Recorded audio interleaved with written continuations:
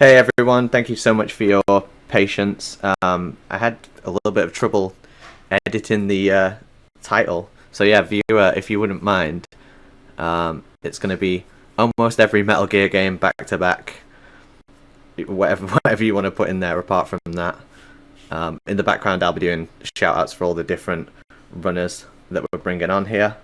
But starting out, we're doing Metal Gear 1 and Metal Gear 2. I've got Jaguar King with me. If you want to say hello, my mate. Hello, everyone. How are you doing, guys? And yeah, you're going to be taking us through the 2D games. Jaguar King, for anyone who doesn't know, is an amazing player of every Metal Gear game. You've ran every single Metal Gear game at this point, right? That is correct. Over like 15 Metal Gear games, aside from the spin-offs like Rising Revengeance, MGSCON1 and 2, stuff like that.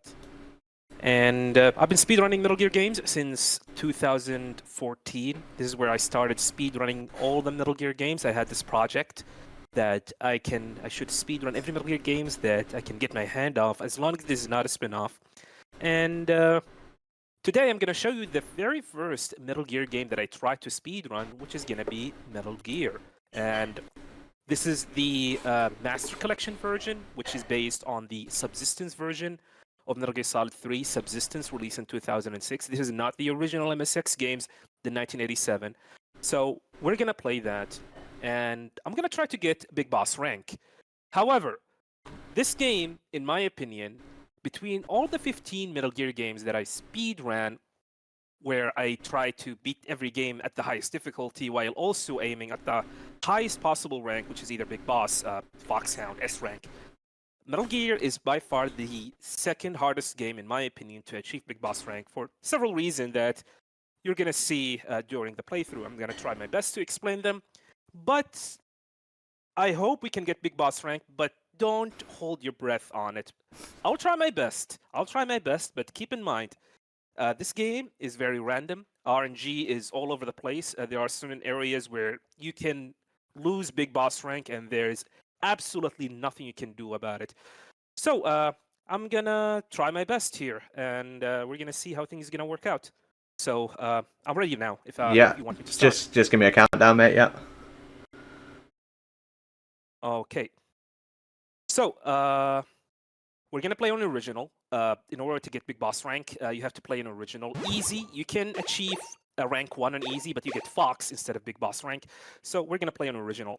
So let's get started. 3, 2, 1, let's go. Good luck, Jag, and thanks for starting us out here as well. I appreciate you so much, No mate. problem, no problem.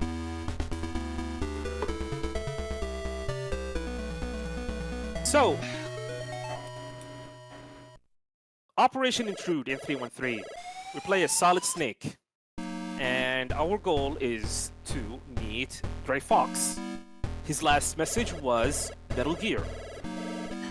And we're gonna try and find Big Boss, or Gray Fox, who was sent by Big Boss. So the requirement for Big Boss rank here is you need to beat the game with 0 continues, 1 ration use, maximum of 8 alerts. All of these 8 alerts are mandatory, and 0 kills, and you need to beat the game in less than 45 minutes. It seems straightforward, but all of these requirements are mandatory, and you cannot skip any of them. They are not optional. You have to do them, unfortunately. So, it's by far like the strictest game in the series, the second strictest game in the series, where you cannot fuck up at all. So I'm gonna try my best. Like I said, I'm gonna try my best. I'm gonna try my best to achieve Big Boss rank. However, like I said earlier, unfortunately, the game is kind of rough with its movements, and things might not go the way that I wanted it to be. So just hoping for the best. In order to progress through the game, like we said, it's really mandatory, is that we need to save POWs. There's a lot of POWs in this game. You need to save 15 POWs in order to achieve rank 4. This is the first one. And inside here is the gas room. We're gonna equip the gas mask before we enter. This will allow us to not take damage. You take damage here quite frequently, and the only way to refill your health is by leveling up. However, keep in mind, we can only use rations once, and that ration usage will be at the end of the game at a specific part with the electric floor, so we need to keep that up. So we need to be extra careful with our movements. So here, you can see that guards does not see you, even when they can clearly see me. The way the guards see you in this game is actually kind of weird and funny at the same time. They can only see snakes from the waist down, which means the only way they can see you is by observing your testicles. Yeah, they have eyes for testicles. For some reason, they cannot see anything. They cannot see snakes' upper body, which is... I don't know why. Yeah. So we're gonna keep on moving here. Like you say, they just do not see anything. We're gonna go back. Now we picked up keycard number 2. Like I said earlier, we're gonna have to save as many POWs as we need to rank for in order to Paul Jennifer, which is pretty much like the main objective in order if you want to complete the game.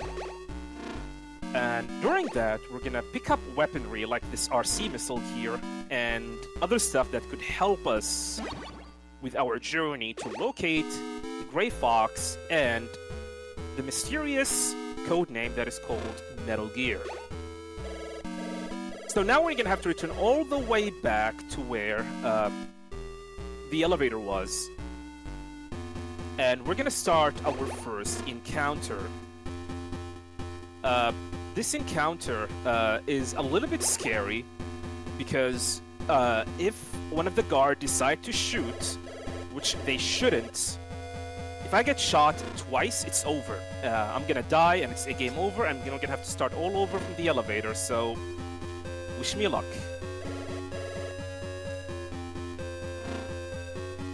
Alright, we did not get shot. We get touched, which is completely fine. They can touch me all they want. But as long as they do not shoot me, we should be completely fine. Okay, we get shot, and you guys just notice how massive amount of health that we ended up losing here. But we should be completely fine, as we're gonna refill our health by saving 2 more POWs. One of them is located right here. And now we're done with this floor, and we're gonna head to the first floor. Punch this guy and head to the elevator. And now we're done. Yeah, this amount of health is kind of scary, but don't worry about it, guys. We are completely fine, as the next POW will refill our health. The only thing that you need to be worried about here, especially when you speedrun the game, is getting spotted by the enemy, and it is really, really common to get spotted, even if you take the line perfectly. So now we rank to rank number 2. And in order to meet Grey Fox, you need to be at rank number 2 minimum, so you can get captured by the enemy and put you on the cell. There's another POW right here. We're gonna save him, and then we're gonna exit. He's gonna tell you that the only way to meet Grey Fox is to get captured on purpose, and that's what we're gonna do. So here is the weapon. We're gonna pick up the submachine gun, as we're gonna need it to dispatch bosses, especially early on. And I'm gonna go here, and then we're gonna get arrested. So we are inside the cell. For some reason, Snake can be able to destroy walls with his punches, which is kind of rad, to be honest.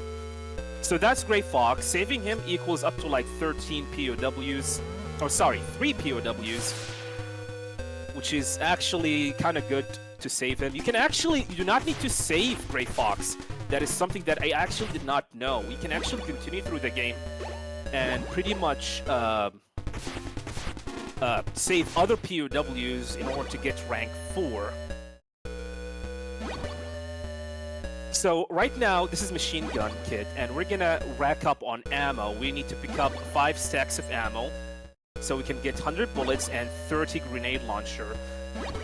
Gonna go right here, shoot him, and that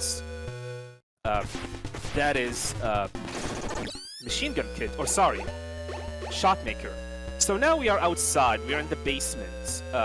Inside the basement, we need to get a couple of items. There is the bomb blast suit, aka the big boy's suit, which is gonna help us go through the barrier, the wind barrier. I don't know what the heck is a wind barrier, but there's a wind barrier here that prevents Snake from going forward. And you need a bomb blast suit so you can be a little bit heavy so you can penetrate that wind barrier. I don't know how is that logical, but I guess in Outer Heaven everything is logical. I mean, Nano Machine is also logical, who knows? So this is where Big Boss, or the bomb blast suit, is located. And there's one more item that we need to get, which is the guard's uniform. This will allow us to go through building number 2. You do not know where the guard uniform is. You get told by one of the resistance member, the resistance leader, Schneider. Yes, there is a resistance member that you can contact, aka like Schneider, Diane, Jennifer, and they can guide you in certain stuff within the game. However, we do not need to talk to any of them. The only one that we need to talk to is Jennifer. Okay, that is unlucky RNG, but it should be fine. Usually the dog back up so he can die from the blast, but he did not. However, our health situation is kind of great, but we're gonna have to be careful slightly. Now we're done with the basement. We're gonna head to the second floor, as apparently this is where Dr. Madnar is located based on the info and the intel that we got from Gray Fox. He is the person who knows about more about Metal Gear, and we need to meet him. But guess what? We do not need to even meet him or talk to him at all. Thankfully, the speedrun you do not need to do that at all here, so we're just gonna keep on going with our speedrunning way and pretty much try to find this Metal Gear in our own way. So here, a POW that is telling us that Dr. Madden is on a rooftop, but we cannot access the rooftop just yet. So this is Machine Gun Kid. I'm gonna approach him, shoot him, and he is dead. One of the things about this game that I like the most is the bosses do not have iframes, which means you can rapid hit them with submachine gun, just like I did, and you will be able to kill them immediately. However, this does not apply to every boss fight, as there are some boss encounters that requires specific type of weapons, and the weapons themselves have cooldowns, like the grenade launcher and the plastic explosive. So now we have defeated Machine Gun Kid. We're gonna go to the rooftop and penetrate that wind barrier. And if you notice, we just picked up something else, which is the parachute, because apparently we need to jump down from the rooftop instead of taking the elevator. I don't know why, but I guess parachuting from a rooftop is cool, and Solid Snake is also cool. So this is the rooftop. There's nothing much that is going on here. We're gonna take this specific line, and I'm gonna wait here, and then we're gonna equip the parachute. Wait a little bit, continue forward. And there's a moving bridge. Apparently, winds are so strong that the bridge itself is moving, and you might die if you touch one of the edges. Here's our first mandatory alerts. Hopefully we're not going to get shot here, but we ended up getting shot, so that's unfortunate. This is the type of RNG that I mentioned earlier. So this is the hind D. As long as you stop on this specific spot, you should be completely fine, and you can pretty much shoot all of the grenades that you have, and there you go. The hind is no more. And then we're gonna jump down all the way to the bottom. So this upcoming area is a little bit dangerous.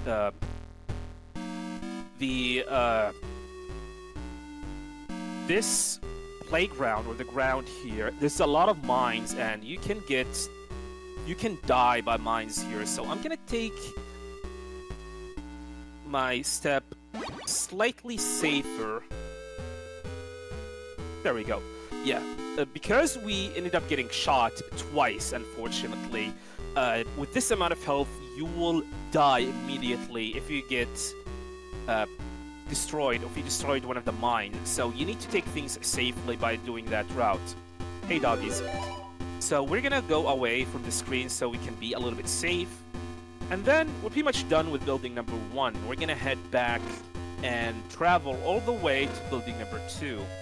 But before we do so, we're gonna enter the left truck and stack up on plastic explosives,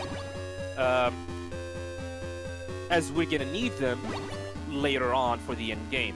So this area, there's a lot of mines here, so we need to be extra careful moving through it. I'm gonna go inside this truck to pick up a ration just for safety, in case we end up losing Big Boss rank. At the very least, I will have a ration that we can use so we do not end up game overing. So coming up is the tank. The tank is a really difficult boss fight. He can actually kill you. Oh, we just skipped it. Yeah, that's it. So that's the tank. Yeah, you can skip the tank by iframing. If you move at the specific way that I just did, and that specific line, you can pretty much iframe the damage that you get from the bullet, and the tank is pretty much no more. So this is a bulldozer. For some reason, there's a bulldozer inside of a building. I wonder how that happened. Apparently, Big Boss have ordered the Outer Heaven crew to build a building and put a bulldozer inside, or pretty much the quite opposite. I don't know how is that even possible, but Big Boss is an ambitious man. If he wanted something, he will have it done, even if it is unlogical. So here, we're gonna go to the left room and pick up the antenna. So yeah, you cannot use the Kodak call here. So in order to call Jennifer, like I mentioned earlier, you want to have some kind of communications, and there's a jammers apparently that is affecting the entire building. And in order to call Jennifer, you need to have the antenna. So now we can call Jennifer. We are pretty much gonna go to the hardest part in the run, which is the roof. The roof of building number 2. This is where Big Boss might actually die to random stuff that's happening. So we got our second encounter. This is a continuous encounter that will not stop until we go to the other elevator. So we're gonna have to go through here. Hopefully we're not gonna get shot. You want to get touched as much as possible. You do not want to get shot. Getting shot is bad, so touch me. Touch me as much as you want. So this room with jetpacks is the scariest one because their movement is so random and they can shoot randomly. Okay, we get shot once. Hopefully we're not gonna get shot again. Otherwise we're gonna lose Big Boss rank.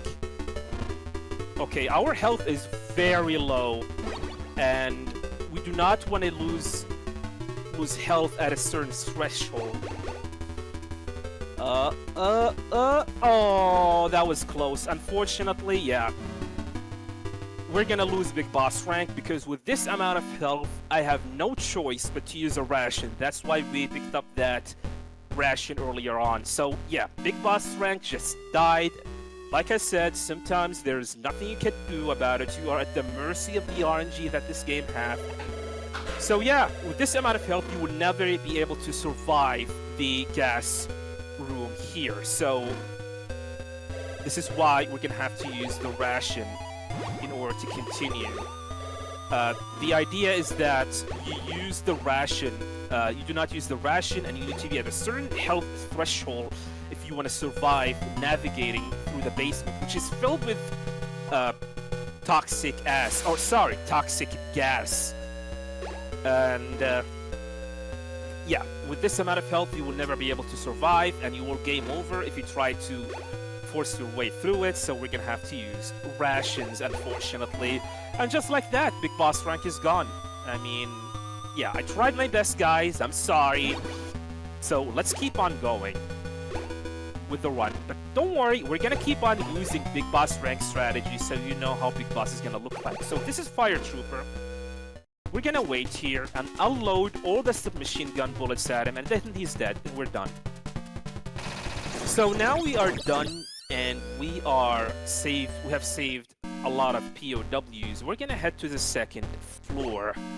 And we're gonna save 2 more POWs, and by saving them, you will rank number 4, which is the highest rank, and the only mandatory requirements, to call Jennifer. In order to call Jennifer, you need to be at rank number 4. She is a snob. She only gonna talk to us unless we are very classy. So she is a prideful woman. So she will never talk to you unless you are at rank number 4. She is a very proud person. Now we are at rank number 4, we can call her. And by calling her at this specific spot, you will be able to get the rocket launcher, which is also a mandatory weapon in this game. If you want to finish the game, you need the rocket launcher. And here's the rocket launcher. However, this rocket launcher is empty, and we need to get some ammo for it.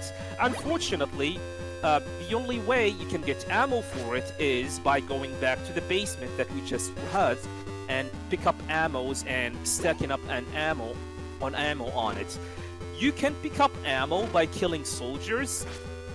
However, like I said earlier, if you want to get Big Boss rank, you need to get 0 kills.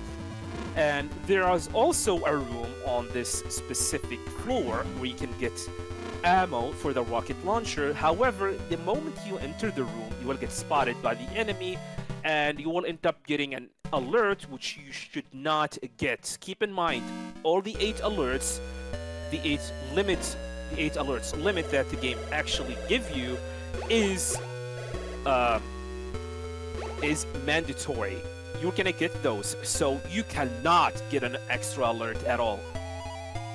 So this is the area where we're gonna stack up on rations and ammo. We're gonna pick up to like 5 stacks of ammo. You only need 4, but for safety reason, I'm gonna pick up 5 stacks, which means I'm gonna have to pick up 10 rockets. The reason for the rocket is that the only way to defeat Bloody Brads, aka Arnolds, is by using rockets. They are vulnerable to rockets and rockets only. Each Bloody Brad takes up to like 4 rockets, which means 8 rockets is enough to kill them. But like I said earlier, since we already lost a Big Boss rank, I'm gonna pick up an extra 2 rockets just for safety purposes, in case one of the rockets ended up missing one of the Bloody Brads. So now we are done. We're gonna go back all the way to the second floor and kill those Bloody Brads.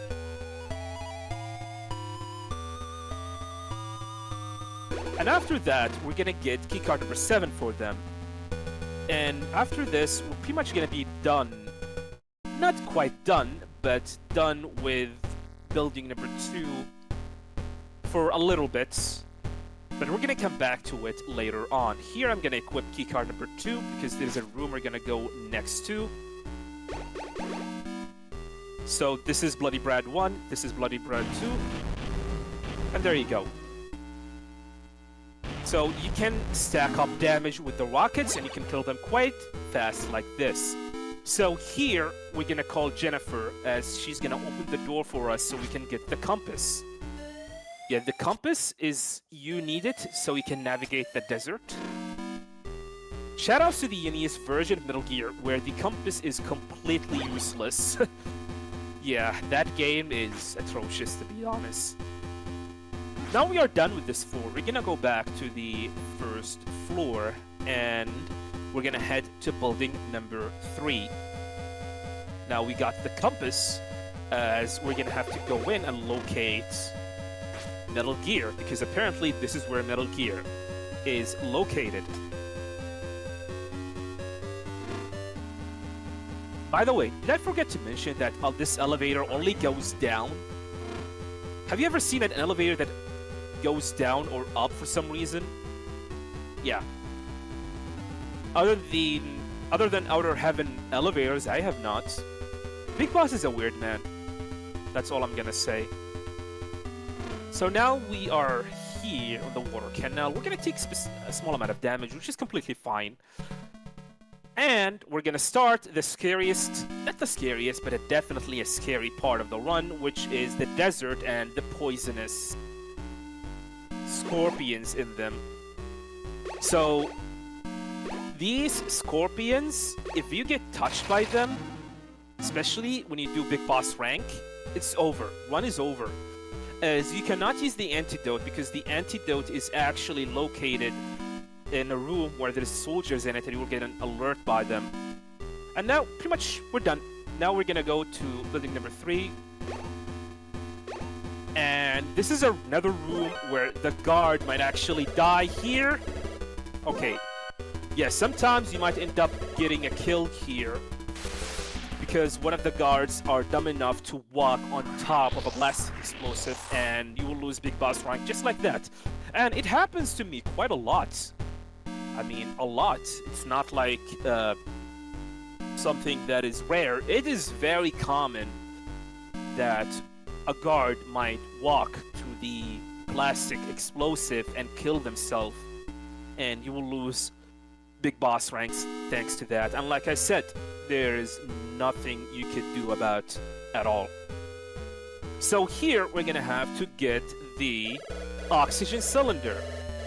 And that's it. We're gonna have to go back now all the way to building number 2, so we can swim through the water canal. Fun fact, since we're playing on the original difficulty, there's one thing that I would like to mention that maybe a lot of people might not know. If you play on easy difficulty, you can actually skip getting the oxygen cylinder. The reason why is because Snake's health on easy difficulty takes way slower and less amount than the original difficulty, which allow you to completely skip picking up the oxygen cylinder. Oh, that's unfortunate, but that's completely fine. So now we're gonna have to return all the way back to building number 2. We're gonna have to watch these scorpions. Oh god. So another strategy that you can do is that when a scorpion approaches, you can go to the next room and avoid getting stung by them. Okay, we're gonna have to take things safely. Alright, we're good. So yeah, these scorpions are dangerous. Unlike Sub-Zero. Sub-Zero is cool. So now we have the oxygen cylinder, and we're gonna equip the RC missile. This is the only time that you're gonna have to use RC missile. And we're gonna have to use it twice. We're gonna swim through the water canal, and we're gonna fight our next boss. But before we do so, we're gonna have to go to the room on the left side. And pick up some ammo. There we go. Now we're gonna equip the rocket launcher. And now we're gonna head back to the room on the right side and meet Dirty Duck. By the way, do not blink. I warned you, do not blink. Done. And that's Dirty Duck. So if you enter the room and pretty much mash the shooting button with the rocket launcher, you will kill Dirty Duck in 2 rockets. Yeah, that's it. Now we're gonna have to return all the way back to the building number 3 that we got key card number 8, which would we need to go to the area where Metal Gear TX55 is located. Can I remind you guys that we have not met Madnar? Thankfully, the speedrun, you do not need to meet Madnar at all. And I don't think to Snake, Madnar does not exist. Even his daughter, so I guess rip to Madnar. So, this is the last time we're gonna navigate through the Scorpion area. Alright, so yeah, it's a good idea to stick to either sides of the room, either the right side or the left side. And once a Scorpion approach, you can pretty much avoid the Scorpion by going to the screen on the right side. Oh boy. Oh boy. equipping a ration for safety. Alright, we should be fine. So now we're gonna go all the way to the 100th floor. And we're gonna navigate through this area as well. And we're gonna do some stuff. We're gonna equip the plastic explosive. And key card number 8.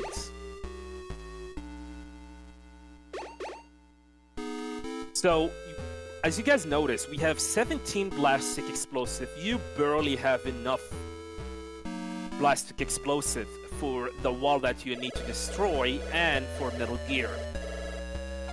So, you cannot miss against Metal Gear. So hopefully that... Oh god.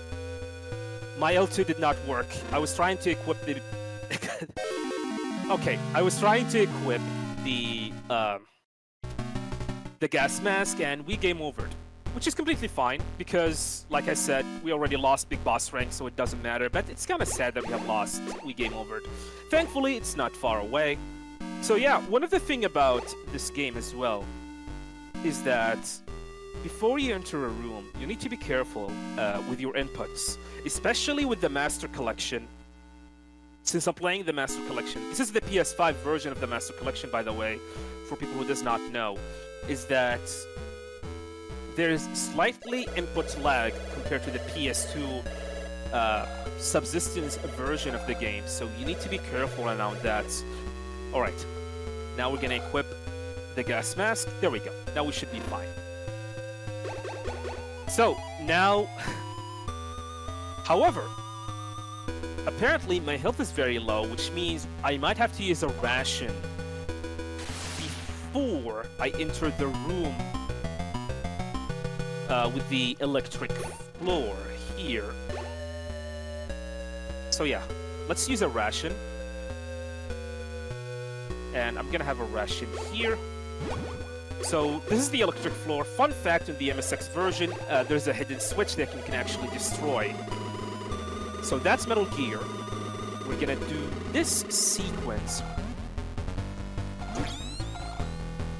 Left.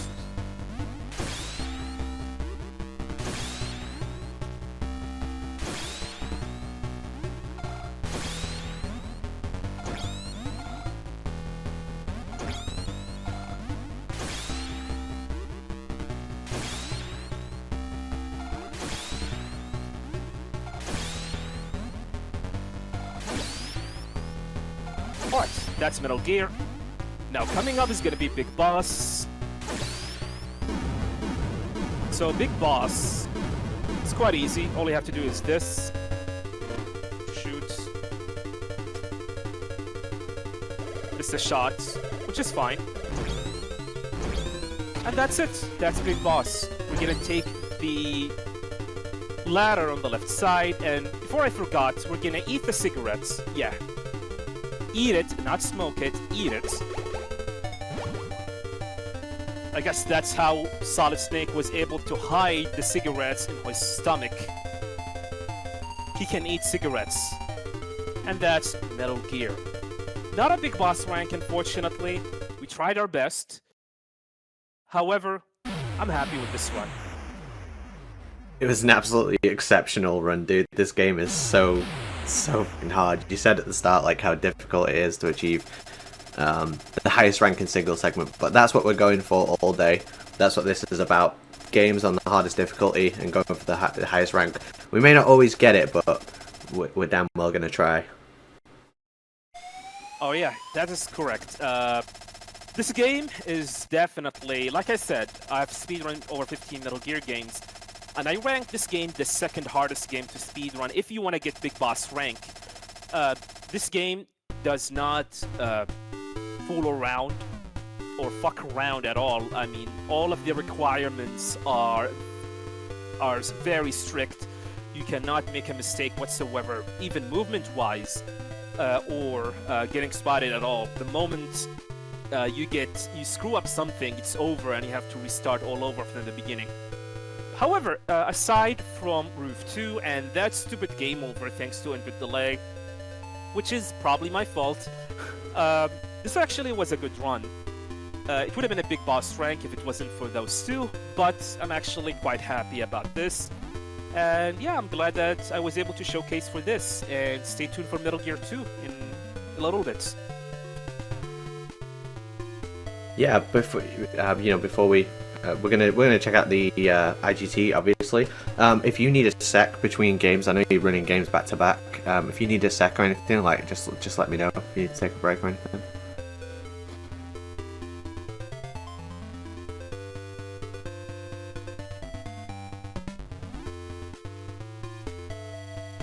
Oh yeah, sure. I guess we can take a small break. Yeah, let us get to the IGT screen. I will. I'll leave your feed going, but I'll just mute you on the stream side. I'll still be able to hear you. Okay.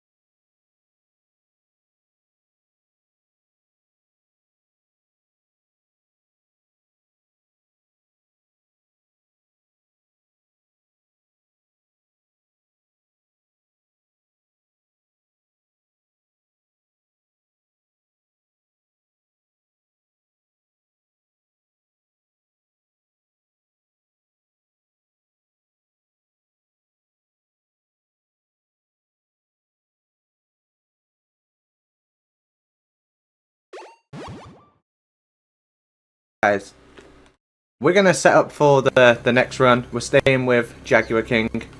He's gonna be running Metal Gear 2, and I just want to say, Jag, real quick. I'm sorry that I asked you to do like every run.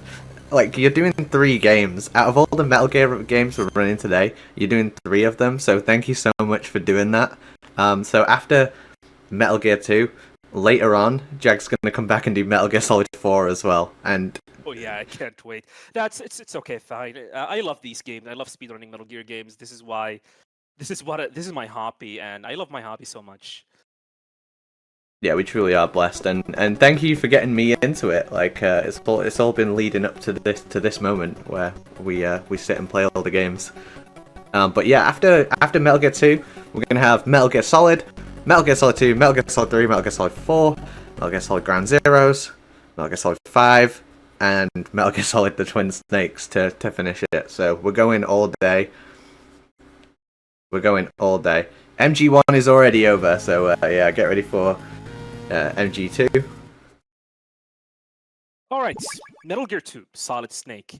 Thankfully, a little bit easier to achieve Big Boss rank compared to Metal Gear 1, but still, there are things that could fuck up a run, and there are 2 specific areas that I might lose Big Boss rank, but I'll try my best. Alright, let's get started in 3, 2, 1, let's go. So Metal Gear 2 Solid Snake, like I said earlier, compared to Metal Gear 1, speedrunning Big Boss rank in this game is way more forgiving compared to Metal Gear 1. There's a lot of leeway in certain requirements. One of the requirements, I'm going to explain them, is to beat the game in less than 1 hour and 35 minutes, with 0 continues, 0 rations, a maximum of 5 kills, and a maximum of 4 alerts. And I might get spotted here because of the movements, but we should be fine. Alright. So yeah, maximum of 5 kills and maximum of 6 alerts. 4 of these alerts are optional and 2 of them are mandatory. So we have quite the leeway actually, and you can actually pretty much beat the game and achieve Big Boss rank quite easily. Okay, for some reason my punch did not come out. Here's our first alert, which is completely fine. We still have extra 3 alerts that we can actually have. This is the best thing about speedrunning Metal Gear 2, especially when you go Big Boss rank. One of the alerts, actually, we take it to our advantage, and I was supposed to use it on this area here, but since we got an alert, I'm not gonna do that. We're gonna take the safe way instead. Like I said, Big Boss rank here is way more forgiving compared to Metal Gear 1. However, we cannot rest easy. We need to be extra careful. Alright, we're waiting for this dude, and now we're gonna go to the elevator. So, a little bit speedrunning trick that you can do here is that you want to enter the elevator crawling inside. It's much faster than walking in, because when you walk in, you can see Snake taking this long movements, which is slightly slower than crawling inside the elevator. So here, we called in the elevator, and I'm gonna pick up card number 1, and we're gonna head back to the elevator, and the elevator will be open for us. And we're gonna head to the 3rd floor, because apparently this is where Dr. Dr. Keomorph is, based on the GPS signal that we got. Okay.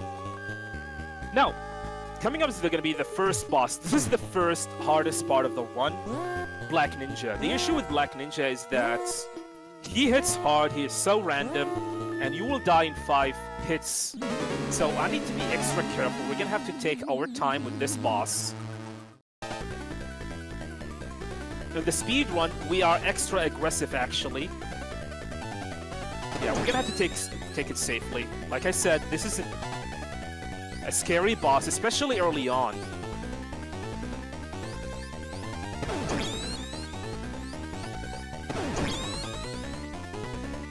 Okay, he is being very aggressive now. Alright, we can now wail on him.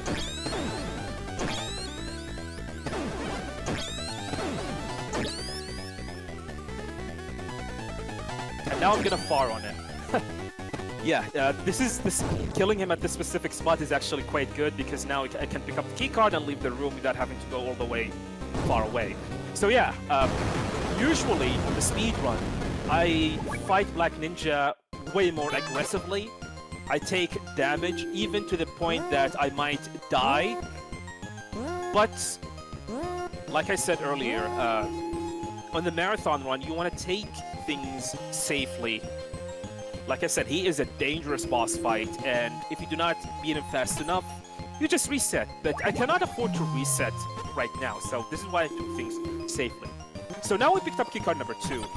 Black Ninja, which turned out to be Schneider, lol, tell us about the person or the guard with green beret that will lead us to where Dr. Madnar is, or Dr. Keomorph is. And we're gonna go and meet that dude.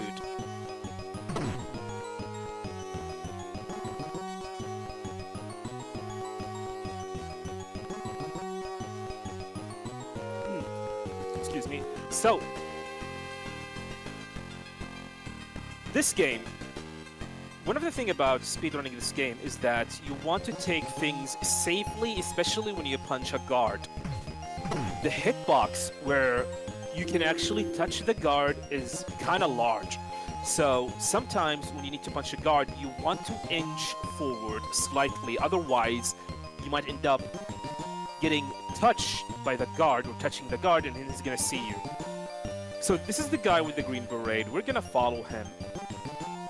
And this is by far like the most boring part of the run, is we're gonna to follow this dude. And if you happen to find a way to skip this part, please tell us. There's a bounty for it, $100 bounty. Because this is this section takes up to like 2 minutes and 50 seconds. It would be nice if we can skip this part, so please help. Other than that, there's nothing we can do here. We're gonna have to wait until this guy take us to where Dr. Madnar is located. So the speedrun of this game, a little bit of history lesson about speedrunning this game. This is actually like I said at the beginning of the marathon here, where Metal Gear 1 was the first game to speedrun, but it was not the game that I actually was successfully be able to achieve a big boss rank speedrunning wise. It was this game. Metal Gear 2 Solid Snake is truly the first actual Metal Gear game that I was able to speedrun, and I was able to get a big boss rank in, due to how easy it is compared to Metal Gear 1. The point of my Metal Gear project that I started back in 2014 was actually to speedrun every Metal Gear game release order. So starting with Metal Gear 1 was a bad idea. So Metal Gear 2 Solid Snake was actually the actual first game that I actually speedrun at a high level. And back then, there was not a lot of speedrunners who speedrun that game, aside from Kelentris, who speedran this game a long time ago. Back then, back in 2014, when I was learning this game, I've noticed something kind of interesting, to be honest. I was playing the HD collection, which is based on the NTSC version of Metal Gear Solid 3 Subsistence. However, when I checked the footage of Calentris, the speedrunner, it turns out, for some reason, his game was running faster than my game.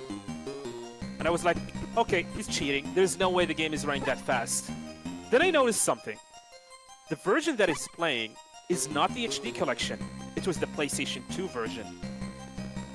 So I started investigating the matter. And then I found out something really mind-blowing. Apparently, the PlayStation 2 PAL version of Metal Gear Solid 3 Subsistence for Metal Gear 1 and Metal Gear 2 Solid Snake are faster by 12%. The game is running faster at 12%. I don't know why, but apparently that's how it is. Which is kind of ironic, because on the speedrunning scene, no one speedrun the PAL version due to the fact that the game is operating at 50 Hz. It's slower than the NTSC or the Japanese version of the games. However, Metal Gear 1 and Metal Gear 2 on the PAL version of Metal Gear Solid 3 Subsistence was actually faster than the NTSC version. And that threw the community back then into a frenzy. So here I'm gonna pick up mines in preparation for the next boss fight. So yeah, the original version and what most people speedrun is actually the the PAL version. In fact, it's actually, there's no reason to speedrun the NTSC version of the game. Oh god, I'm gonna die.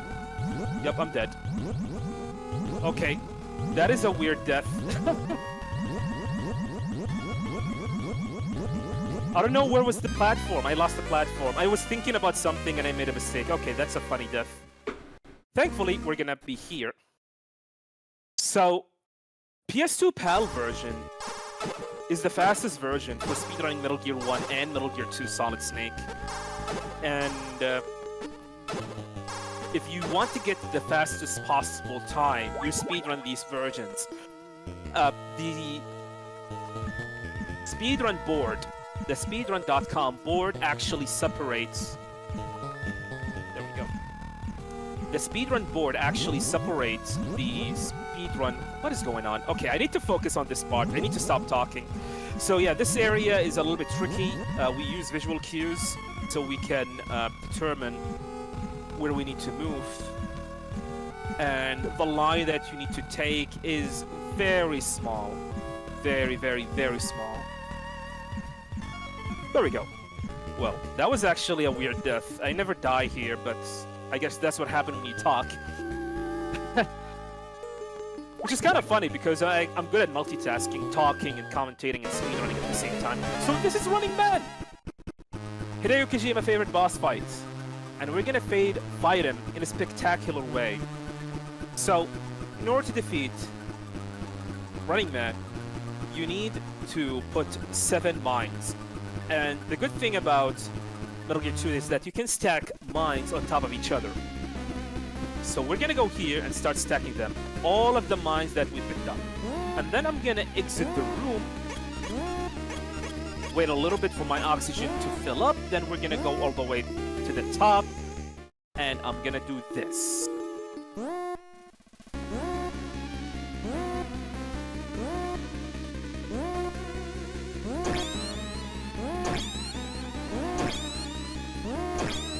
And there you go. And then he turns into a cookie. Guess he was not fast enough running the same area over and over. So yeah, this is how you defeat Running Man. We're gonna get spotted here. Nope, we did not. That's completely fine. Okay, time to focus again. So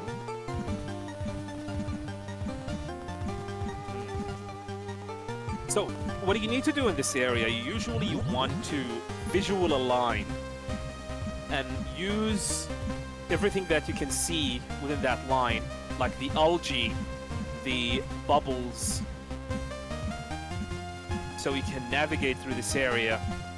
It's been a while since I speedrun this game, but it is a great game, to be honest. I love speedrunning this game so much, aside from some of the parts that is kind of annoying to deal with. So now we're gonna have to go all the way back to build number 3 as we need to pick up an item, which is gonna be the Stinger. We have keycard number 3 by defeating Running Man, and we're gonna use the Stinger for our upcoming boss fights. And I'm gonna punch here to distract these guards. This will give me enough time to go in and pick up the Stinger. There we go. Now we have to return. And we're gonna have to cross the desert that we were in. Punch.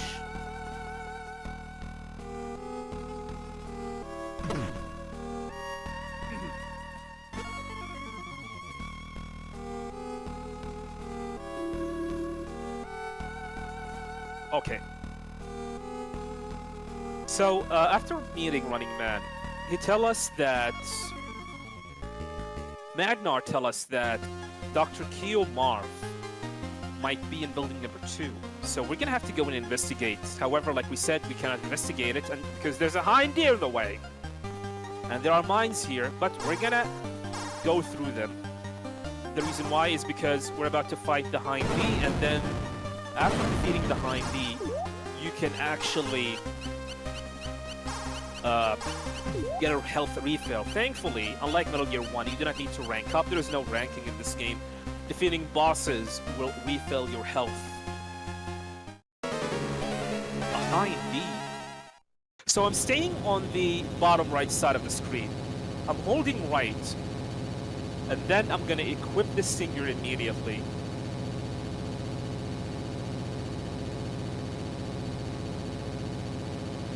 And then we're gonna shoot down the hind bee, and that's an excellent fight. now we're done. We're gonna head to building number 2.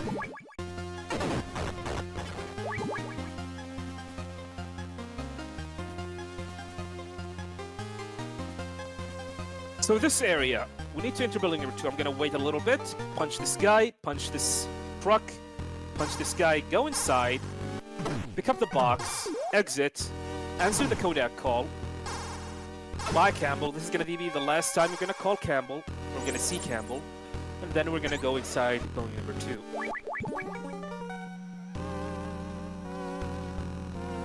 We're gonna equip keycard number 3, punch this guy, pick up ration, and then we're gonna answer this Kodak call. You need to answer this Kodak call, otherwise the game will not progress. Unlike other Kodak calls, this one, you need to answer it manually. It's not like it is an automatic or a mandatory one.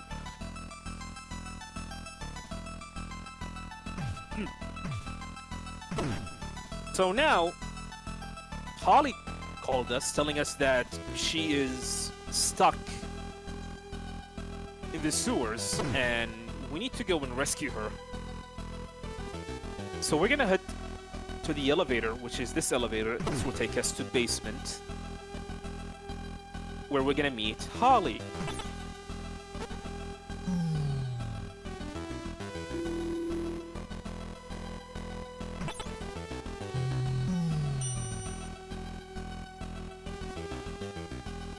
But before we do so, we're gonna go through this room, pick up some C4, or plastic explosive, equip keycard number 1, equip the explosive, and then we're gonna detonate this wall. And oh hey, here's Holly.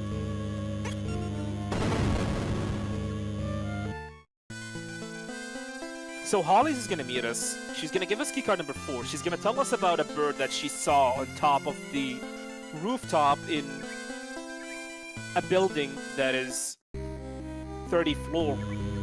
She saw a paper being tied on a bird, and that bird flew to the rooftop of a 30th floor building. How the hell was she able to spot that? I have no effing clue. But we're gonna go to that rooftop. But before we do so, we're gonna head back to building number 1 through the sewers, as we're gonna pick up the grenades. This is by far like the fastest way to acquire the grenades. We're gonna head to B2 or B1, and we're gonna get stack up on grenades. I'm gonna punch the wall, and then we're gonna go through this room. There will be grenades or pineapples. And then we're done. We're gonna return all the way back to building number 2.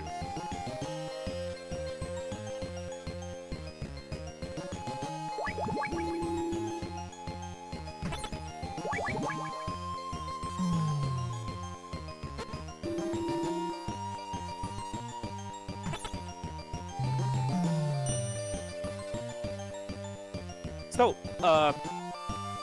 the sewers. You notice me that I'm actually swimming through the sewers. It's actually faster to use the sewers if you want to go from building number 2 to 1 and vice versa.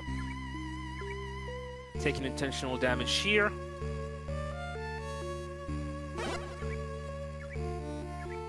And we're gonna return back to the sewers later on.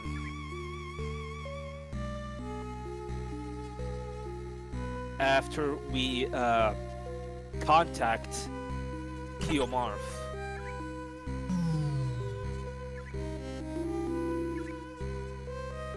And now we're gonna go to the elevator in the middle of the area.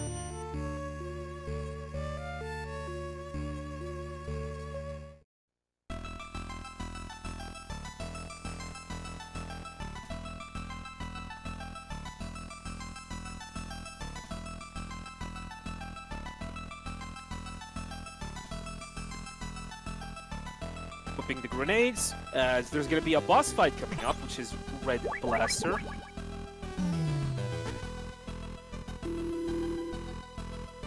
And now we're going to head to the 30th floor.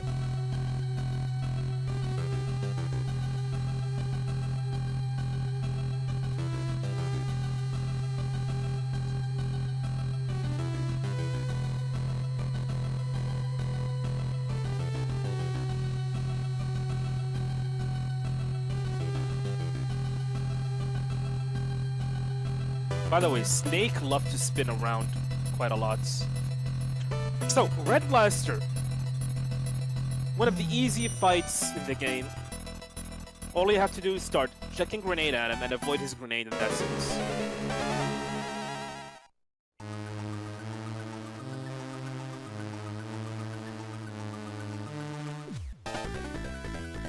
Now we're gonna go to the left side. Well, we took damage. The damage is very small, so we don't have to worry about it. And there you go. That's Red Blaster. Now we're done. So here we're gonna equip the Blast Explosive, and we're gonna pick up the B2 ration, or the green ration. Or the Spanish ration. The reason why is because B2 have beans on it, and there's a bird here that we need to lure using the B2 ration, and that's some good RNG here. There you go. Now we got the number, which is 14051. We're gonna call Kiyomarf. He's speaking Czechoslovakian. Snake does not understand what the hell he was saying, so we're gonna call Madnar. But Madnar only speaks Russian and English. So he's gonna tell us about a female soldier.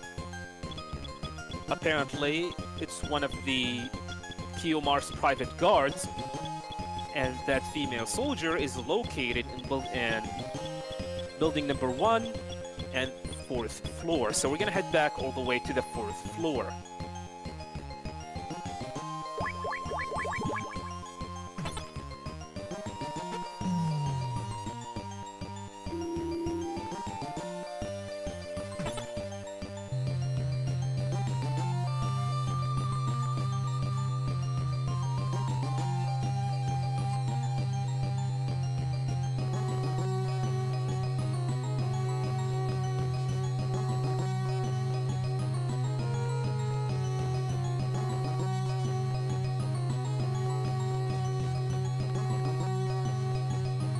Alright, now we have made it. So, just as we did earlier, we're gonna take the sewers, because it's actually faster to go from building number 2 to building number 1. It is faster to take the sewers instead of going through land.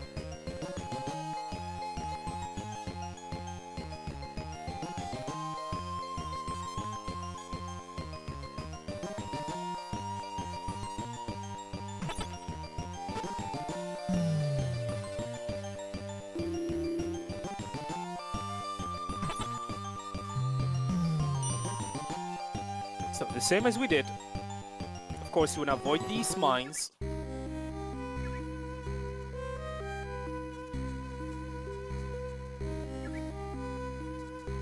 Take a little bit of breath, and then we're gonna... Did you like it?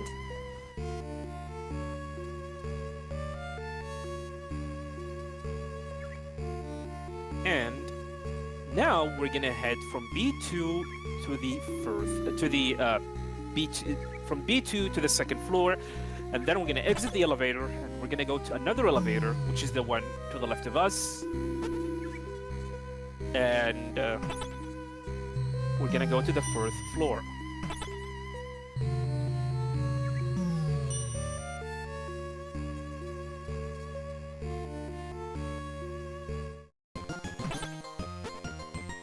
Alright, now to the 4th floor.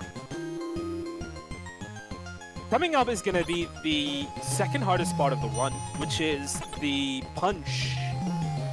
There's a specific punch that I need to get here. Nice. So this punch is way harder than it looks. The reason why is that you want to punch this guard at the earliest possible moment. And if you are late, you're gonna get spotted by the sensors, and if the sensor, you're gonna have to wait for the sensors, and if you wait for the sensors, the camera is gonna be on the way, and if you waited for the camera, the guard is gonna come in and is gonna see you. You will lose big boss rank quite easily. Not easily, I mean, you're gonna get spotted quite easily. So that punch is probably the hardest thing in the game, and we're gonna have to do this again later on. So, coming up is gonna be the mannequin room. This room, upcoming room, is random. Alright, good RNG. He was in the middle. Same thing with the second room, it is random. And we failed. So yeah, mannequin rooms is, I guess it's the main reason why we got 4 optional alerts due to how random they are.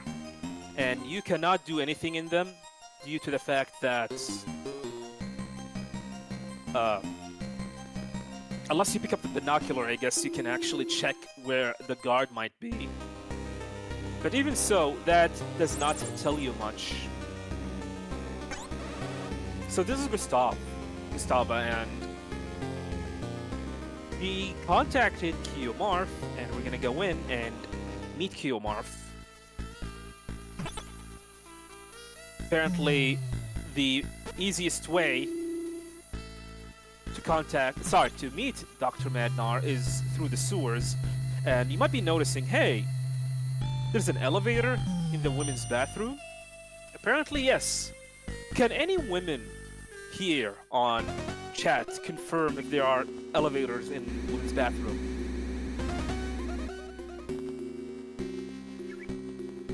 Maybe there is, maybe there isn't, who knows? Because apparently Snake is also surprised about that, which is kind of weird. So, now we're gonna go here and we're gonna meet Dr. Madnar. Dr. Madnar had keycard number 5 and allow us to continue. And apparently, Gustava has keycard number 6, which is convenient, I guess.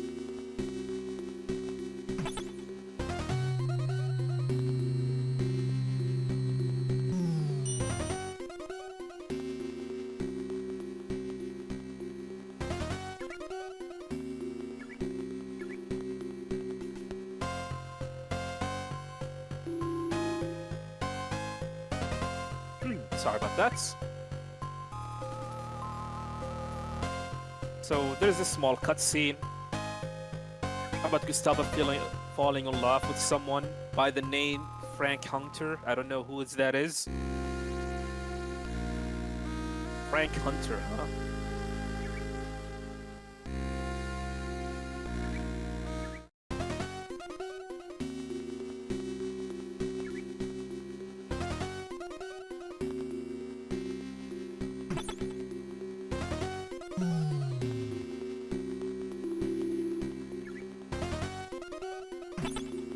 So yeah, the speedrun part, there's nothing much going on.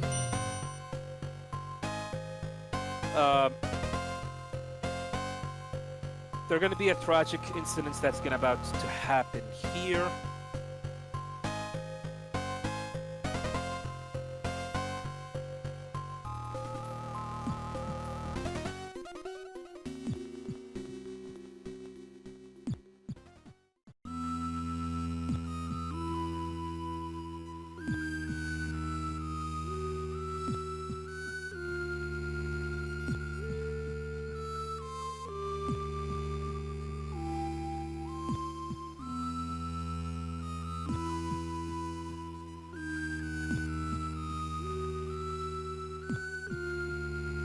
F.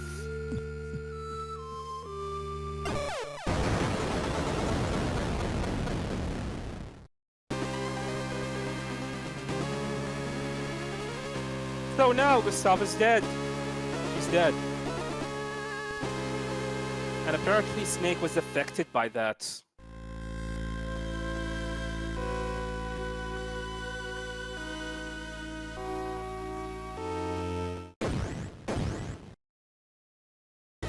Now, unfortunately, we need to head to the third area, but we cannot do so. So I'm gonna go inside this truck and pick up some claymores or mines. And then we're gonna head back all the way to building number 1 because apparently Holly has said that she saw a glider that we can use to head to the third area.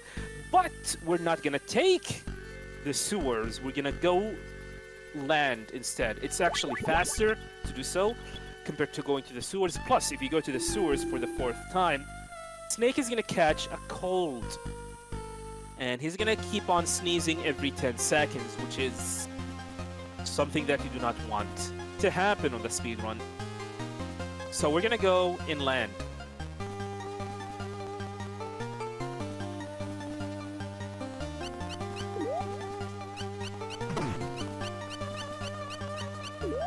Here we're gonna take intentional damage.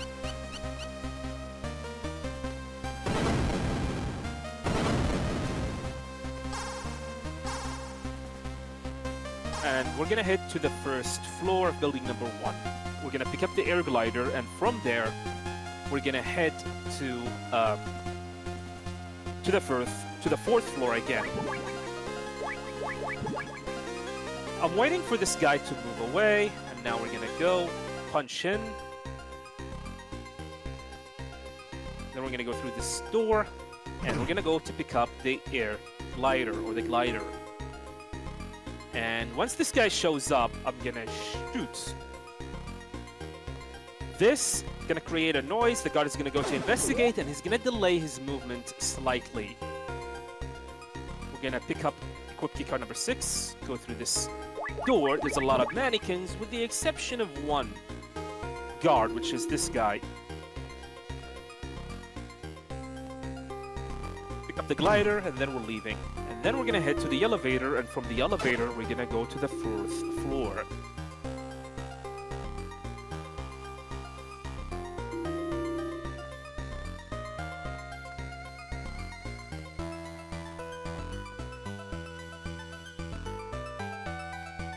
Oh, okay. Apparently, I mistimed it. So, that's one of the RNG part, because I did a run before and it worked, but for some reason, it did not now. Please stop shooting me. Don't worry, we should be fine. This is not the elevator that I wanted. I just got out of the elevator because I want to exit. There you go. Now, 4th floor again, with that punch that I need to do. And... nice. Yeah, this punch, like I said earlier, is way harder than it looks. You need to be at a specific spot at a specific moment. I mean, it's like a train track. Everything needs to be perfect. Otherwise, you're going to end up with a train crash. And now we're going to go to the fridge. Go through this room. Keycard number 4. Keycard number 3.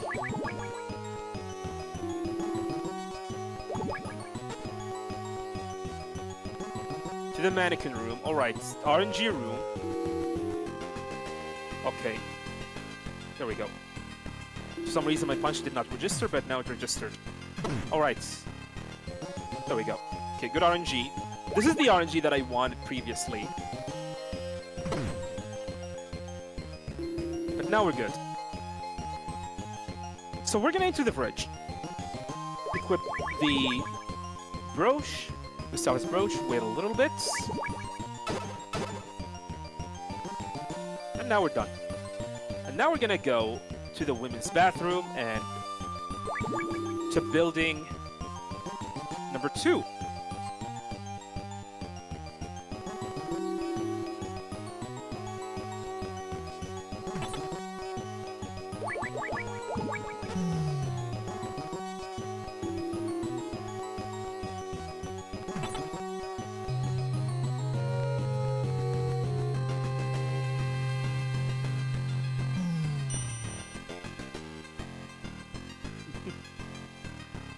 So, we're gonna go to the same area as where Mustafa died. We're gonna pick up more mines. And we're gonna head to the rooftop to use the glider. But there's a boss coming up soon. that we need to take care of. This boss is the Four Horsemen, or the Ultra Vox on the original game.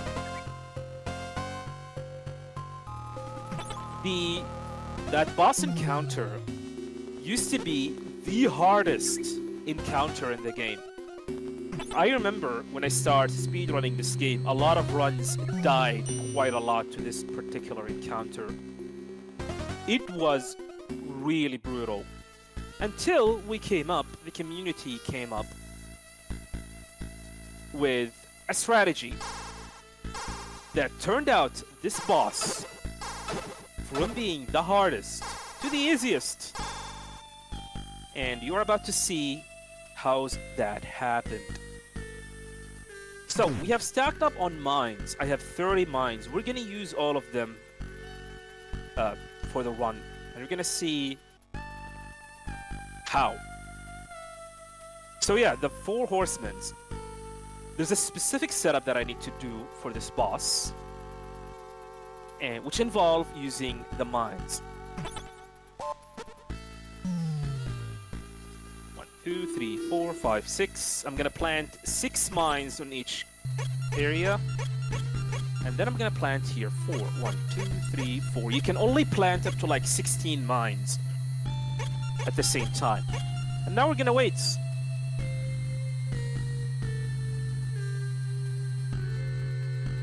There's one thing that I'm worried about, is that the blast of the explosive could kill you, so we need to be careful here.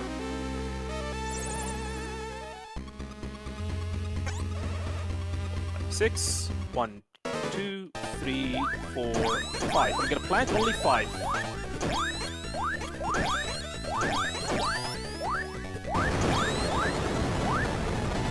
There we go. And now we're gonna wait.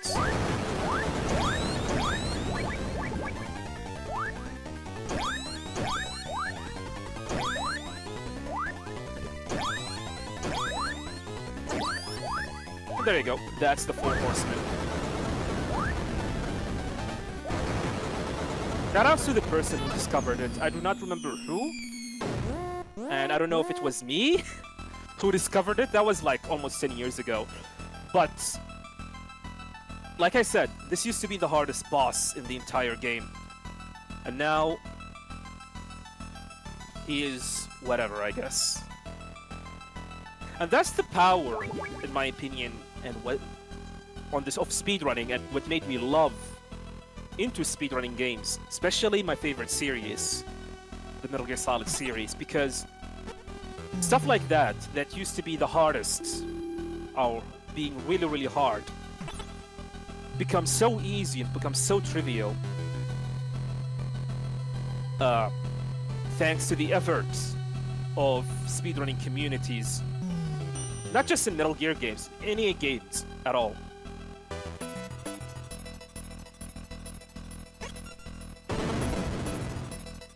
Because speedrunning, in my opinion, is by far the best way to know everything about a game.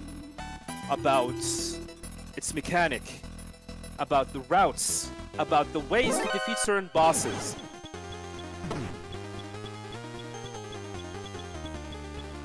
So this is the part where we're gonna climb all the way to the 20th floor.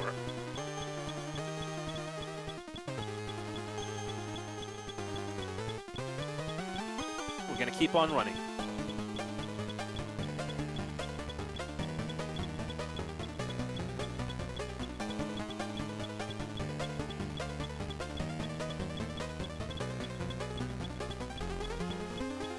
And not just speedrunners, by the way, who are like the best at knowing every nook and cranny about any game. Even the no damage runners. By the way, shoutouts to you, Apache, for your Resident Evil no damage run. It was fun. This kind of stuff is what makes these challenges and these accomplishments appreciative.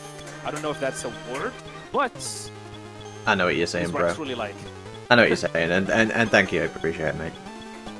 But I wouldn't, No problem. I wouldn't even be into it if it was. I watched you play, and that's the reason I got into the speedrun in Metal Gear. So. No problem, my friend. And by the way, you do not have to be a great player. I mean, as long as you have patience and dedication, you can be anywhere. You can be whatever you want. Whether you want to be a world record speedrunner, a top level speedrunner, anyone can do it. Anyone can do it. Just have the passionate and be passionate about it, and you will be able to reach levels that you would never ever imagine that you will reach. Yeah, come on guys, I can do it, and some days I forget to put my shirt on the right way around.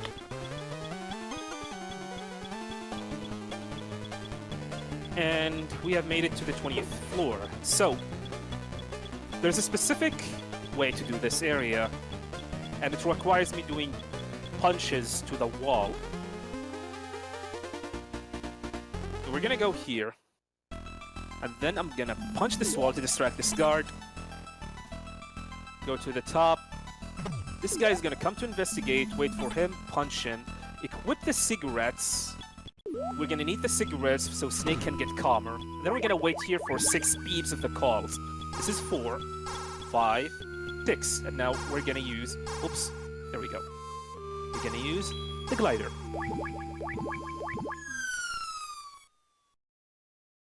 Yeah, thankfully, there is no randomness in using the glider here. It's pretty much determines of how much time you use the cigarettes before you can use it.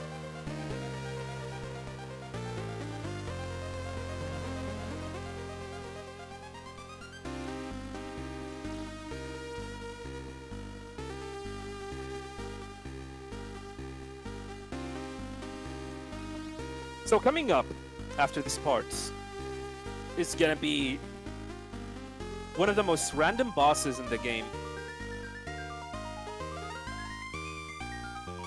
Jungle Evil, aka Predator in the original game. And he is a tough son of a beautiful woman.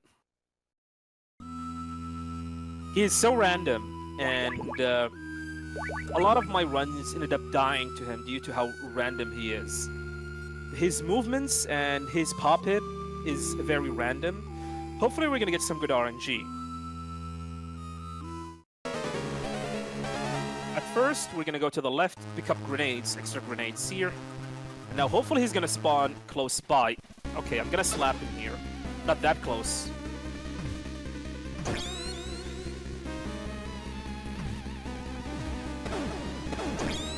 Come on, show yourself. One of the good things about the grenades here is that it have a massive amount of range. Punch. Where are you? Okay, if this was an actual speed run, the run was going to be, I would be losing a lot of time. I would lose a lot of time because he is not giving me good RNG, but that's completely fine. So yeah, every time he pops in, you want to throw a grenade close to him. Okay, 2 more. I'm gonna take the hit here, which is completely fine. And then I'm gonna defeat him in a spectacular way, but he is now giving me a bad RNG. Nice!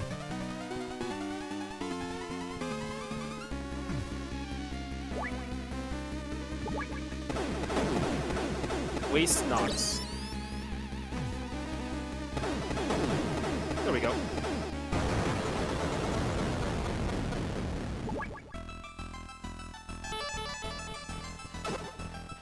So now we're gonna enter this room and we're gonna get an alert here. This is one of the alerts that we use to make this area slightly faster. Because if you try to wait for these laser to move away, you're gonna lose time. So this alerts that we get is actually part of the routes. Thanks to the fact that we have optional alerts, but this one is not. That was bad RNG, and there's nothing can be done with.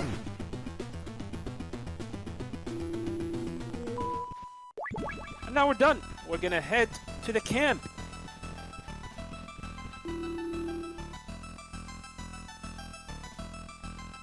So there are 2 soldiers and 2 trucks. We need to enter the second truck. I'm gonna punch here, wait a little bit for this guy to come in closer.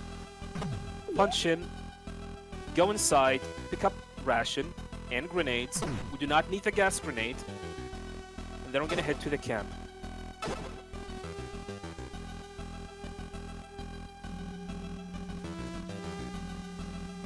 And there we go. Now there's one more ration that we need to pick up. One more brown ration or B1 ration.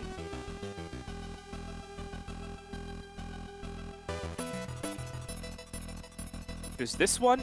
Punch the wall to distract this guard. And then we're gonna return all the way back to the laser gates.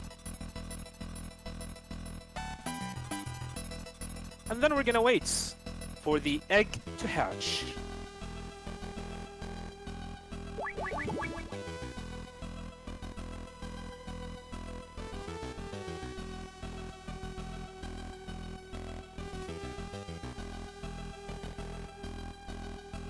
I don't know what's the logic behind picking up an egg, waiting for it to hatch, to turn out to be an owl, waiting for that owl to get big enough so he can hoot hoot, for that guard to listen to the hoot hoot and determine that it is very late at night so he can shut down the laser. Kojima, I guess. The logic name is Kojima.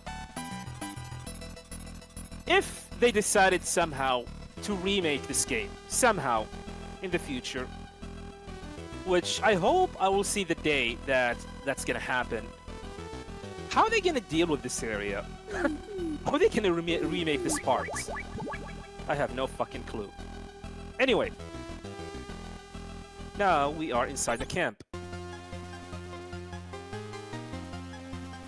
That's a weird punch.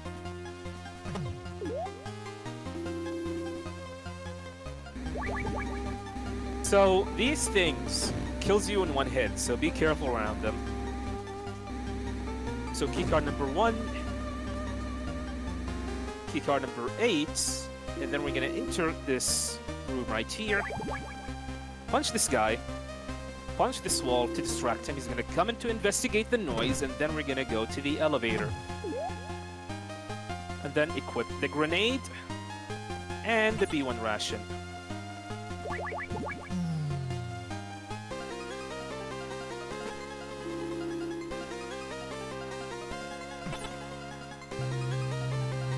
So coming up is going to be Night Fright. Fun fact, Night Fright is the only boss in the game that have his own music track. This fight was supposed to be a horror fight, but this fight is anything but horror. All I have to do is just stand here, start chucking grenades. You went to the right, that's fine.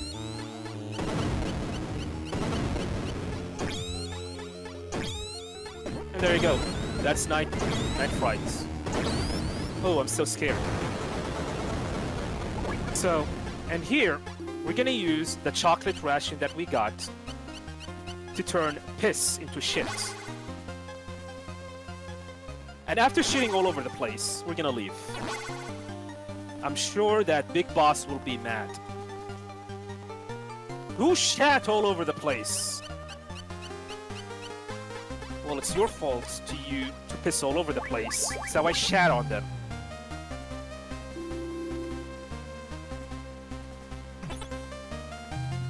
Nah, for real, that was actually sulfuric acid, and for some reason the chocolate, or was it the soda within the ration nullified the sulfuric acid.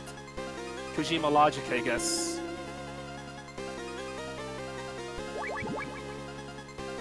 So, apparently, we need keycard number 9. And Jungle Evil is the one with keycard number 9.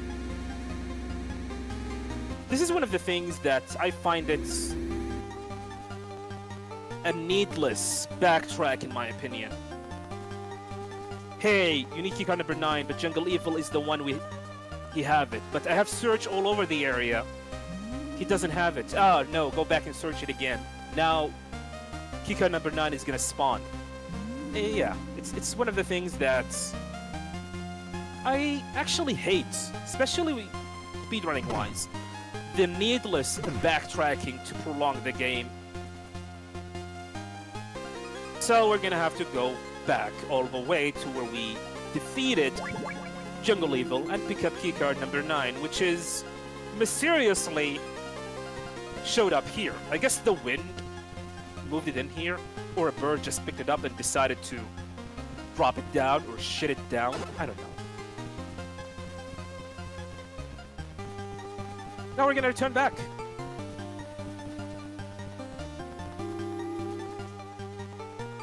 Same as we did. Same as we did.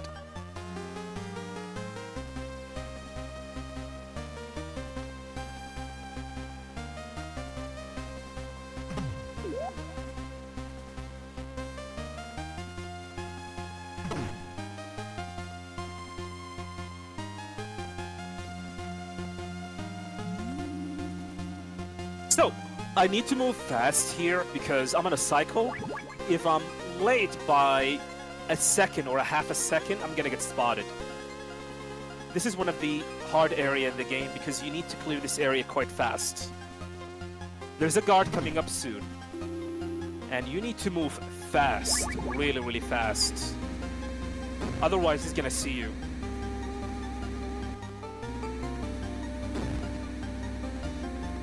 There we go. This guy. If you're like a second or a half a second late, he's gonna see you, and then if you are maxed out on the amount of alerts allocated to you,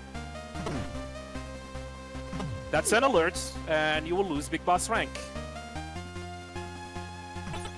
So remember back during the 4th Horseman fight, we kept 7 mines. Well, these mines is where we're gonna use now.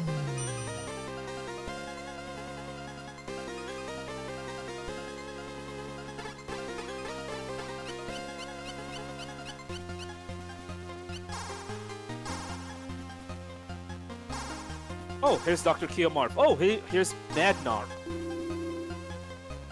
Madnar, Mad, and Nar. Get it? He is mad, a mad scientist, and Nar, narcissistic. Yeah, I'm gonna shut up.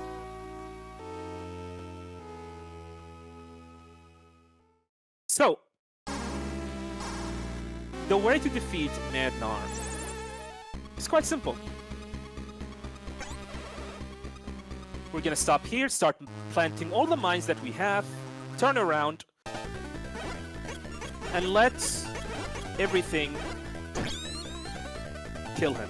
Let, like, the world kill him and the time kill him. There we go. Now we're gonna go enter here. Equip the B3 ration, go inside, lure the rats, and no, they are not rats, they are Zanzibar poisonous hamster, or poisonous hamsters, or big rats that you have to shoot them with bullets, with a pistol.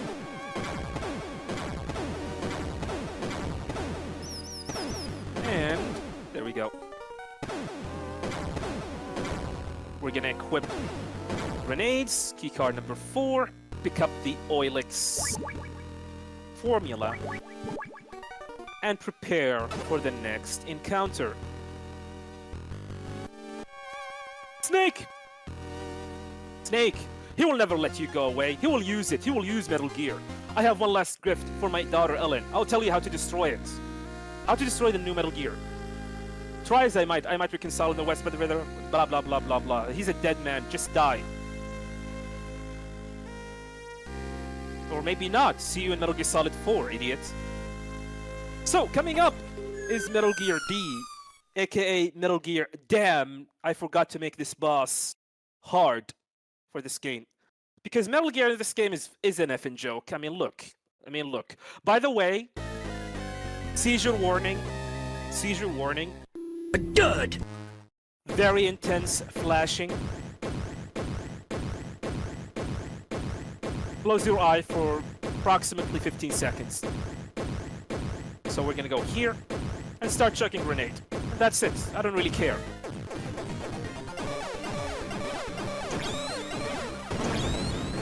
As long as you do not touch Metal Gear, you're completely fine.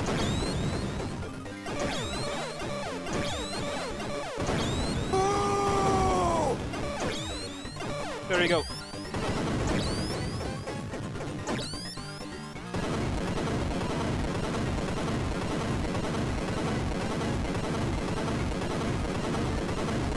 Oh my god, my head is on fire.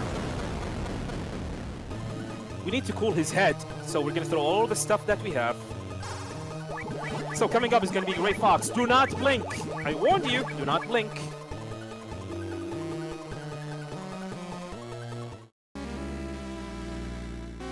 There you go. Did you blink?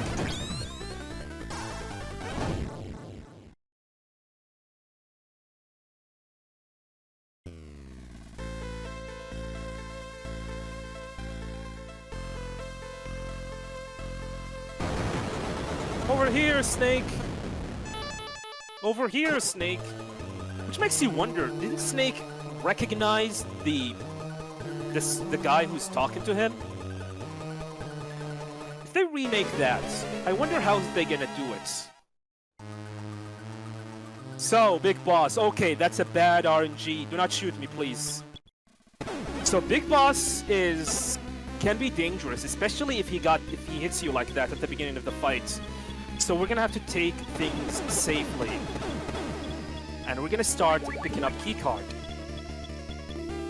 Okay, he is kinda aggressive. We need to be slightly careful. Rations. We're gonna turn piss into shit here. And Big Boss is gonna be way more mad. Card number 3. Card number 4. Gonna take it slightly safe because I do not trust this pool of piss. 4. Same thing with here, card 5. And we're pretty much done. He is in a good position, but we need to move fast. Pick up the spray. And he is coming, and then we're gonna start the fight. So a strategy that I'm gonna do is something we call... Oops, okay. Is you want to fight Big Boss out of screen, like I'm doing.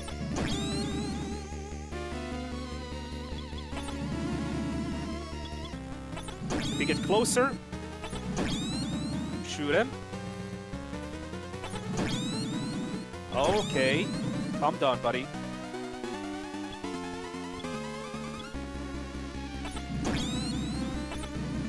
Don't kill me. Okay, he should be dead. And an off-screen kill. There you go.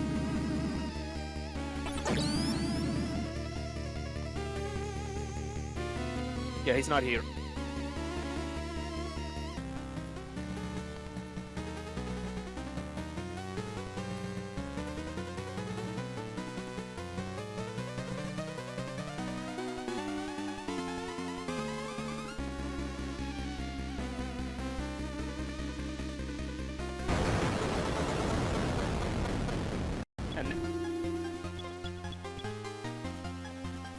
Freeze!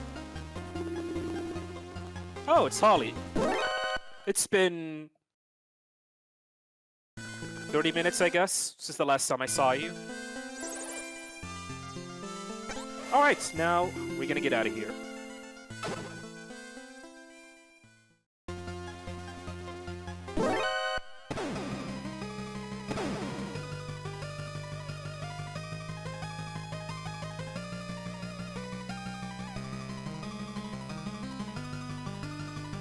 So I'm punching these guards to delay them from shooting me.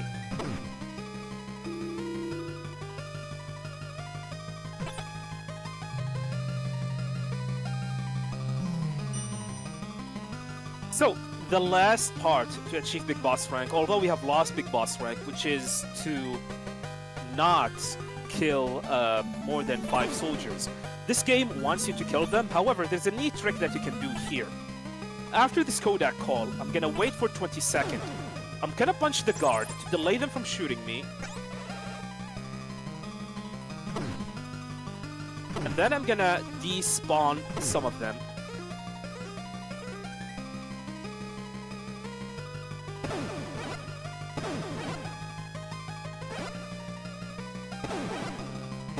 Come on. Okay, we should be fine. There we go. And that's it. That's Metal Gear 2 Solid Snake. So yeah, if you wait for 20 seconds after the Kodak call, guards, you can kill the last 3 guards, or you can despawn 2, or you can despawn all of them and not killing anyone. And that's it.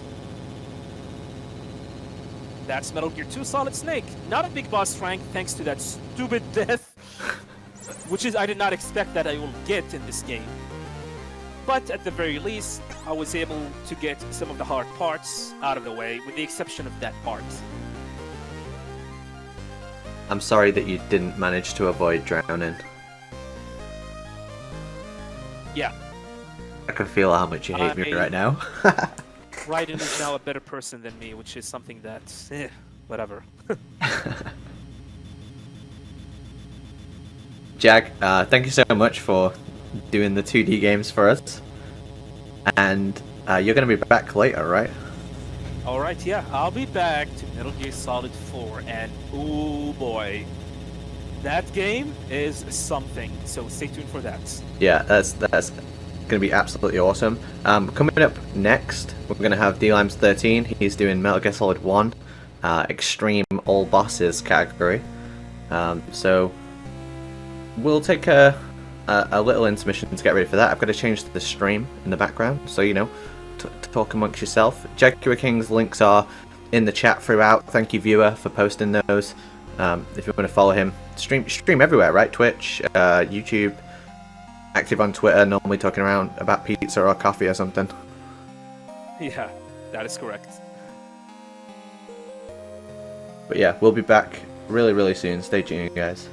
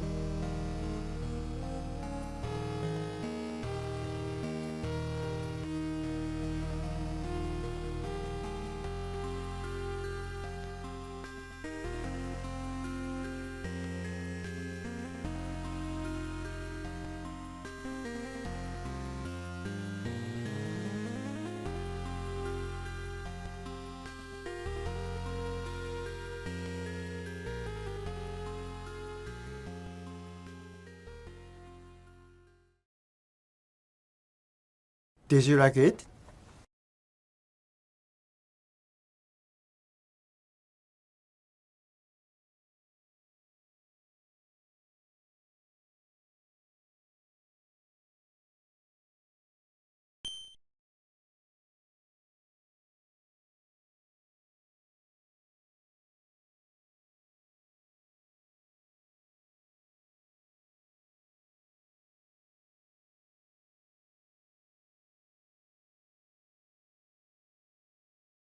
Good.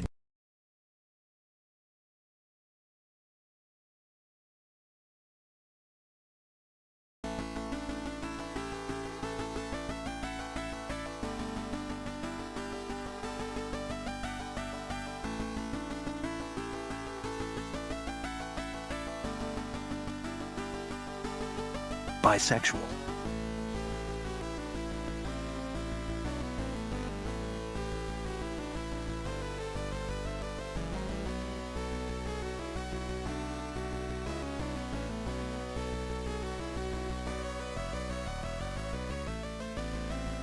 Gross.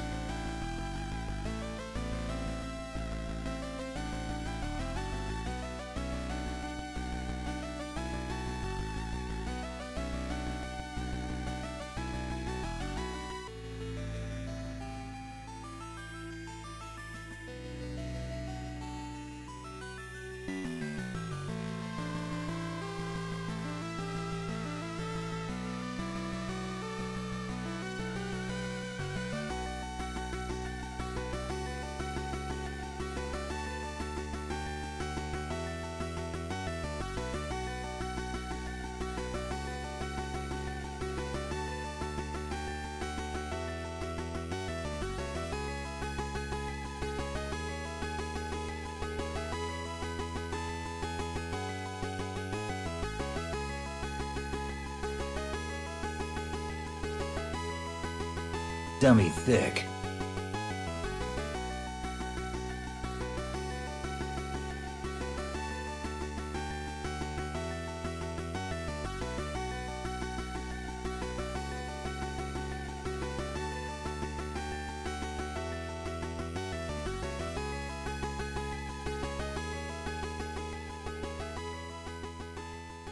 Dummy thick.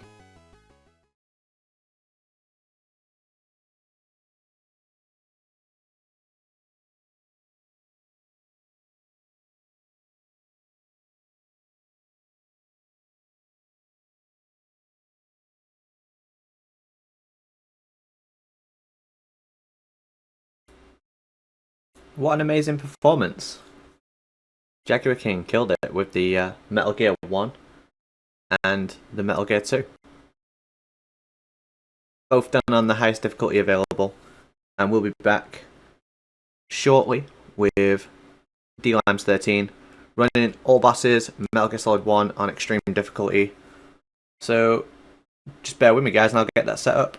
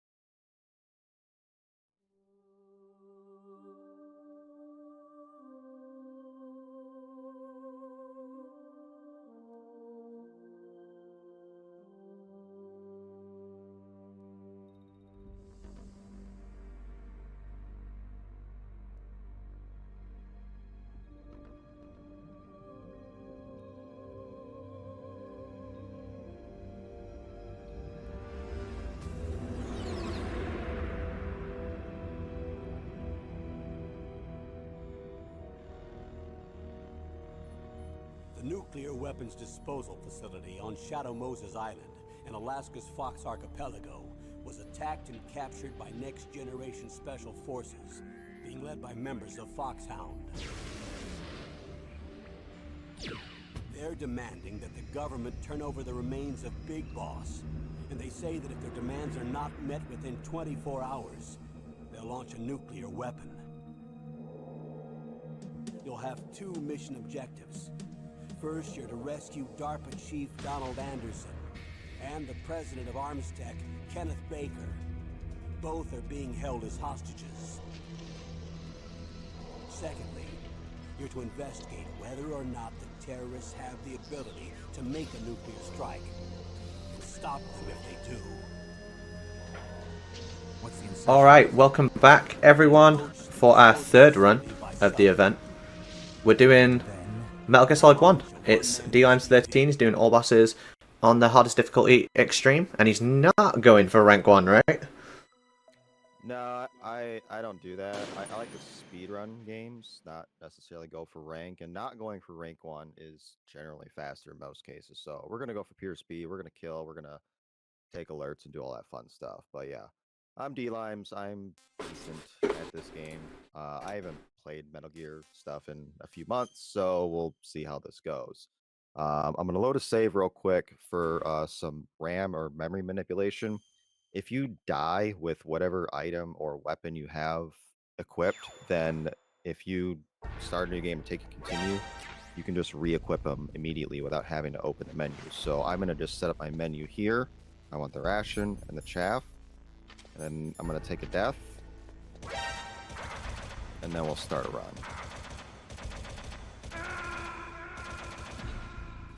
The perfect opportunity to test the sound. We've also got Wizard Hawk on comms as well. Welcome, dude. Yeah, thanks for having me, dude. All right. So I we're know gonna play nothing on about this game, by the way. I don't care.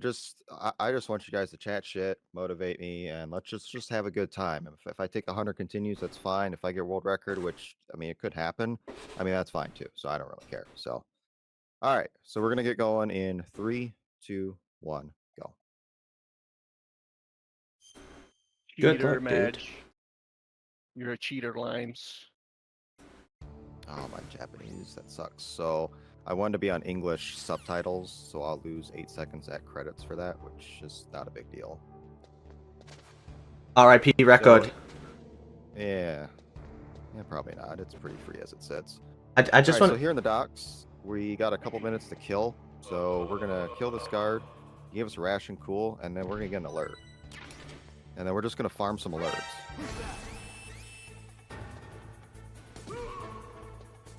Yeah, so I'm sure you guys know, but the rat that takes the PAL card only happens if you have less than 10 alerts.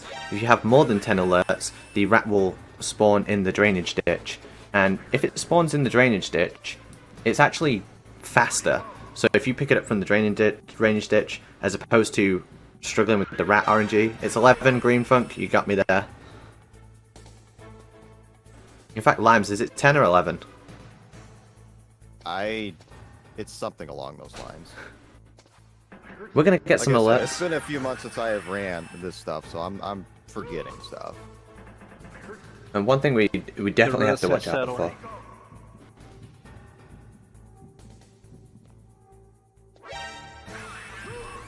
You'll notice the way that he's approaching the guard to get the alert is ensuring that he doesn't take a hit, because the guards will kill you in 2 hits, especially when you're rank 1 at the start of the game. You have like no health. Yeah, the health management is very critical to start. You get like no leeway at all to do anything. That's why I like the ration at the start. So I'm just gonna kill this guard since the elevator's gonna be coming down soon. If I'm in alert or evasion when the elevator is scheduled to come down, it's just gonna delay it. So you don't want to farm for too long or you're just gonna lose time.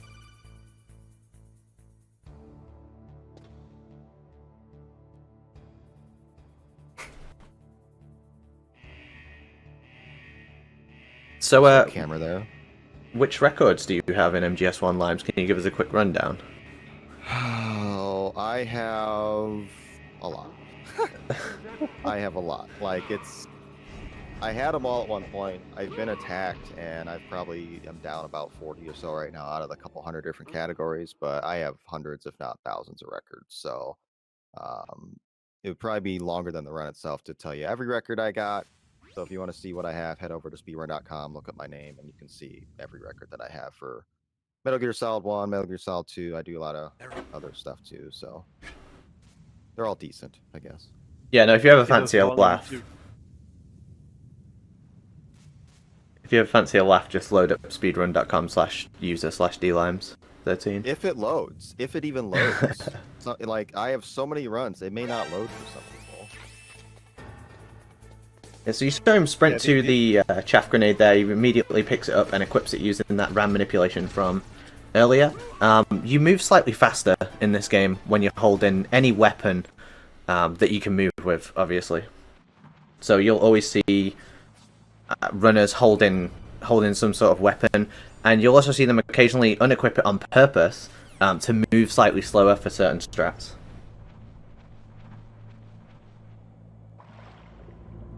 So not a whole lot going on here, just crawling through the vents, and when we get out of the vent, we'll have to wait for a couple seconds to wait for a guard to get into place. If we move too quick, then we'll get spotted. That Alaskan field mice? I think so. Yeah, Lime's page, on speedrun.com can lag your PC if you check the IL's page. Too many runs, dude. Like, what the fuck?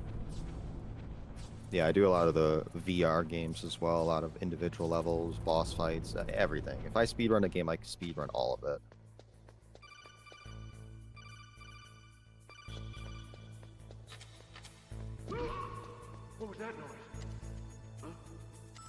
So the category that we're doing is all bosses. So you can use glitches, but you must defeat every boss in the game, their entire life bar, for it to count. So with the any percent run, you would normally get in the vent here and skip all the way to torture. Can't do that in all bosses. We have to go to the. I nearly said guard rush, not the guard rush, the cell fight. Whatever. The fight with lots of dudes. Like, it's called about 65 different things. It's officially cell fight on speedrun.com, but I call it guard rush. I don't really care. It can't be the guard rush because the guard rush is in Metal Gear Solid 2. Never heard of that game. Doesn't even have Snake in it.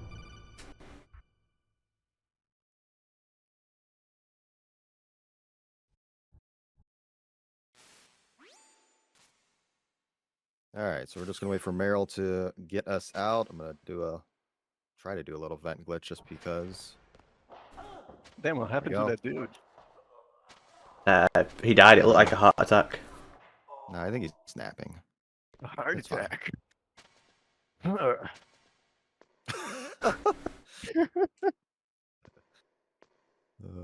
Was that a good Snake impression? I've heard better. I've heard better. Yeah. Damn it. Alright, pick up SOCOM, get these guards, quick as we can. We don't really need to worry about ration or ammo management since we'll get a bunch throughout the fight anyway, so just kill them as quick as you can. If you keep your ration on, you'll get a new one when they drop them, so pretty simple.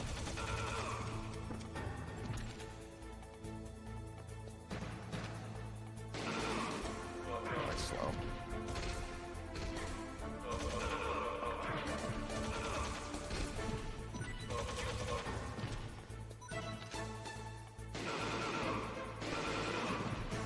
I do choke some of the guards on occasion just to save some ammo because I will need it towards the end.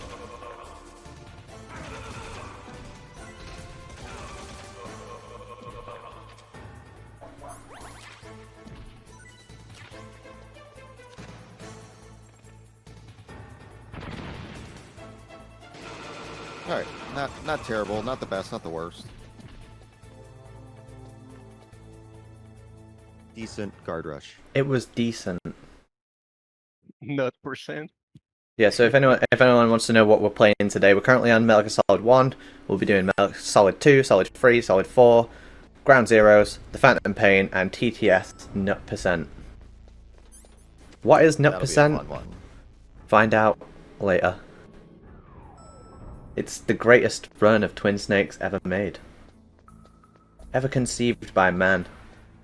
Alright, let's get some C4. We need C4 to blow a hole in the wall to make our way to a revolver ocelot. Get the grenades. I don't know what that movement was. Yeah, OH, it's chapter 1.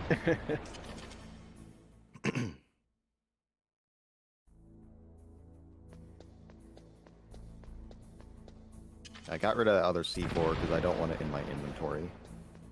Yep. Alright, so now we're going to fight Usain Bolt. If Ocelot gets away from you on extreme, he is very, very quick. So I want to try to keep him in a loop so that doesn't happen. And there he goes. That sucks.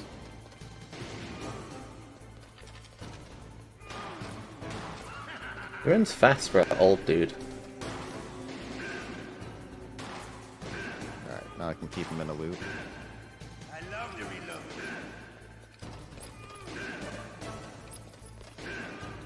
Alright, we got plenty of ammo along the way too, so yeah, decent fight, I guess.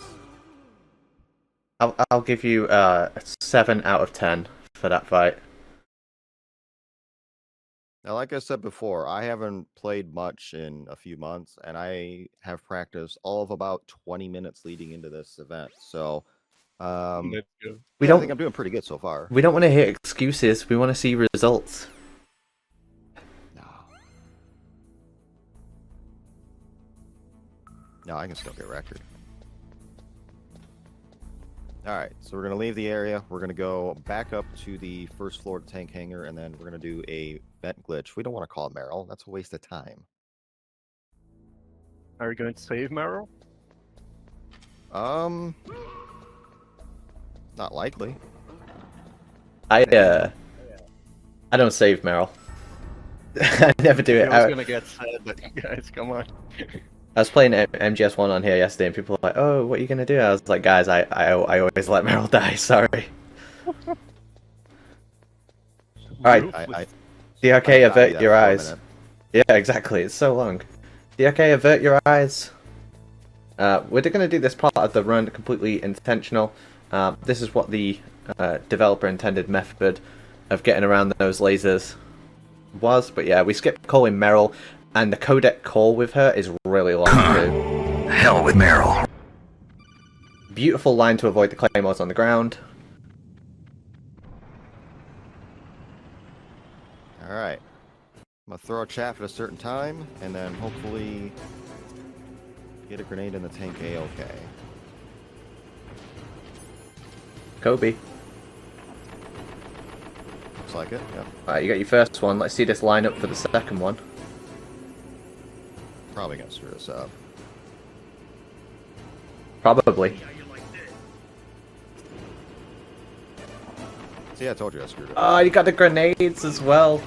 You managed to pick up the grenades as well. Well played, dude. Who was the one in the tank? I don't know. I never got his name. So yeah, although it doesn't look like it, we are playing on extreme. But if you I didn't know that. if you land the grenade inside of the I'm not sure what it's called, the entry point, it does hole. the hole, yeah. Yeah, it does maximum damage, so it only takes 2 grenades to kill the tank. And the hitbox for the hole is less forgiving on extreme. Like, you can be off to the side a little bit on lower difficulties and it'll still do full damage, but you gotta be pretty damn precise on extreme. Or otherwise it'll deal no damage or half damage. Here's the tank hole. Nice one, Platonic. Alright, so I gotta be quick here to grab the Nikita, otherwise the guard to the south is gonna spot us. Alright, and an alert in here is pretty much bye-bye.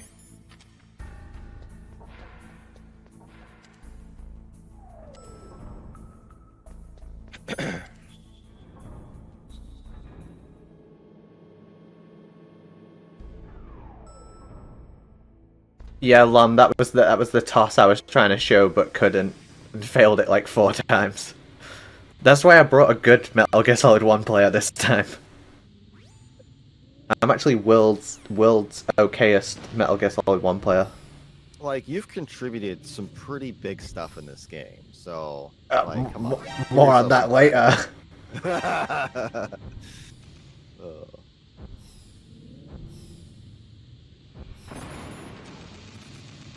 Alright, we got the electric fence down. We're gonna go fight the ninja. Are you using new stuff? I practiced the new stuff earlier, and it was what it's worth. A new Mantis strat discovered probably about 6 months ago or so at this point. And since I've been out of the speedrunning game for around that time, I haven't really practiced it until today. So probably not going to do that here just because I don't want to take a death. But yeah, we'll just take it safe and do it the old way. No balls. Coward. I don't have balls. Coward. I am a Potential coward. Yeah. coward. Potential coward, yes.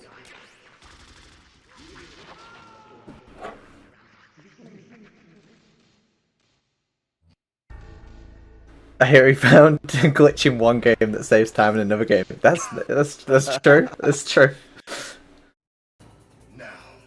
I actually found a new frame save for MGS2 that I haven't told anyone about yet, but I'll reveal that later.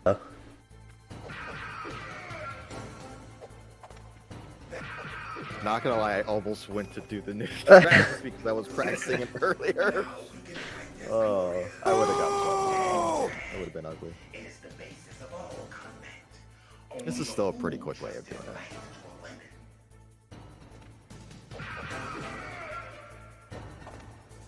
Like, I feel like I've seen this ninja guy before.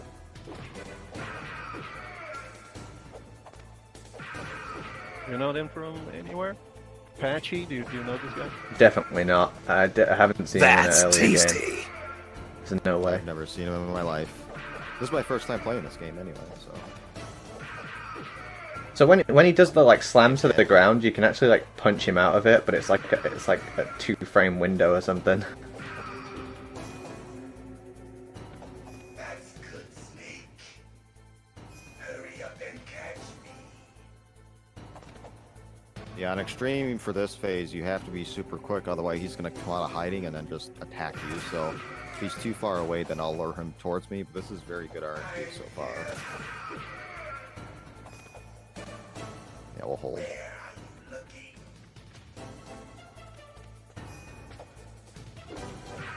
Alright, not terrible.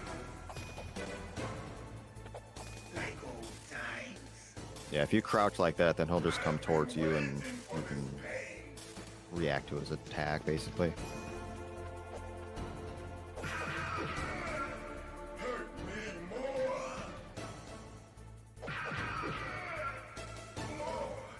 Guy's kind of a weird man. He's a masochist. Hurt me more, Snake, come on! Go grab this ammo, I'll need it later. The feel of battle. The clashing of bone and sinew.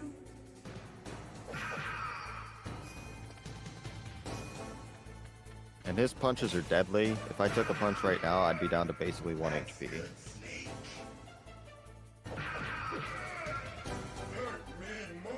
Alright, that's a decent fight actually. Yeah, that was a decent fight, but you didn't do the new strat, so I can only give you an 8 out of 10. I'm afraid. So 5 out of 10 for the cell fight. Ocelot was like an 8. Tank was a 10. That was like an 8. I don't know. I feel like I'm being too nice to you, if I'm honest. Yeah, this one was a 0 because no balls. Absolute cowardice. Now, yeah. if Mantis coming up, I would have needed a Claymore, which I don't have any Claymores unless I cheat one in, which I'm not going to do that. You're not going to do the brand new Mantis strat either. Oh my god. That one's a little easier, but I didn't pick up a Claymore. I think Pazzo is like grinding in his bedroom till like 5 o'clock in the morning every night trying to find all these new strats, and then you don't use them. I will in due time. When I take all my records back, I will. So, gotta trust the process. Platonic is doing the 1974 strats in MGS1.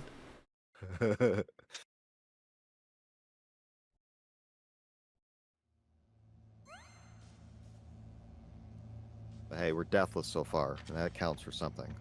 Certainly does. Game's not easy. No.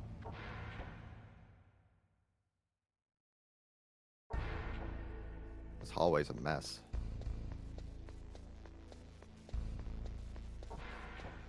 Should have called Meryl. I bet it was her.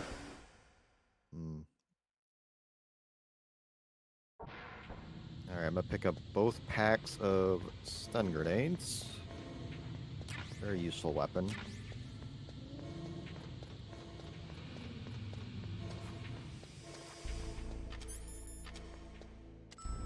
When I was doing my practice earlier, I stopped at Mantis, so I really hope I remember the rest of the game. I think you're gonna play better for the bit that you didn't practice. There's a good possibility. Like, I'm known for not really practicing. You know the rules, like you know how it goes. Yeah. I need to accidentally not press my gas pedal because I've been playing a lot of Gran Turismo lately. Oh, is that your Cronus switch or your aimbots on a foot pedal? Yes. Okay, let's go. I know this place better than you. I'll be point man. Follow me.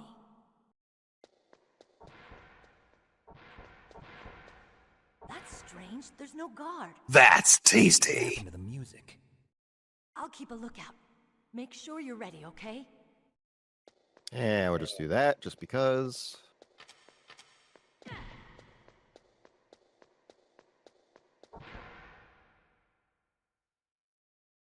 And we're actually going to flip her again here in a second, and that does actually save time. It saves about a second if you flip her into this next room. Come on, Mr. Foxhound. The commander is waiting.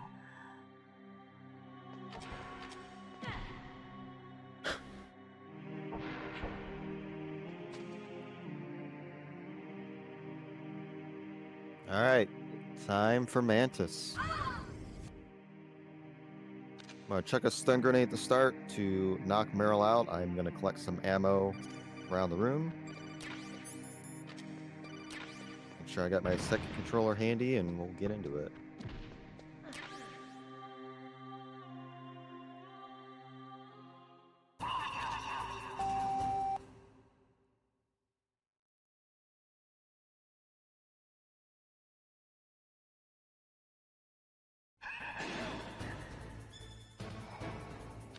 Not cooperate for the third shot. That's cool.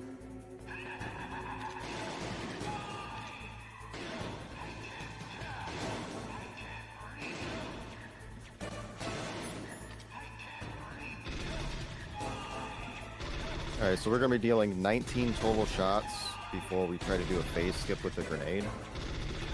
That's 13, 14, 15. Try to evade the attacks along the way. 16, 17, 18, crap, 19, and then we'll chuck a grenade and try not to blow ourselves up in the process. Alright, that was good. Good accuracy. Decent throw, mate. Really decent. That's all with D-pad. I like using D-pad for this fight.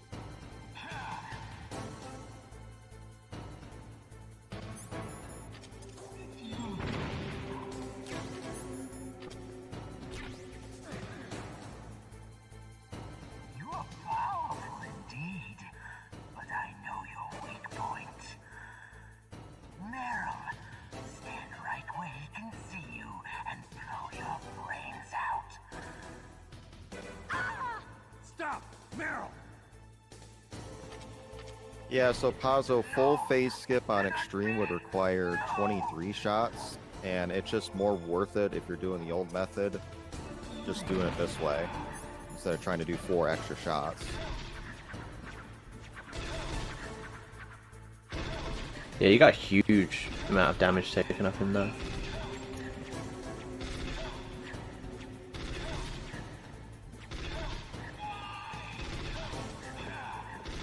What? What are you doing this phase for? What the hell? Skill issue. It makes it a little easier, actually. I don't have to, like, duck or anything. So, like, he's supposed to not do chairs again like that, but whatever. That was a really clean fight. I'll give you a 10 for that one. And you got him landing on the chair as well, which is like really important. Right. All right. On to the caves. Give me stuns, I think that's what I need. Here's where the game becomes real fuzzy.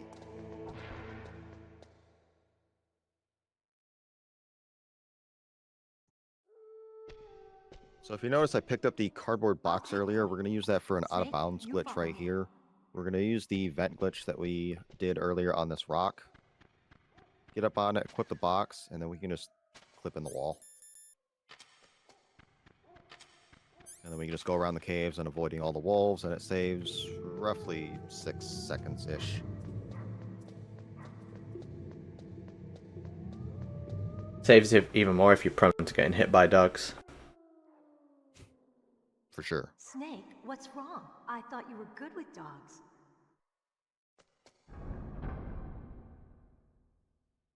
All right, and we're on to an unskippable cutscene. This place is mine. Our We love favorite. those, I'll don't we? take point again. Stay back, okay? But the radar isn't working. And since we can't use the mine detector either... Leave it to me.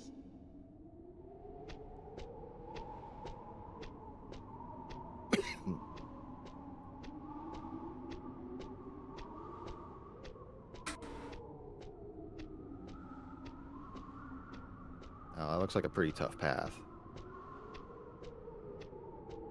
Maybe I should He crawl doesn't know the how path. to draw a card. No.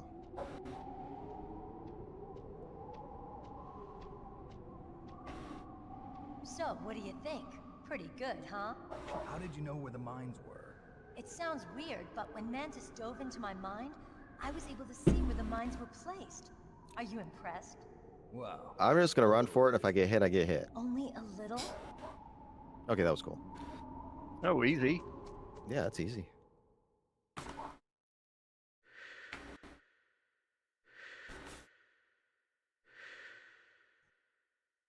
I wish you could do that in Twin Snakes, but sadly you can't.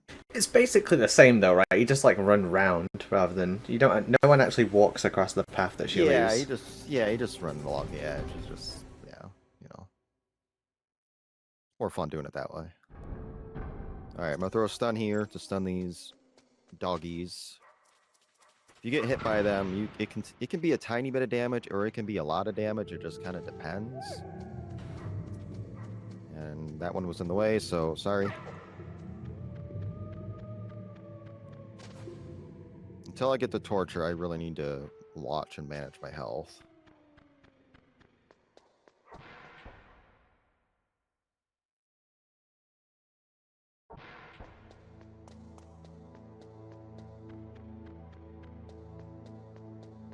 Alright, so we're making our way back to the armory to pick up the PSG-1 sniper rifle so we can fight Sniper Wolf.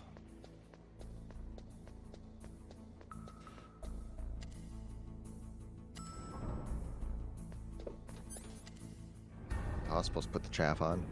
Yeah, if I don't have a chaff on, it's just going to de-equip what I have, which right there it just did, so...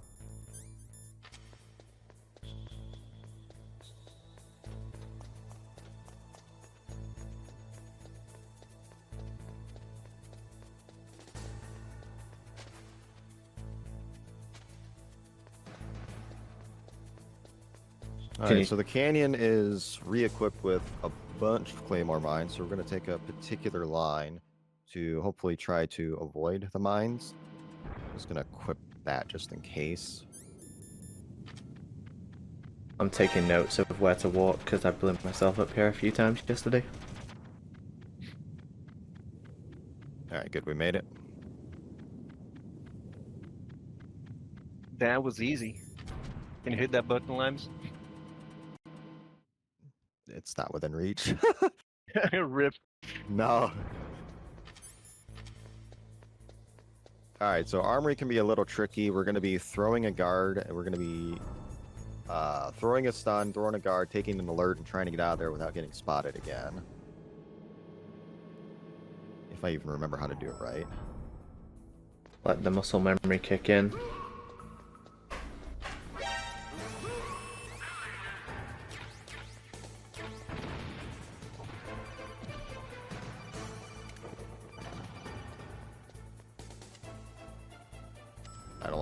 all. I'm just gonna wait. No, that was kind of sus, actually.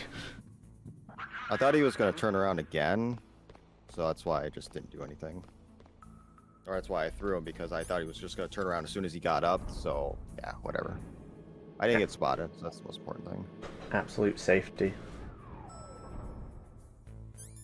Yeah, if you take the alert again, right, it's so irritating to get out of that room.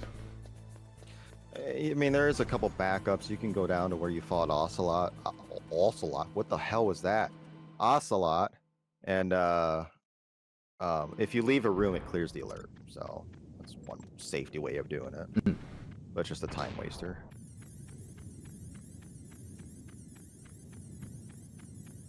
Now, I didn't have to throw the chaff, but there's a probably 50-50 chance you get shot by the turret on the right, and it would take my health down pretty low. So we have the chaffs to spare, so that's why I threw one. DRK, the person I asked to play Peace Walker said that they were busy, and I didn't want to ask Jag to play a 4th game because he already like the person who was originally running MGS4 had a baby, and they were born. So like fortunately Jag came in clutch to run Peace Walker, but sorry, MGS4, but like I just couldn't get anyone to run it.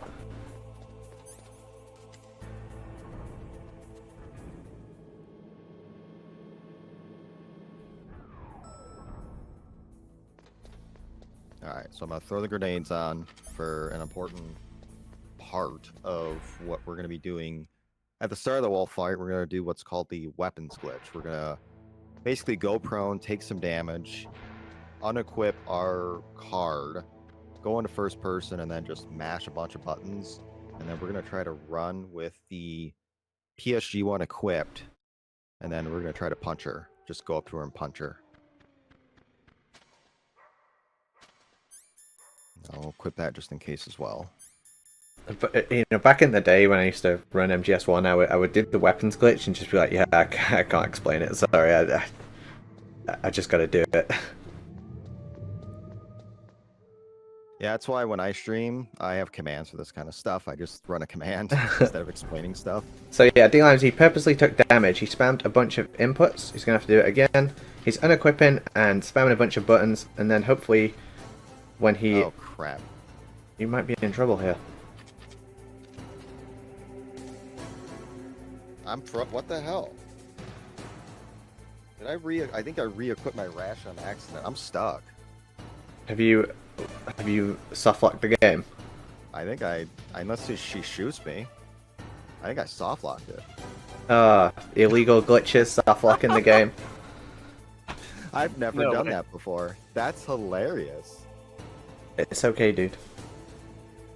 That's so funny. Alright, well that's why we have saves. And this is emulator, so it's quite easy. See, I didn't even need to ask him if he had saves, I just knew he would. If that was me, I wouldn't have had saves.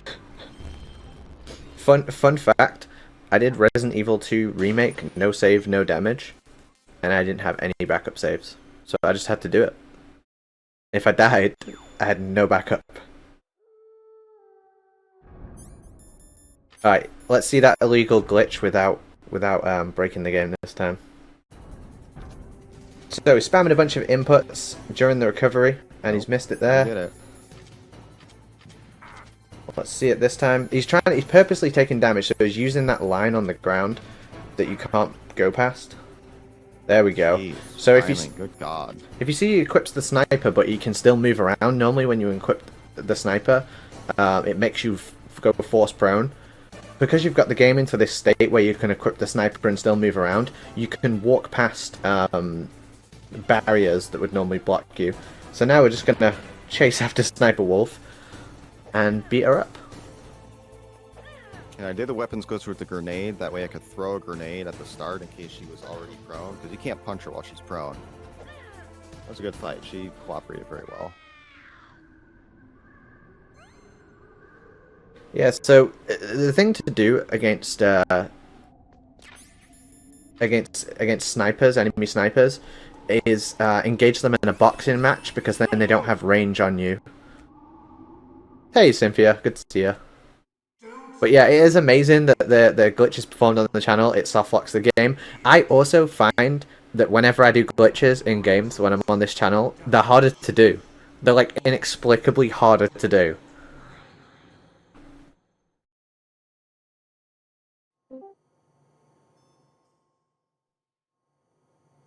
And yeah, of course, You we're win. gonna submit to torture frame 1. It saves the most time. There's only Joe who saves Meryl in the speedrun. Which he'll be a part of this marathon later on. Yeah, he's gonna be running ground zeros. Yeah. Will he be saving I like Meryl watching though? that speed run. You're telling me that only Joe does the true ending of MGS1? SMH? Well, if you play MGS2, actually both endings are canon since Snake has the stealth camo and the bandana.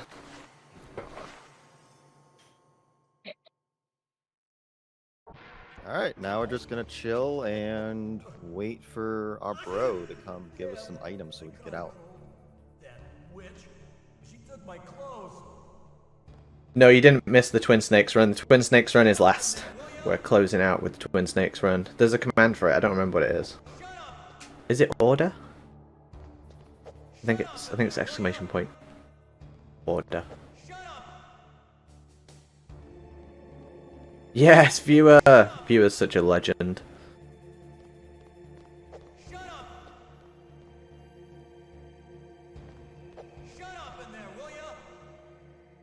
So I just went into first person and then it backed me out of first person when the codec call was gonna come in. Do you want to explain that more? Yeah, it saves 1 frame, and I found it. See? I told you he's contributed a lot to this game. Alright, so hear me out. You know when you fight Fortune in MGS2? Yeah. If you move with the coolant, right, it stops you from moving the coolant when you can press select for the codec.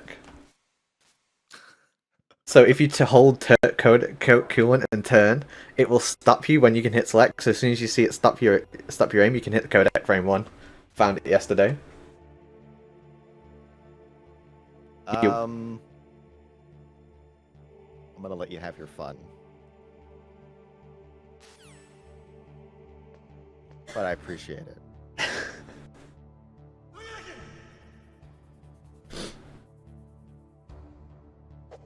It's blue metal, the RK, and yeah, if you can send him a text, yeah, because he is using emulator, so, or if you just send it me, and I'll send it him.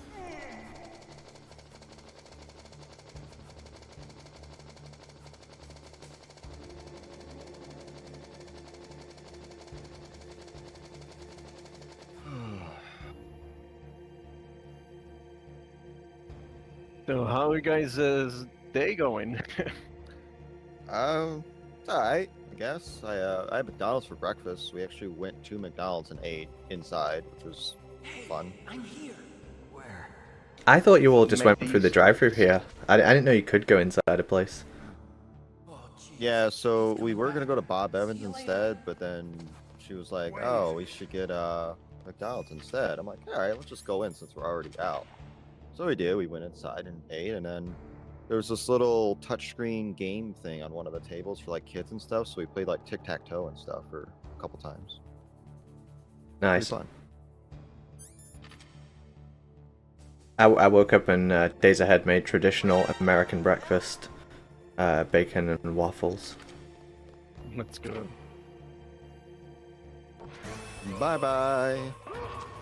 So we got an alert there, which is good because we want our alerts to be up and we get all our stuff back. And since the chaff grenade was the last thing we had on, I just quick equip it and off we go.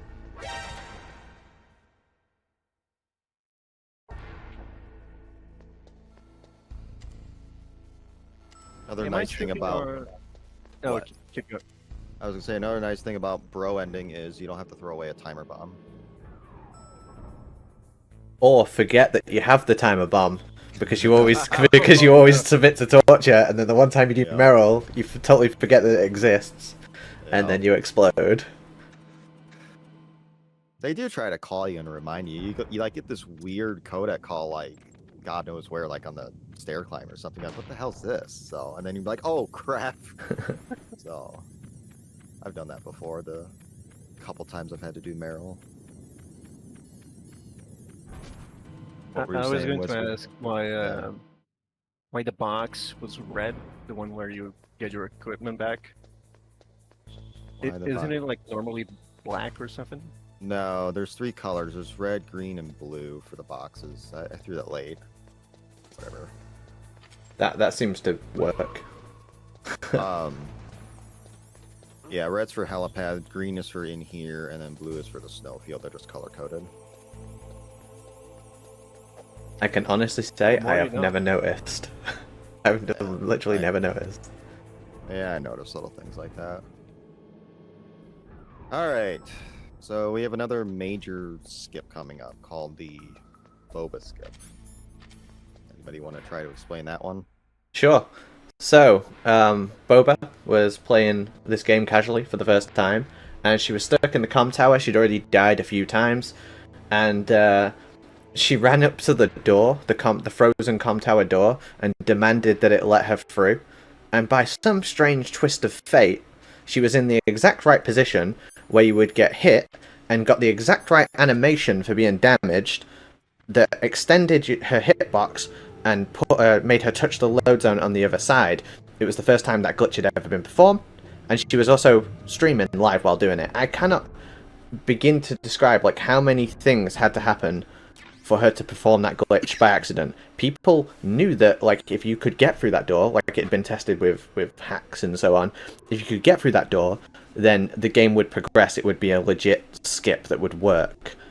But for many years, and different people who found all kinds of crazy glitches in these games had tried many things to get through that door. Many things. And no one could do it.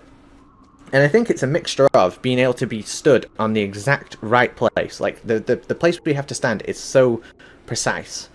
And then also, when Snake gets hit, he has 2 animations. So it's a 50-50 whether you get the right animation or not. So Limes is going to try and do the Boba skip now. So he's going to start with a stun grenade, which is going to skip the initial cutscene and also stun the guards. And he's going to run... want that rope. Oh, well, you've got the rope now. Yeah, we don't need the rope anymore either. Yeah. He's going to run towards the frozen comm tower door, and he's going to stand, and he's going to use the first-person view to find the exact right place he needs to stop. It's not pixel perfect, but it's very precise. And then he's going to cook a grenade and hope for the exact right animation. It's a 50-50 whether or not you'll get the correct animation. So we just got to hope for it. So he's lined up. And he did not get the correct animation. So you can try and go again, but this is not something he has control over. He can do everything right. And there you go. There's the correct animation. That's the Boba skip. It skips. Yeah, I will take 2 tries. That's good. As long as I keep 1 stun grenade left. I mean, I could have went to Chaffs, or there's also a SOCOM backup too. Like, you let the guards shoot you, but then you start getting into wonky health territory at that point. 2 tries on extreme, I'll take that all day long.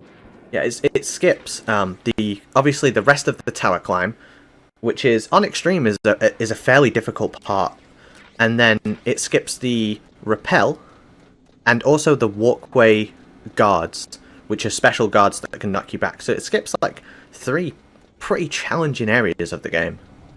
Yeah, the bonus there is the guards not spawning in the walkway when you get into the walkway through that door. That was a nice bonus with the glitch. So it just post guards, which is cool.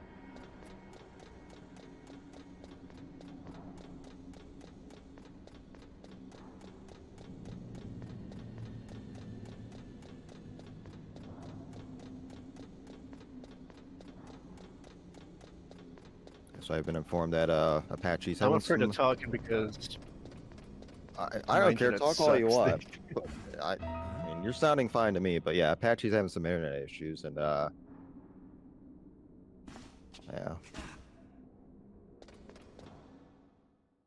But yeah. All right, so we're gonna go up the tower here. We're gonna throw some chaff grenades. We do not want to get shot by these turrets. They will take a lot of damage, and we need all the health that we can for the hind fight coming up. Speedrunning commentary, am I right? I dig.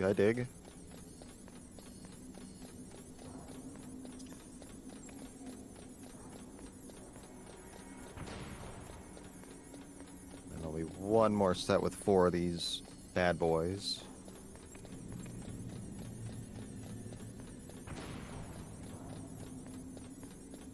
So I'm going to pick up some ammo before the fight. I have 6 Stinger missiles now. I'm going to purposely not grab a pack because I want it for after the Hind fight. I'm going to use it on the Wolf fight later. So we're going to grab that one, miss that one. And then I'm just going to grab this extra one for safety.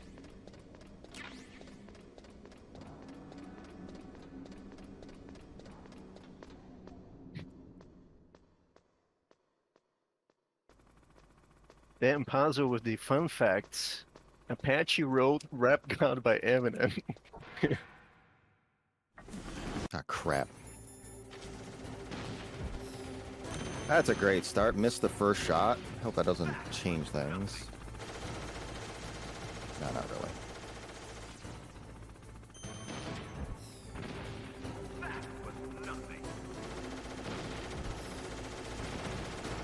Yeah, so on Extreme, the Hind's hitbox is a lot smaller. There's only 1 square you can hit versus any other difficulty. You have 3. You gotta be very precise with your shots.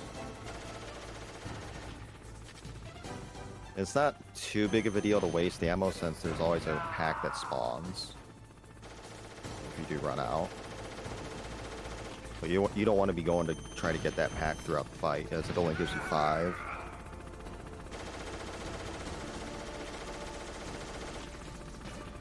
Why can't you run this fast? Sorry, man. Skill issue.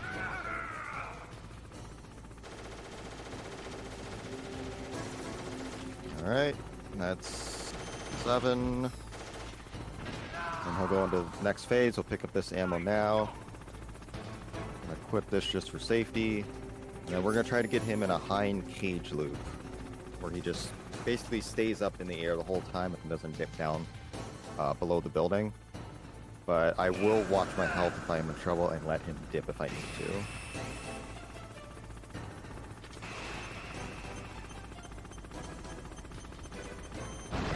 So he's going to go this way.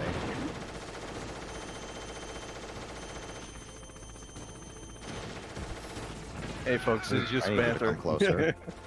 It ain't that deep.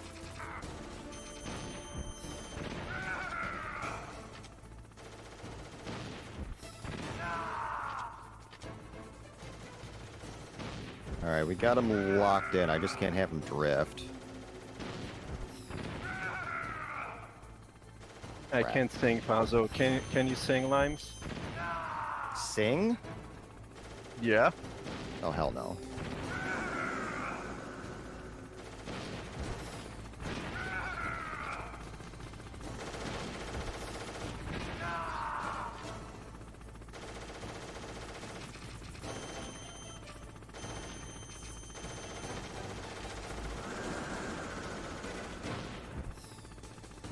That's not good.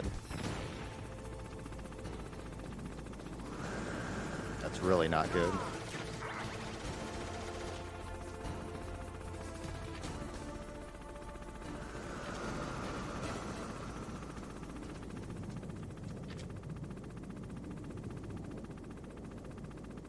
Song even stop. Are you getting skill issued by the Hind?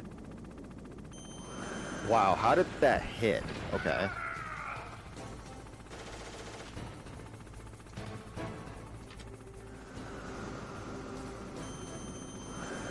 Alright, good enough. Alright, I have 3. I'm not even gonna waste my ammo to try to get a pack to regenerate. I just want to get out of here and not die. Alright, so we kept the Hind cage for a little while, but we lost it unfortunately. I was trying to manage my health at the same time.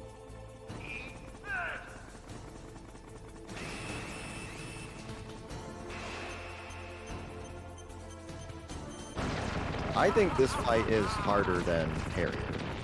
I think it is, on Extreme at least. Harrier's not a hard fight in my opinion at all.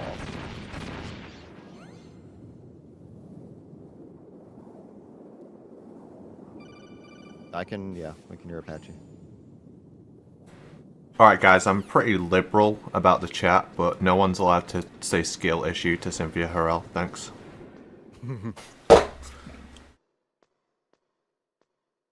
The real way to beat a skill issue is just to practice.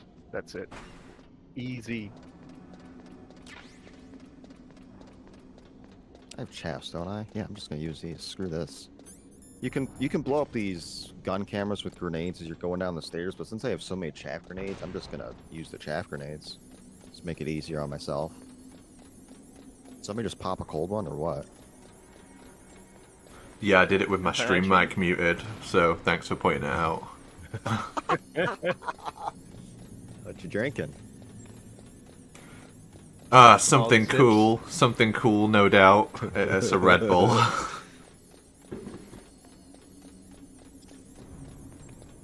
No, I actually woke up today and Days Ahead's cousin was like, "Hey, do you want half a Panera lemonade?" Oh my god.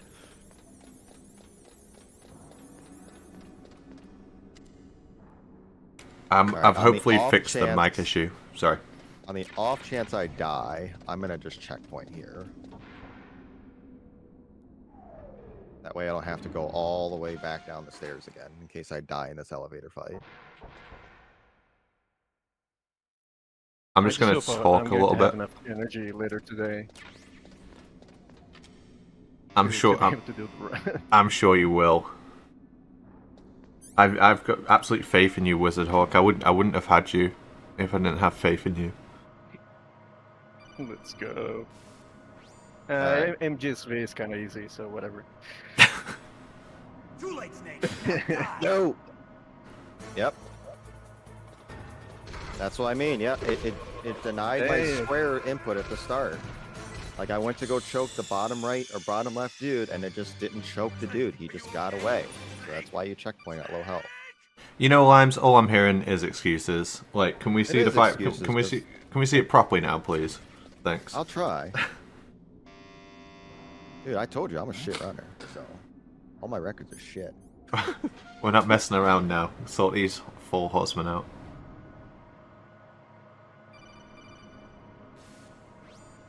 I'm glad the mic's sorted. I hope it's fixed and stays fixed. That'd be cool. Now die. Here we go. Got 2. Got 3. Why didn't you just do that the first time? I know, right? Should have. Oh well. It was that easy, Limes. What the hell? It is. I blame my controller.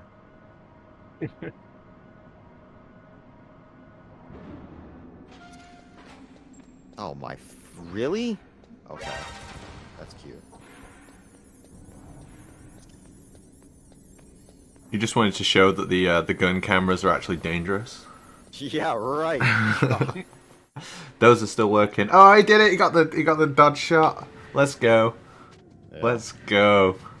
So if you partially lean into that trigger, then Wolf misses you, and you save about 2.5 seconds. So you have to do like a half lean, basically. I found that, by the way. It looks nutty. It saves like an actual good amount of time as well. So we're going to use a combination of the Stinger and the sniper rifle to try to take out Wolf. I missed every shot there, dude. That was pretty embarrassing, to be honest. Well, that's why we have 2 weapons instead of 1. So yeah, when he uses the Stinger, like the top hitbox, there's 2 hitboxes for Sniper Wolf. I don't know why. Does anyone know what the 2 hitboxes might be represented? In fact, chat, don't answer that. The top one is the reliable one for hitting her, and you're also able to hit her when she hides, and she can spend a lot of time in those hiding places too.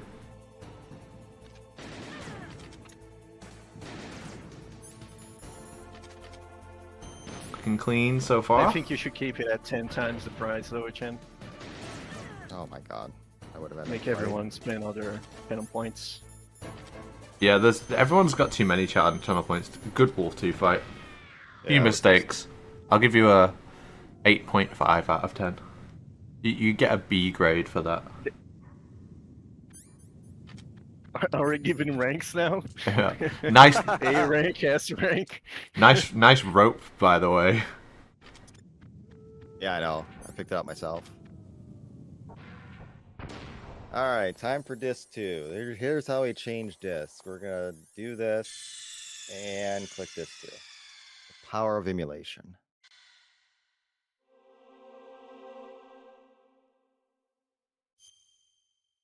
Everyone's Crap, waiting how do you for do this for my extreme? Hold on. Uh, I think I know how. I know guns how of I, emulation. I know how I would do it. Oh god, that's not what I wanted. Yeah, so if you Not good actually. if you throw a stun grenade, normally a stun. Not good at all. Oh no, what have you done? Let's see the sniping. Okay, I got to him before he spotted me, but I'm gonna get spotted here, so. It's fine, I can just take this guard out. I'm loving this new strat. Totally new strat. There's no other guard in the room, so that's why I could do that with safety. Alright, so we're gonna equip the grenades, get the ration out, and we're gonna have another elevator fight that I'll probably die to, but we'll see. Gross. And we're gonna go back out of this room and back in because it's faster than waiting for the elevator to come up. And when you re-enter, then the elevator will just be there. Oh, there's always at least one person who didn't know you could blow up the crane, Killer Shadow. So today that's you. Next time you'll know, and it'll be someone else.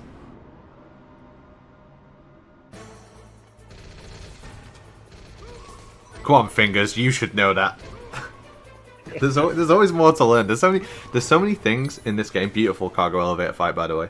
There's so many things to learn in this game that by the time you learn all the stuff, you start forgetting stuff that you learned at first.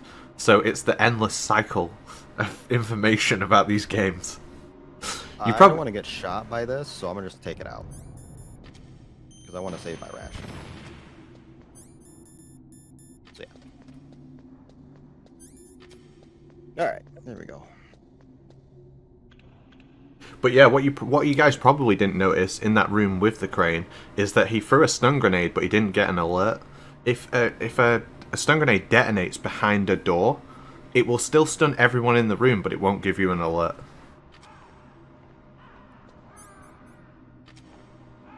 Yeah, which in certain cases you can exploit that in the armory when you go pick up the PSG-1. There's a way to do it without getting an alert throwing a stun there. And then in that room as well is definitely key. Are you a scarecrow? We're not paying you to be a Those scarecrow. are ravens. To be fair, I didn't say they were crows. I said never mind. Never mind. Oh my god, it's a bald eagle. Oh my god.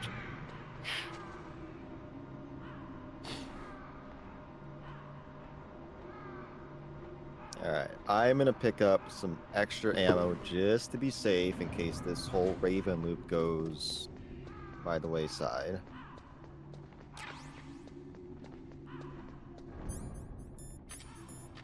So we're basically gonna shoot at Raven and get him into a stun lock.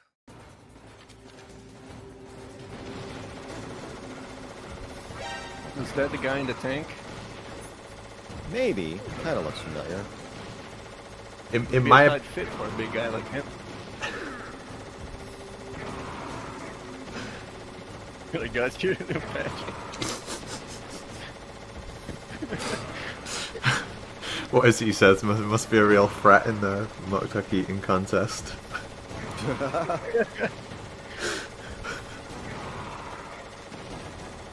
It's the tank hole guy. He excels in the earpole.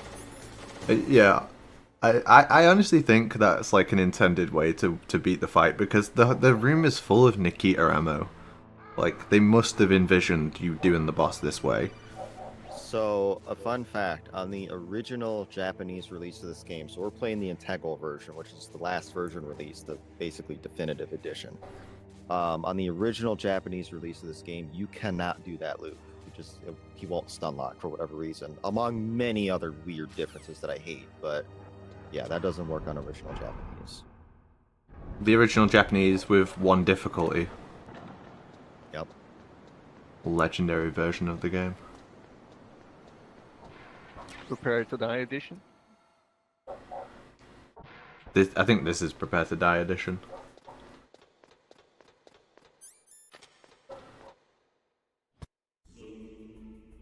Zoom.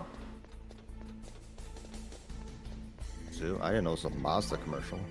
Oh, I just noticed after you soft locked and loaded a save, it's in English now. Yeah, right?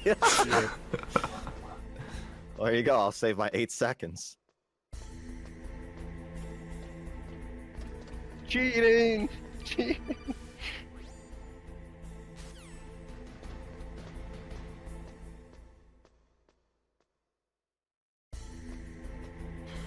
Shard, he re-equipped the ration when doing the Wolf 1 weapon glitch, and he was just completely I've never done that in frozen. my life. Yeah, I unequipped my item, and then I re-equipped it on accident before I like switched to the PSG one, so I was just stuck. I've never seen or done that before in my life.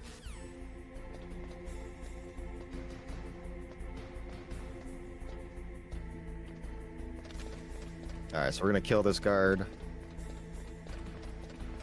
We don't want to deal with him. He can be a real pain to deal with.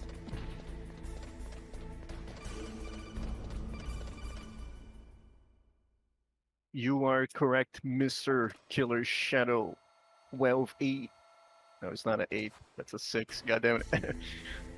There's a command. I forgot what command it is, but you can see. It's order. Oh, Exclamation point The order. order.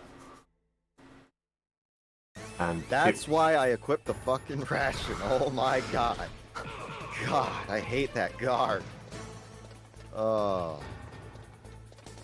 Anyway, we're coming up to the Palki sequence. So, for the drainage ditch, as long as you have enough alerts, there are 7 positions that the Palki can spawn in. If there was a map handy, I would link the map. But basically, position 6, which is the closest to the stairs, is the best. Position 7, which is basically on the other side of the drainage ditch, is the absolute worst. So, pick a number between 1 and 7, put it in the chat, and we want Palki number 6. What Palki are we going to get? the Or there's a worst chance one. It's rat because I didn't get enough alerts. So, we'll see. No, I'm and pretty you sure can you pick up a will. bomb as well. I hope it's the worst one. Pal World. Oh, come on. Come on. Which position is Oh my Pal God. World?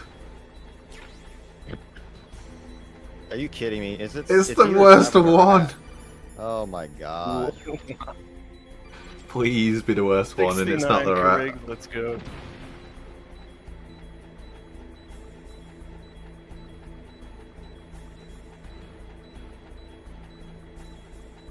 Is it Oh, it must be the No. rat. It must be.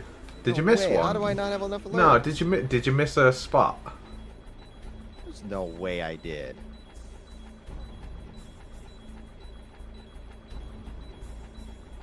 It's the rat. Rat up there. Yep, it's the rat. I If went for a you shot. if you'd have hit that shot, that would have been the most ridiculous stinker I've ever seen. I really thought. Oh yeah, you reloaded a save. Oh yeah, these are the old like 2019 saves that were never updated. That's right. Yeah. Oh well. Yeah, well spotted, Shard. What happened to Ghost Babel? I messaged Bad Humans and asked him if he'd run it, and he said he can't. He was busy or something. All right. Well, there it is. This is a great run. I'm having a wonderful time. Hey man, this is definitely one of my most fun runs I've done at least. Let's go. Out of all the runs of Metal Gear Solid 1 you've done, this is one of them. Thanks, Apache. I appreciate that. One of the runs of all worries. time.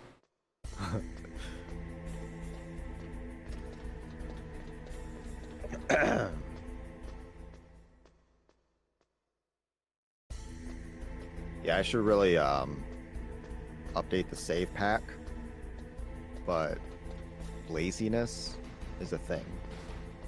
I don't know. If you're serious about these games anyway, you gotta make your own saves.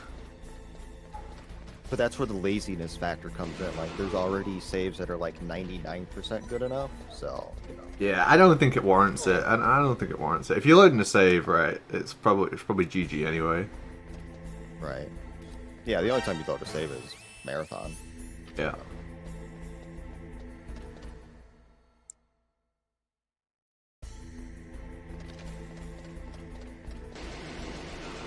Gonna make the sift cappuccino. Let's go. The hell?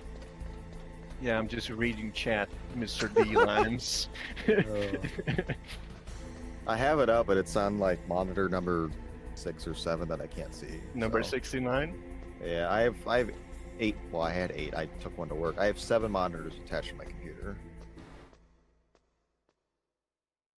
That's why when you stream with Cam, people are like, "Why is he in Foot Locker?" I know. Like, set eight TVs and 7 monitors. You actually look like you are a hacker. Me? Yeah, you look like you work for the NSA or something. Like you're hacking into people's computers. At least I Hackers for a from second. like a movie like Swordfish. They have like a bunch of monitors for no reason. Alright, so we have to freeze the PAL key. We gotta wait 61 seconds, so 25 on my timer. 25. And we're just gonna collect some resources while we wait. That's blocked. Yoink. Is Swordfish a film? I haven't seen it. I don't watch films. I only play Metal Gear. I don't know anything unless it's a Metal Gear reference. Really old movie, man. I like this camera angle. Very nice.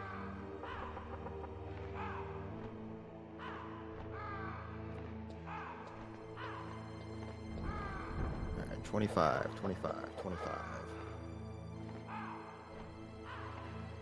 And I'm not gonna check the key. I know it's a marathon, but I'm not gonna check the key. Oh my god, just check the key, dude. You like soft lock the game at Wolf. I'm just gonna go. Screw it. Alright. Screw it. Yeah. Sure, no problem.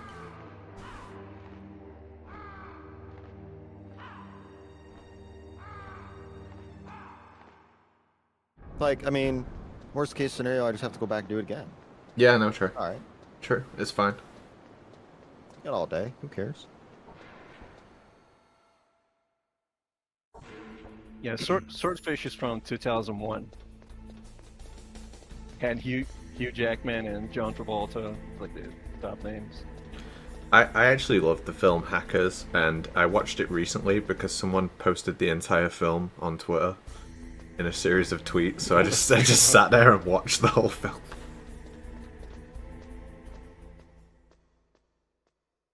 Yeah, Halle Berry was the girl that with Hugh. Heck the planet. I felt like a hacker. These movies about hacking are so cringe. But they're fun. But they're cringe as hell. We talk about Hackers is completely realistic. It's exactly how hacking is done. Oh yeah, 100%. Especially, you know, the bit when they're in the telephone booth and the camera's like spinning around them. That's exactly how hacking works. Yeah. Another rat? Well, I don't need another ration. You could eat one, hold one. Already holding one. I don't want to eat one. I get a health refill later anyway. True enough. And what you're doing now, you're just like heating a key by the fire.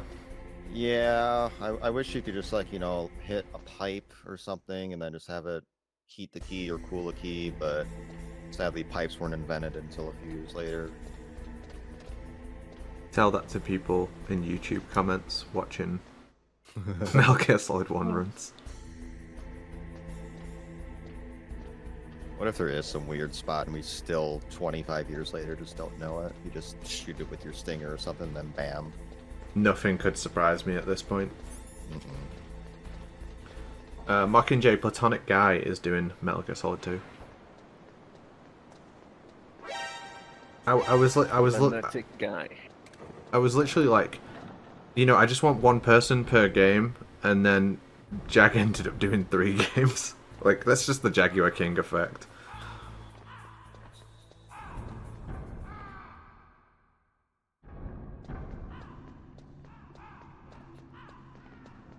So we gotta make our way all the way back to the blast furnace, which that means I'm gonna have to pick up stuff in the okay. I'm gonna have to pick up the body armor. I'm gonna have to pick up extra stingers, so that's gonna be exciting to deal with. So we'll have to go inside the boiler room, and that uses time. Can you get the Scarecrow codec? If I had more around, yeah. You'd probably be able to get it on the way back. I'll try, yeah. I wonder if, right?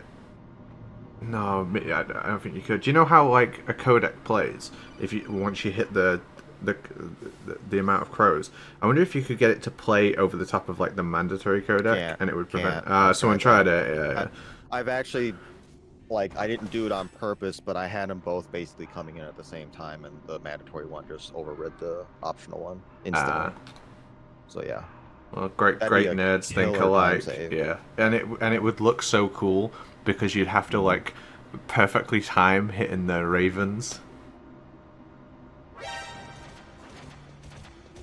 There is kind of a way to do that on, I think it's for MGS2 in the docks with Raiden. Only on Plant, and only on one of the Soul versions, maybe Soul US. You can do it there in some weird obscure situation, but yeah, nowhere else that I know of.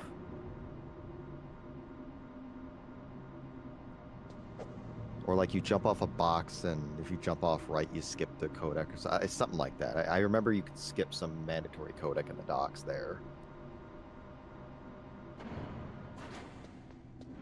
Alright, I need to remember probably 16, but I'll check the card. Okay, so Cynthia Harrell, the stretch goal that's on screen is the lady who's the original singer of Snake Eater, and at 35k on the Kickstarter from MGSCON2, we will be able to get her to come to the event.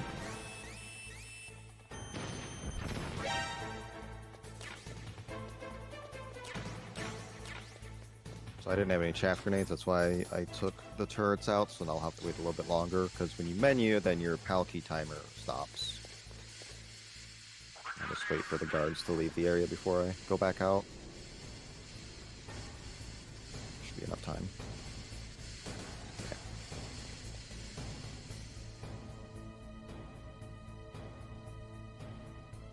If she doesn't sing it, it'll be kind of cringe.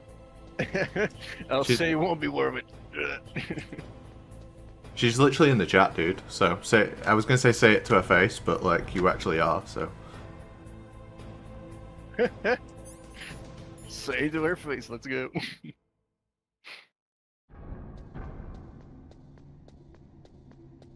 I love this thing, dumb shit. Like, thank you for having me, for real. No worries. Yeah, I was blessed to have Cynthia Harrell sing on my run. And since we're just backtracking, I'll tell a quick story. When I first got into speedrunning, I watched like people run MGS3 at GDQ, and they would have a woman called Sumichu sing Snake Eater on their runs, and I always said like, I'm not gonna copy them. I'm not gonna ask Sumi to sing if I get into GDQ. The only person who can sing Snake Eater on my run is Cynthia Harrell, and not thinking it would ever happen, but then it did at MagFest last weekend. So yeah, absolutely blessed. Me and Vermilion did 2-player 1 controller, MGS3, and DRK even streamed it on this channel here too. I think if you do 2 boys 1 controller, I think it's 2 boys 1 controller as a command. There's a link to the VOD. 2 boys 1 controller. There we have it. 2 boys 1.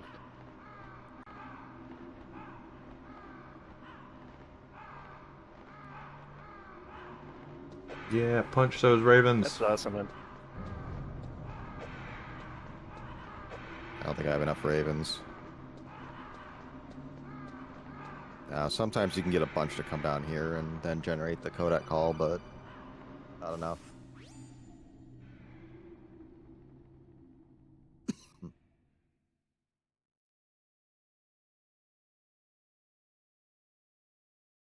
Yeah, it was a really special moment. It was really important to me. But yeah, let's do it again at MGSCON2.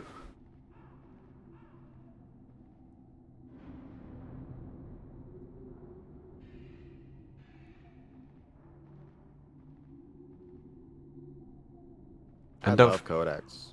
don't forget, if you see me at MGSCON2 at Long Beach, California, don't forget to buy me food because California is expensive. I'm joking. They feed me. They feed me. I'm joking. I'm not. There's a Carl's Jr. nearby.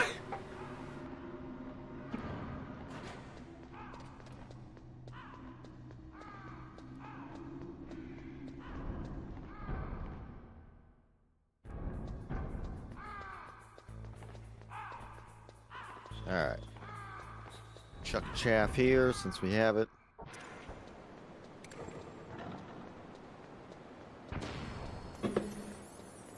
Yeah, my stingers are okay.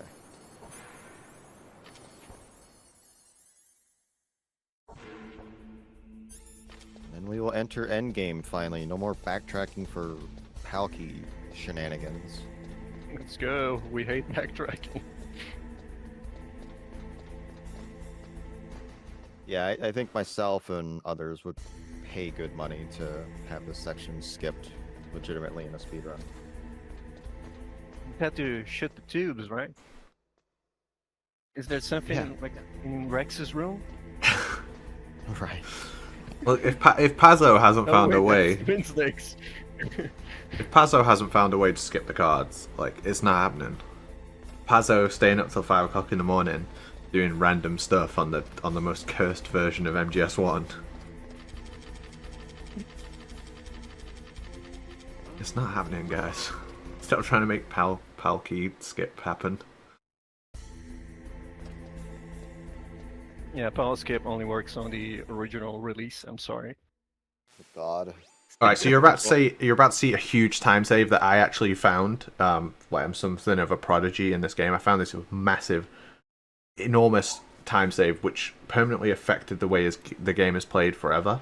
So after you insert the last PAL key, you call Articon, which makes the second call come in faster. But what you do is you hold first-person view, and if you hold first-person view, when you get the codec, it takes you out of first-person view, and it allows you to hit the codec faster because you can see when to press it as early as possible, and it saves like 1 frame. And it was all me, guys. It was all me. I found that.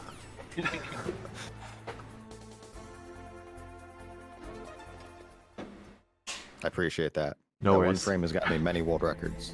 No worries. You're welcome.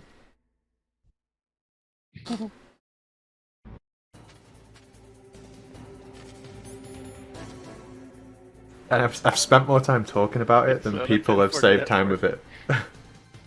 Yeah, we're just going to hit the radar dish, dodge the laser.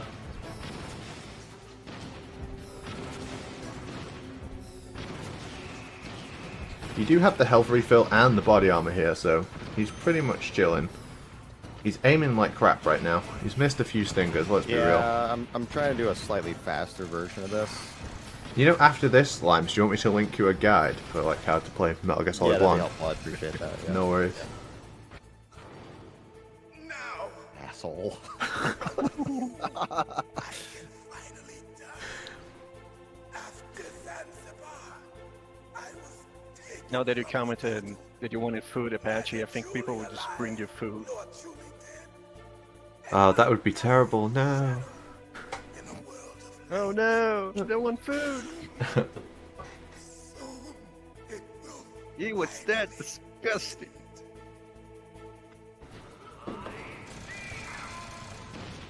Right, now the mouth of Rex is open. And it's basically the same fight again. These are some epic stingers, bro. Are you going to run out? You don't have enough. I think I'm on exact right now.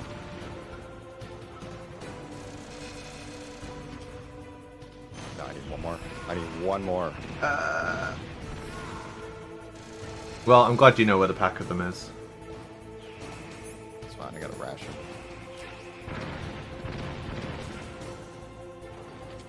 Whatever. Alright, let's see it. Take those headphones off. He won't be able to hear us. Let's see that liquid infinite. Alright, so the liquid fight, there is a way to essentially combo him from 100 to 0 using the punch of the PPK combo. As long as you time it right, you get between his recovery and you can just continuously hit him. You have to punch at the exact right rhythm for it to work. I think Climbs will set this up with 2 throws at the start, so he'll either throw him once or twice, and then he's hopefully just going to punch him to death, and it looks absolutely amazing when it's done right. You might still be able to say I don't know if he can hear me right now. He usually takes his headphones off, so he can't. But best of luck. If you leave your sound in, it can sometimes mess with the timing. But yeah, good luck. If it's done right, it looks so cool. will kill even you.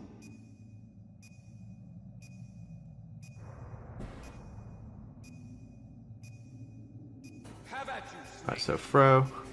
Then he's going to throw him again. Good luck. Here we go. Good start. Got double punches in. And you see his health whittling down slowly. You should be able to keep him like this the entire time, so you don't have to mess around with different liquid phases. Still good. We're down to the letters. And of course you got to kick him off the edge at the end. This is looking really good. I think this will do it. Let's go! D-Limes. 11 out of 10, dude. Easy. 11 out of 10. Too easy, man. First time playing the game. You made up for all that other crap you did in the run. I don't know what the hell you were doing there, but you made up for it with that. We just got a bike chase. We just got the we just got a bike chase to go. Got the escape to go. So yeah, we killed that guard at the right time to get in the back of the car with Archon. Blow up the barrels. So fun fact here, real quick: if you put your back towards the door, it's a 10th quicker getting out. What? Yeah. No way. It is. I timed it. I discovered that. We're gonna see some cool stuff here. So, you know about plugging in the second controller for Psycho Mantis, but you can also plug in a second controller to control the guards during the escape. So at this next checkpoint, if you move on a second controller, it actually controls the guards where they walk. So you make them all run in one direction and run into your gun like this. I want to say that was found by, like, what, Major Zero and Platonic? Something like that, yeah. They were doing, Twitch plays Metal Gear, right? Yeah, yeah. And then Platonic perfected the setup for it, basically. But yeah, that can save up to 5 sections on extreme, which is pretty nice. And you can do that section damageless if you want to try to do a damageless run.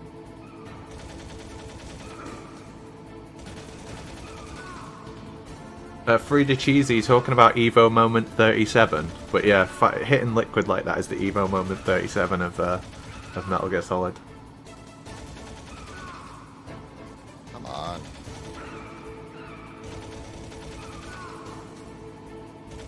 Yeah, so we have to deal 30 total shots on liquid in a few different phases. Yeah, a lot of people think this is an auto-scroller, but it's not. There is a health bar for liquid, it's just invisible.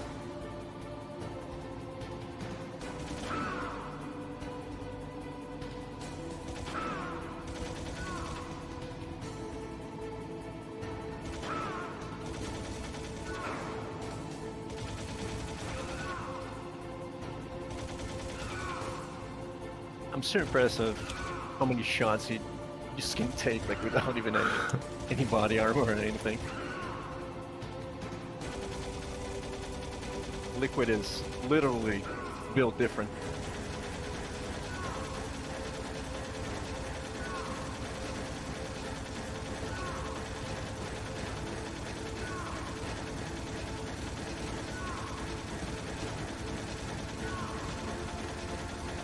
Liquid works out. Look at those abs. And that should be 30. You can deal an extra shot, but it doesn't do anything. That's the run. Easy. GG, man. Not bad for an old guy. Absolutely beautiful, dude. GG's. Big GG's. I was gonna say where can we find you stream, but like you never stream anyway, so what's the point in that? Okay. You know what? Come on, man. Like, I have a life, but I will be streaming here soon. I might even stream today. We'll see. But D-Limes 13. I do stream occasionally. So if you want to drop me a follow, that would be appreciated. And I'll be back on the Metal Gear grind soon because there's records I have to chase and get. And yeah. So I appreciate you guys having me. It was fun. Until today, I've lived only for myself. It was fun bullying you the entire time. Survival has been the only thing I cared about. Yeah. I don't expect anything else. But yeah, Wizard Hawk as well. Thanks for dropping by, and we'll see you later as well for Metal Gear Solid 5, right? So it's not quite yet. Maybe it's written into my genes. Not over yet for me. What about now? All right, guys, we'll take a quick break, and I'll get Platonic Guy ready to run Metal Gear Solid 2. It's going to be Metal Gear Solid 2 European Extreme. Me? Whatever version he's running, probably PC. I feel But yeah, we'll be back real soon. So what are you gonna do? Continue your research? No, I'm finished with science. I'm interested in human psychology now.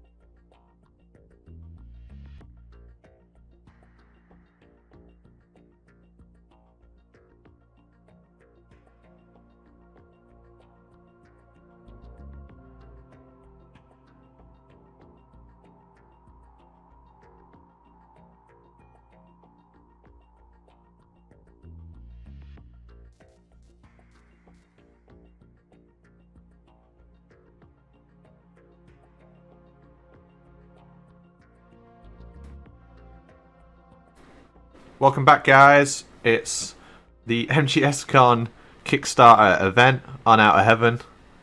We've had some pretty cool Metal Gear runs so far. Platonic Guy is now going to do Metal Gear Solid 2, European Extreme. Platonic's been on the channel before, so you guys know him well. And yeah, you've been, I don't know, you're always in the chat as well. Whenever I'm on here, I always see you. Yeah. Alright, yeah, you guys saw me a few days ago playing MGS2, messing around.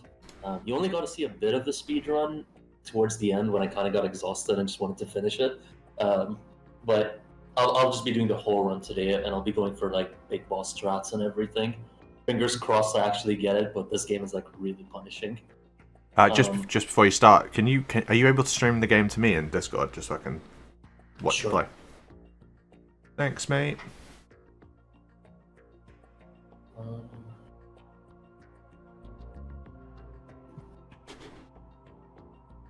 Brilliant.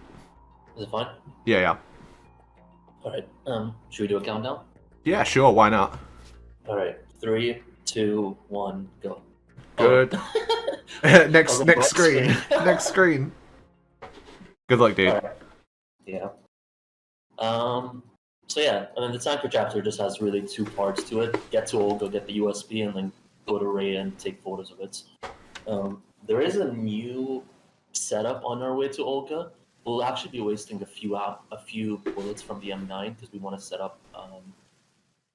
We want to generate a magazine after the fight for a skip that comes up later on in the engine room.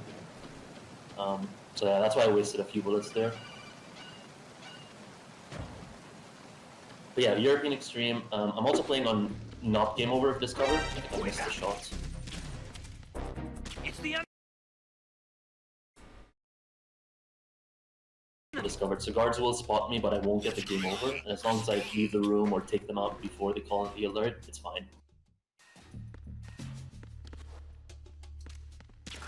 freeze. Who's there? Yeah, so the in-game timer, there's 2 of them on the... Backup strats. I love it. I love to see it. I don't think I've ever failed a hold up there. That might be like the first time. So yeah, there's 2 timers. The one on the left is the actual in-game time. The one on the right is also the in-game time, but on a per room basis, which is going to be helpful later on in the run. So that guard is kind of weird. He actually goes south, but if you have a really good turn around the staircase, he goes north for some reason. I don't know why he behaves that way. There's another guard later on in the plant chapter that just changes his behavior depending on what you do for some reason. Alright, Olga. Right side Olga, so no loop. It's going to be a little bit slower, but this is kind of more consistent for me, so... I've been with the unit since I was born. I grew up on the battlefield. Conflict and victory were my parents. The unit... Yeah, you'll see he's shooting extra bullets as well because he's trying to get a magazine. That was a really clean Olga fight. Well done, dude. Yeah. I actually forgot to do one thing. So in Deck C, I wanted to pick up the chaff grenades as a backup, but I actually forgot because I never picked that up. So I'm actually going to do Deck C twice. I'll go pick up the chaff grenades and then I'll reset the room. But over here, I'll try to go for a little skip. You can get it. So you can cancel the animation there of Snake falling off the ledge if you mash the square button without a weapon equipped. It saves like 0.8 seconds.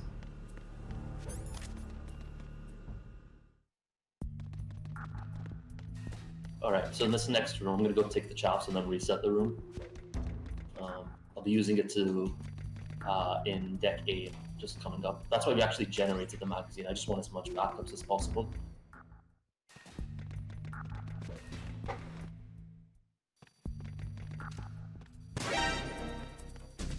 Possible hostile sighted.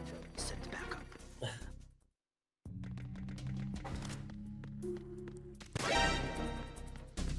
Send up.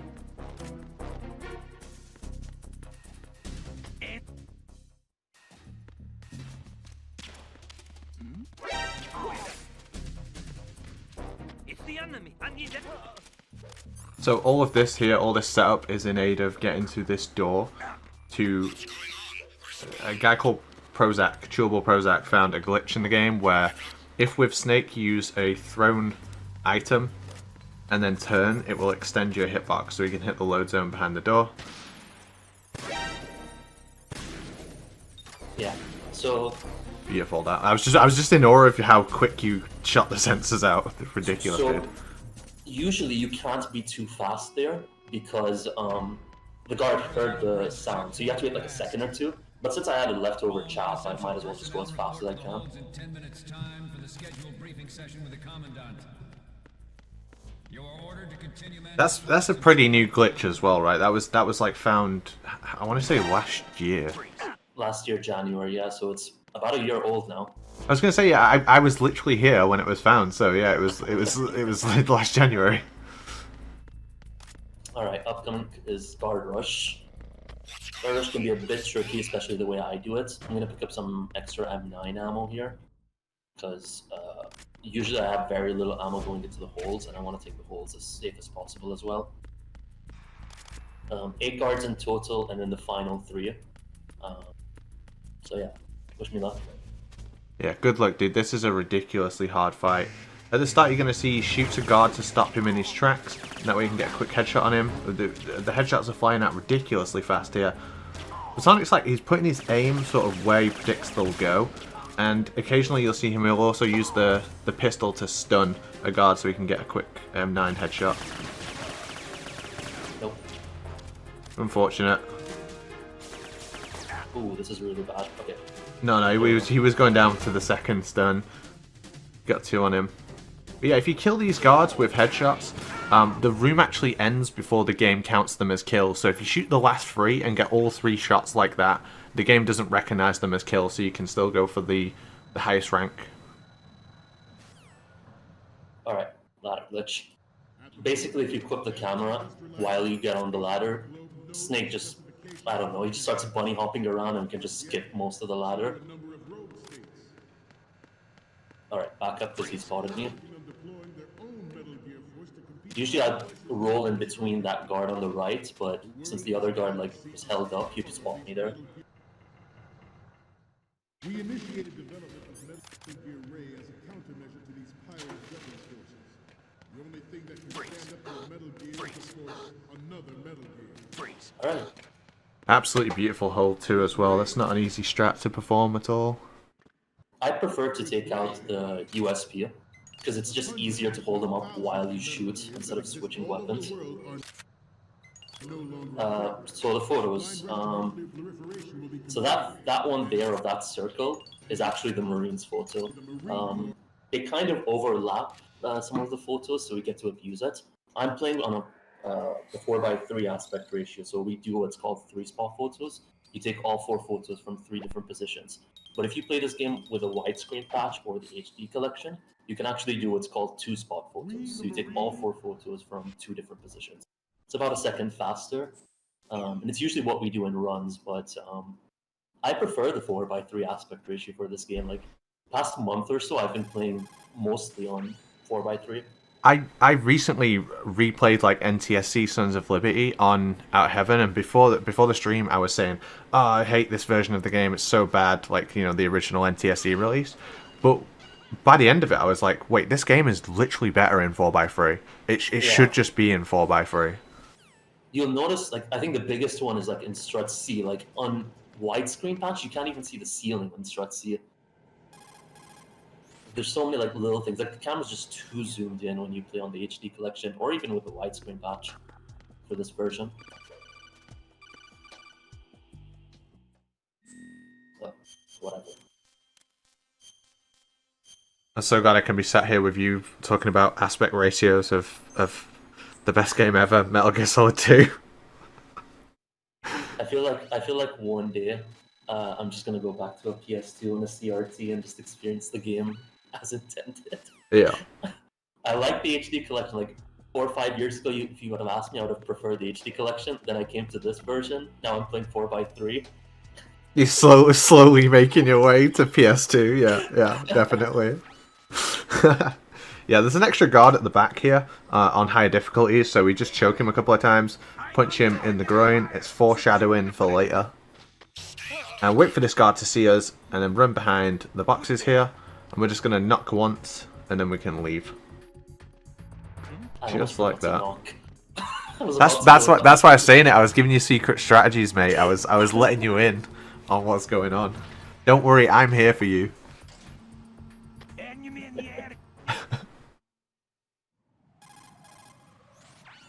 Alright, so there's not really much to do here until we get to Stillman. It's really just a bunch of cutscenes and a bunch of codecs. So yeah, this is the Substance version on PC. It was released in 2003, if I remember correctly. So Substance came out originally on the Xbox, not on the PS2, weirdly enough. And then they obviously made the PS2 version of Substance, but then they went back to the Xbox version and ported that over to Windows, and that's the version I'm playing right now. It has like a fan patch and a couple of mods installed just to make it work on modern computers, but for the most part, it's pretty much the same game. Yeah, I think it's fair to say, like, the original release of MGS2 PC, worthless. Throw it in the trash. The Substance with the fan patches, like VFans patch, obviously VFix, and BMN's, like, everything BMN's done for the game, which is a lot. Yep. It becomes like one of the strongest versions. Yep. Like, I don't think I would ever speedrun this game outside of PC. Like, I just can't go back. Once you speedrun this game... Okay, I'm not going to skip this cutscene. I almost did. So, there was no way I was going to speedrun this game on this channel and not let this cutscene play out.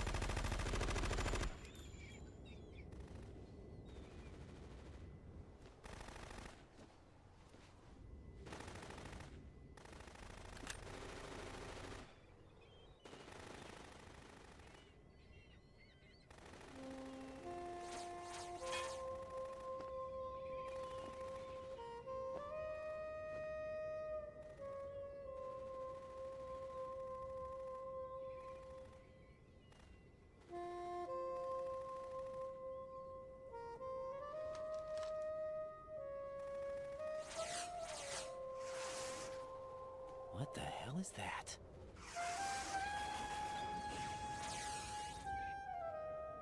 Come, put me out of my misery. This is impossible. Nothing will hit her. Is she the one they call Fortune?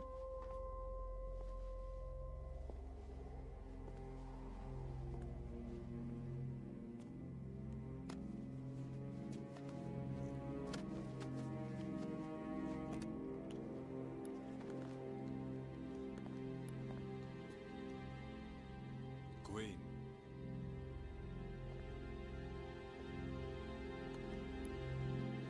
Don't let them take the president!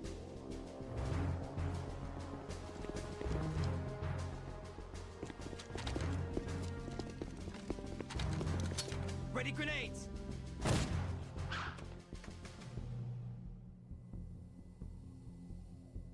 A dud! A dud!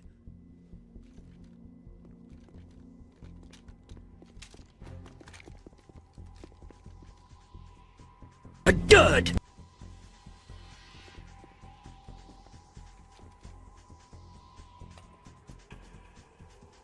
Today is another bad day. A dud!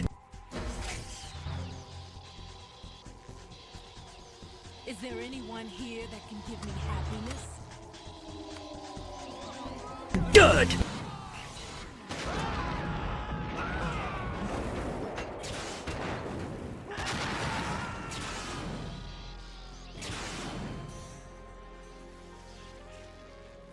A dud!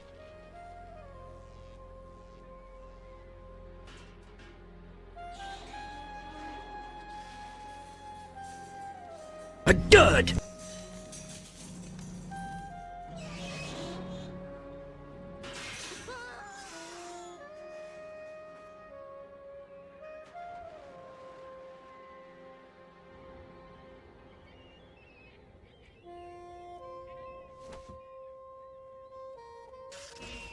I'm so sorry, my beauties. I'll see you again someday. A dud! Good. Good.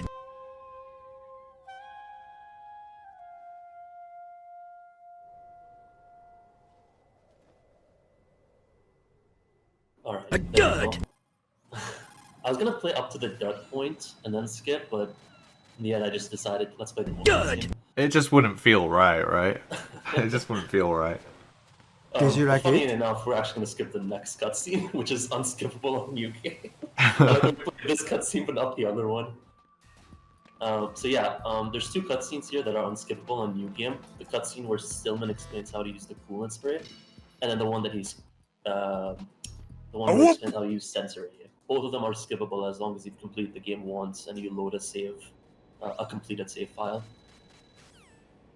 For bomb disposal, so we usually take the most direct Did you path, like it?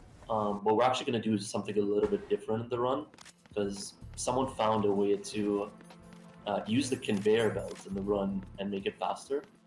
For the most part, we're just going to take the counterclockwise route around the Shell 1, and then around Strat E when we get to the conveyor belt, we're going to start going clockwise.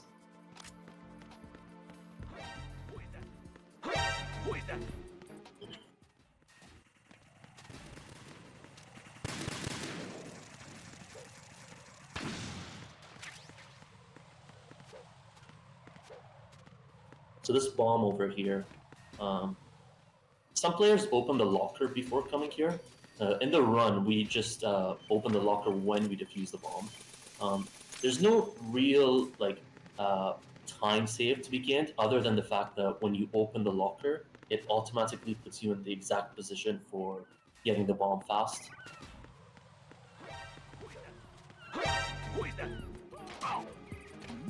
So don't worry about that guard who just fell off the connecting bridge. Environmental kills generally don't count in MGS2. There are occasions where it will count, but that one specifically doesn't count. So I'm still on 0 kills. Yeah, exactly. Gravity killed him.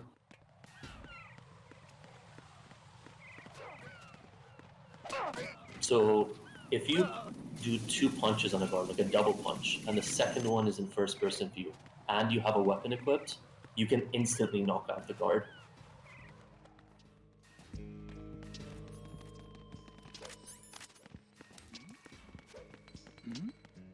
For this room here, game wants you to go around the red pipe to defuse the bomb, but we can actually defuse it from behind this area over here, which I'm not in the correct position for. There you go. That might mess up the timing for this room now, because there's actually one more thing I need to do. So if I mess it up, I might have to improvise. Improvise, adapt, overcome. No, I think we'll be fine. Don't spot me. Okay, yeah, we definitely have to improvise now. He's gonna spot me going towards the door, and hopefully I can knock him out. I might have to do the same trick where we do a double punch.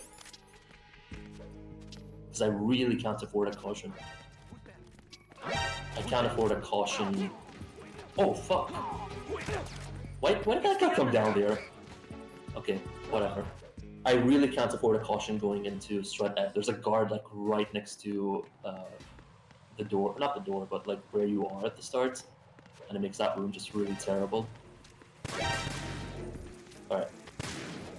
Gotta be really careful not to shoot that guy in the face when you shoot his radio. You can actually make it out in time. It won't count as a kill. But it's like really tight. I had a run the other day where I made it out and I was hoping the run would stick towards the end just so I could show it, but I died at some point. So yeah, there's a gap over there where you can actually defuse the bomb. They hit the bomb on European Extreme in a different spot, and that actually just makes it faster for us because we can just defuse it in between that spawn. Only on that difficulty and Extreme. Dude, that was one of the craziest Strat Fs I've ever seen in my goddamn life.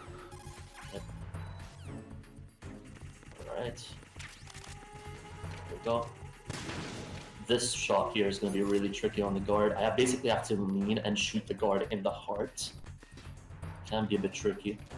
Okay. There we go.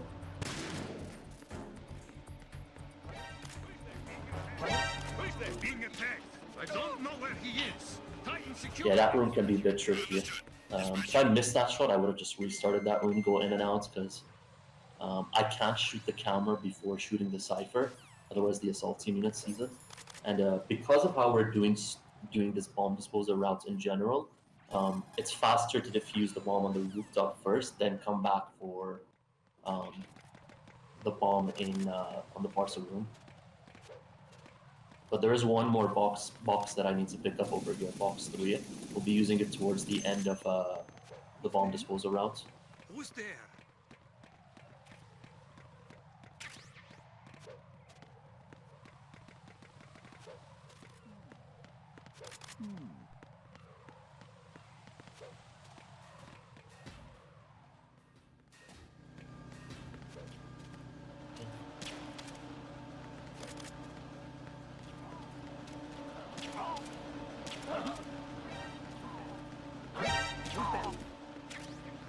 So yeah, this is the glitch that makes this route entirely possible. You can actually glitch onto the conveyor belt. I'm gonna shoot that camera for later on when we come back towards Arsenal here. And bomb's gonna be over here. And right after the codec, we're actually gonna ride the conveyor belt into another room using box 1. So usually the game wants you to like do it manually on the south end of the room, and that just takes way too long. You can just go into it with the box and the load zone's gonna work. So now that we've defused every bomb except one strut, we can pick up sensor B, which is why I defused the bomb in strut C first. But usually in the regular route, we wouldn't defuse strut C bomb first. This is one of the guards that's kind of messed up on European Extreme. For some reason, he basically has very easy vision when you do this route. I don't know why. Alright, this is one of the harder rooms. I need to concentrate for this one. Oh god. Yeah, we're on backup now because there's going to be assault team units coming in. I will most likely take a continue. But, because there's assault team. They're coming in basically from where I came in, right on top of me. No, I'll just take them out.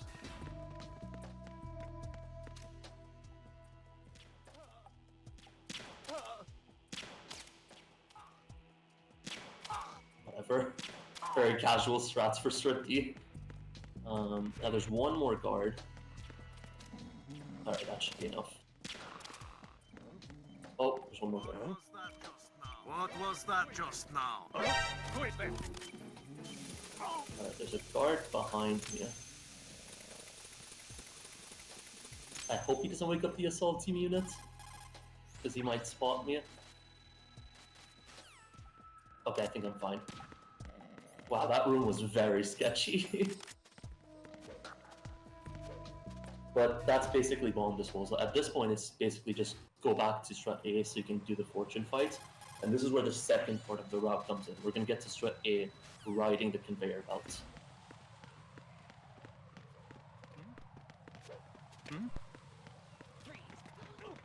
Freeze!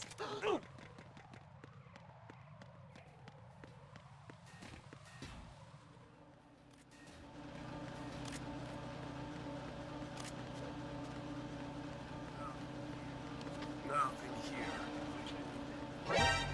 Who's that?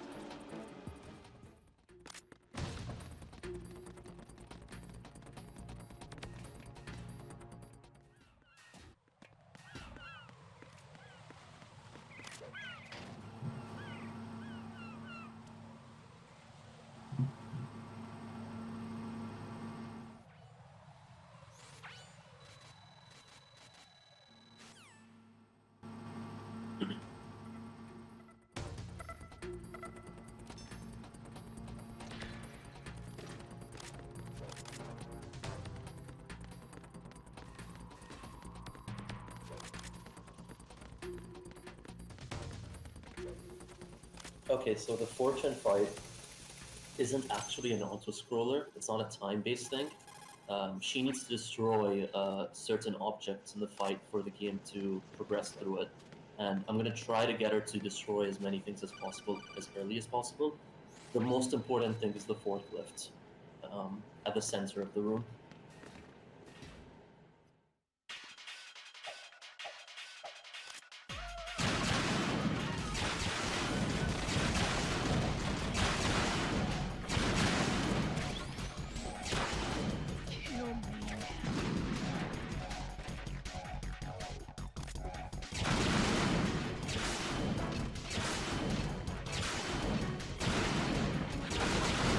That's fine. That shot is intentional, just to... For some reason, if she doesn't shoot me there, I lose a couple of seconds, so that's fine. At this point, it's basically just survive till the end of the fight. And we'll just be doing the box strat, where you just go left and right with the box equipped.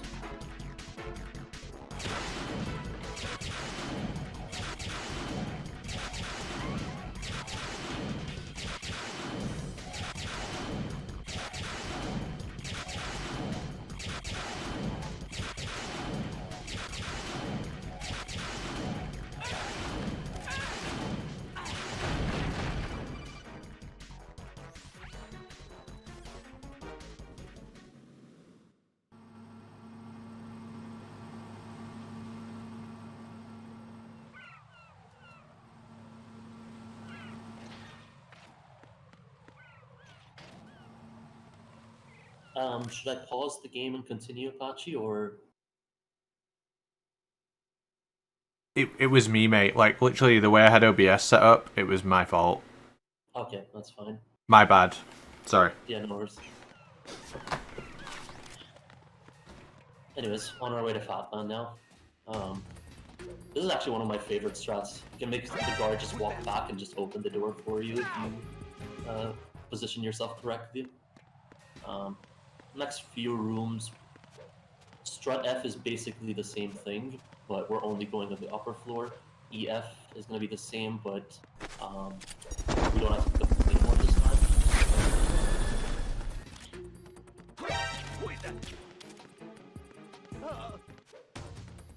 Freeze!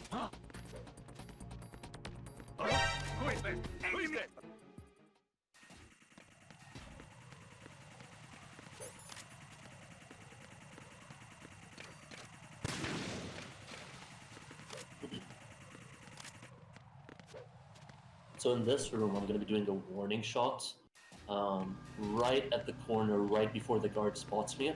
That way only he hears it and nobody else.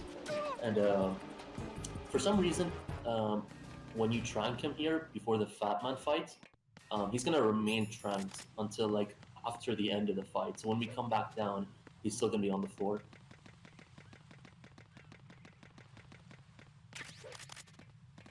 Local, thanks for the sub and the 60 months, by the way. Appreciate you, mate.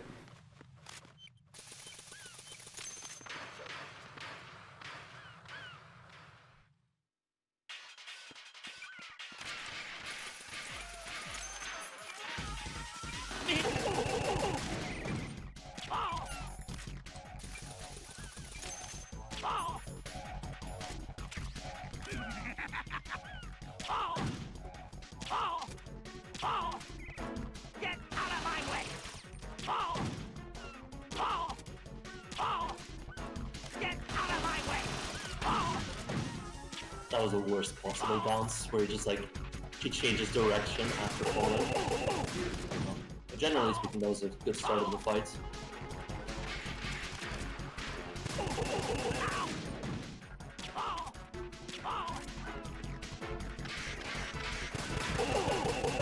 Alright, there we go, that was Fat Man.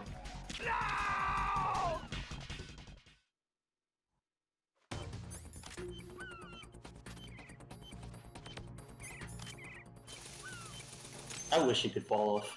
Just skip that man because he fell off the big shell. Yeah, in your stream like recently that you did on when you were showing off like all the weird stuff in the game, when you like took him past the zone so you could drop him off the edge, it was so satisfying to watch because I always wanted to do that as a kid. I like tried so many different ways to like get him over that barrier. The thing is, like, I can understand why it's there for Olka, but Fatman's supposed to die at that point. Like, why can't I drop his body off?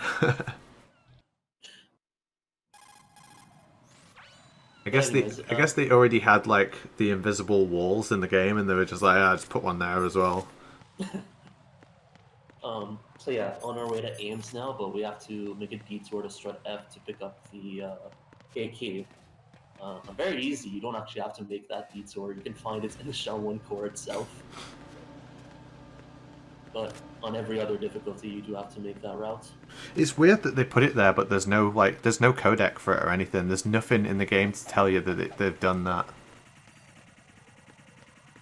Really? Is there no like optional call? No, there's no, like you'd expect because it's in a different place. Or there's two, right? You can still get it the normal way, but it's also in the Shell 1 core. But there's no like radio call on VE to say that that it's there. Oh, I thought you meant the Strut F one. No, there's loads of calls saying it's in Strut F, but yeah, they've moved it on VE, but there's nothing to suggest that it just happens to be there. Yeah. That was pretty unlucky. Usually I shoot the wall over there, but I shot the box instead, so like he didn't change his direction. But that should be fine.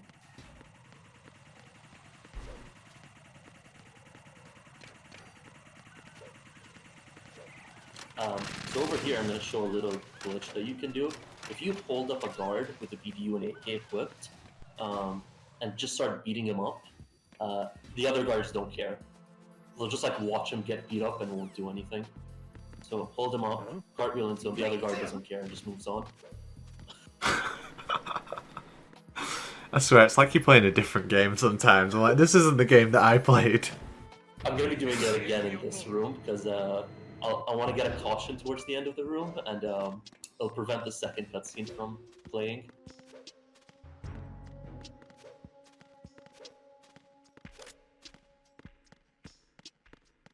Freeze! More! Freeze! So that guard on the right was literally looking at us but didn't care, and he just turned around. Oh no, did I jank him? Okay, I guess I didn't get the caution, but whatever.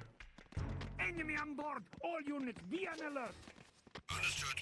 Reinforcements are on their way to the front of the elevator on B2 of the Shell 1 core. Intensify the level of security. So if you actually hold out the weapon over here in first-person view immediately, you can instantly get this cutscene.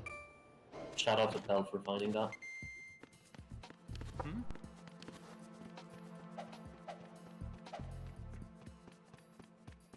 Okay, so this is one of the main benefits of playing on New Game Plus, other than skipping the Zoom cutscene.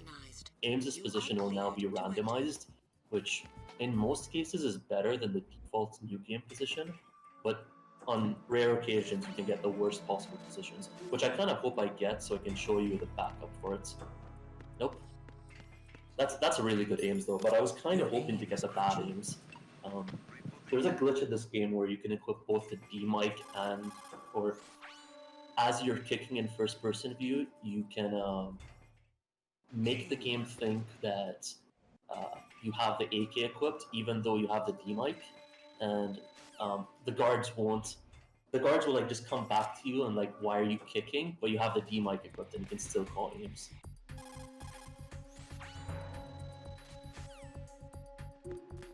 Who is that? It's her!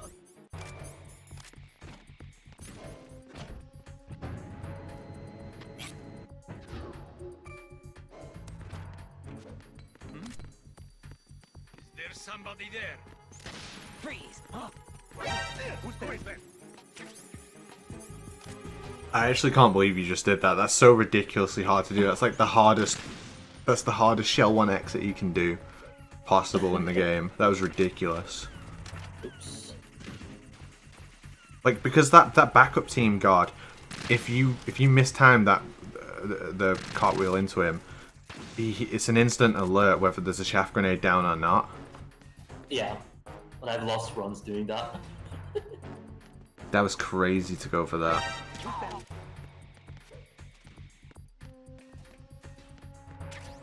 Alright, if you actually go too fast in this room, the guard at the bottom will actually spot you, and you can't leave in time. That's why I did a little punch buffer there. I'll be honest, Platonic Guy, going too fast is not really a problem for most of us. I don't think I've ever had that problem before. Oh no, I went too fast. The BDU, interestingly, even after the mask has been taken off, it actually reduces the guard's vision. So it kind of acts like camo before MGS3 existed, and we'll be using it a few areas in the run.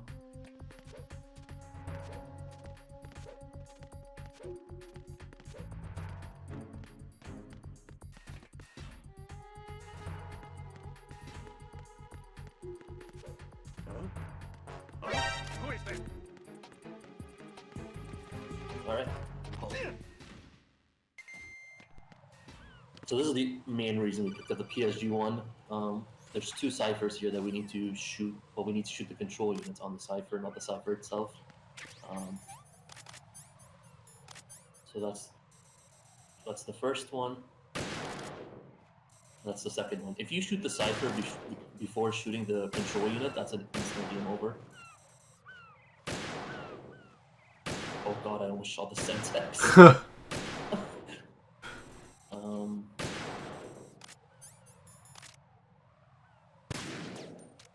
Really? Oh my god. There you go.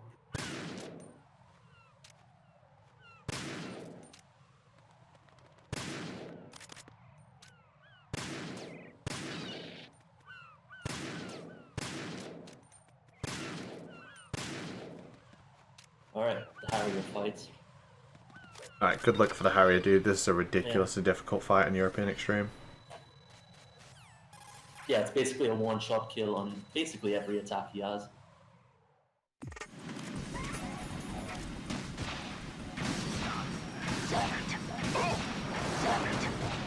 Alright, 5 shots at the start. Gonna get 1 over here while he's far away, and then ideally 2 or 3 on the stairs, but that's kind of RNG. Yeah, I might just get 1 only.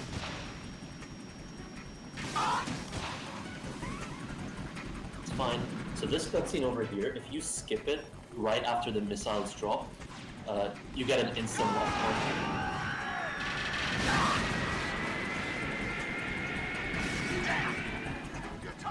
That direction. This is the worst direction here, where is he? Because the Harrier can now come in the way, or the Ksatska. I'll let you go out in style!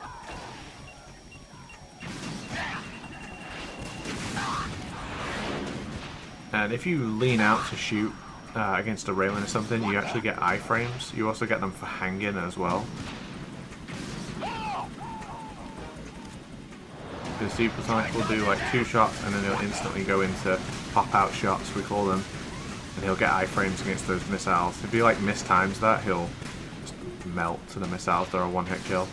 And can finish the fight here. Maybe? Yeah, perfect, dude. Absolutely perfect. That was insane. And ideally, I still have over 7 Stinger rounds, so I can actually show a little time save in the President's area. Leap of faith? First time, easy.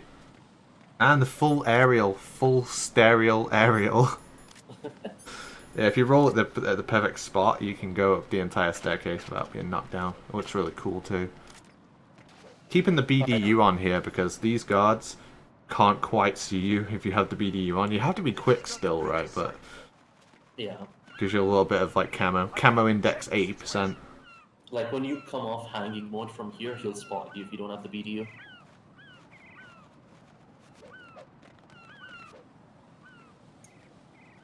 So this area and the previous room is an instant alert.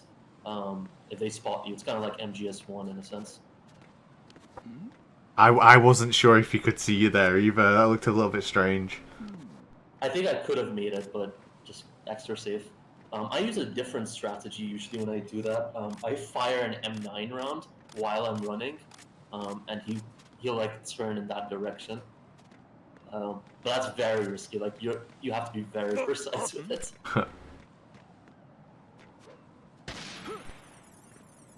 Oh yeah, I still have the BDU on my previous. So a weird thing in this game, and this really applies if you're playing the console versions, if you enter a cutscene with the BDU equipped, all those cutscenes are just going to load significantly slower. I think on PS2, PS3, it's like 20, 25 seconds slower. Yeah. On PC, it's still a little bit slower. But on console, it's just so slow. I think it's to do with rendering Raiden. Any cutscene where it's actually like rendering it in game and showing Raiden's model. If it has to show him with the BDU on, it causes lag. And it even does it in the room where you get aims, where you find aims. You should actually take the BDU off before you enter that room. But yeah, definitely before the Olga cutscene. Alright, so we can technically go to Vamp right now. We have a glitch that I'm going to show off later. But if you go to Vamp now, you're basically soft-locked because you don't have the level 4 card that you got from the President. Which means I do have to do this Nikita sequence. And if you want to know where the Nikitas are, just learn the European Extreme location for the Nikita, and every other difficulty will just be on your way to the European Extreme location. Unless you play NTSC Sol, in which case it's in a weird spot. Of course it's so US, that's Yeah. the weird one. Alright, I'll try to do your little time save here. Very nice. I think you got it there. Frame 1, Water Rise. Alright, so people usually wake up the President with the Nikita or the Stinger, but I prefer to wake him up with a stun grenade, just so I can keep moving all the time. And I do have over 7 Stinger rounds, which means I can show a little time save over.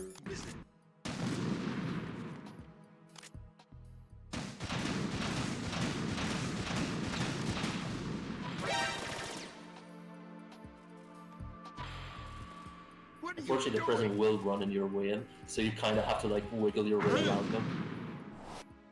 So yeah, that's about 2 seconds faster if you do it optimally, compared to going through the other hole in the middle of the room.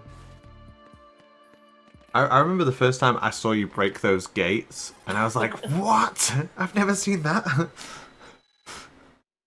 That's just like a standard day of watching Platonic Guy play this game. It's like, what is he doing? What's he up to today? You look like you're playing a different game. Alright, I'm gonna ask you to give me a reminder to pick up the SOCOM ammo at Vamp. I don't think At Vamp. bullets. I might not need it, but I'm just gonna pick it up as backup. Sure. But yeah, Killer Shadows, Joe's pretty good at speedrunning Metal Gear, yeah. He's running Ground Zeroes. In this event we've got going on here, he's going to be running Ground Zeroes a little bit later.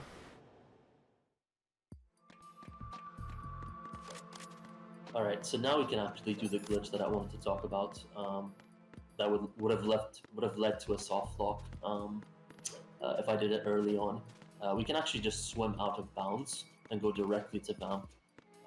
It'll skip the Stillman cutscene where you can see him underwater, and the codec that plays where Otacon explains how Emma's afraid of water. That's it's faster by I think like 20 seconds or something, but that's assuming you get it like a really good one, which it's actually trickier than it looks. So basically, you're just gonna swim off. You're gonna swim off this edge here without actually pressing the up button. And as you're doing that, Raiden's raising his height. I think I might be fine. No, I think I need a bit more. It's like only this corner that let us get height. I was like, I don't know, 3 cycle or something. Yeah. So yeah, now we're swimming out of bounds. And we can just go and touch the load trigger for the Vamp room.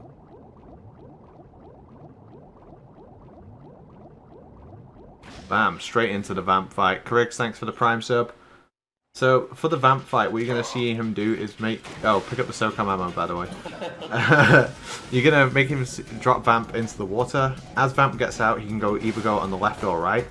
And we're going to use the climbing out of the water animation to get iframes over Vamp's attack. And then we're just going to repeatedly do punches to deal stamina damage to Vamp and constantly make him go back into this animation. So you have to stick quite close to him to make him slash his knife. But you can just essentially get him stuck like this. It looks kind of easy, but it's pretty difficult to perform. You can only get so many punches in. If you do too many, you get locked in. That knife swipe is an instant kill as well. Just like that. So it's got a huge arc on it as well, so you gotta be really careful. Alright. Beautiful. Yeah, it's a one-hit kill on European Extreme. Shout out to both Joe and BMN. They're really good at this fight, especially Joe. He'll go for like 9 punches or something on runs. I think the maximum I've seen from both Joe and BMN is like 10 punches. On average, if you get 6 punches or so, you should be fine. Yeah, no, I'm happy if I get like 6. I'm like, quick, run away.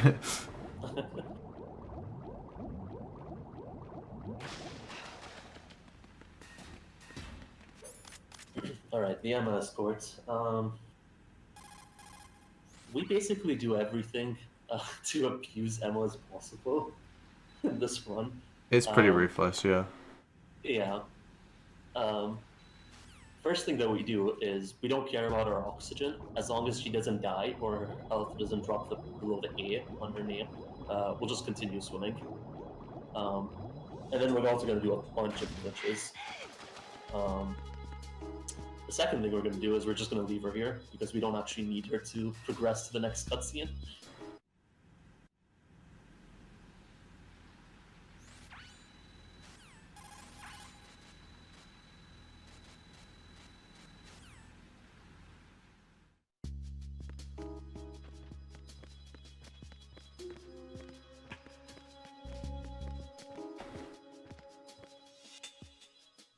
So in this next room, because I swam out of bounds earlier and never got to see the Stillman cutscene, this door over here is still unlocked. So I actually have to open it now with Emma. So you wouldn't usually see this. This door would usually be open in a run if you didn't swim out of bounds. It's really lucky that you can open it from the back, right? Because realistically, there's no reason for them to ever allow you to open that door from the other side. I mean, if you saw the glitch that I was messing with earlier, like last week or whatever, if we're just like if we go and open that door like 1 point earlier before that cutscene with Emma where I don't remember what she talks about in that cutscene, you would get the Stillman cutscene and you could potentially soft lock yourself. Huh. So we're really lucky that it actually works the way it does. Yeah. Alright, so the next thing we're going to do is, she's afraid of bugs, so the game wants you to use the coolant spray here, but we're just going to choke her into the elevator. And then, the weirdest glitch of all, that only works on this version, I'm just going to show it. Hopefully it works, it's kind of RNG.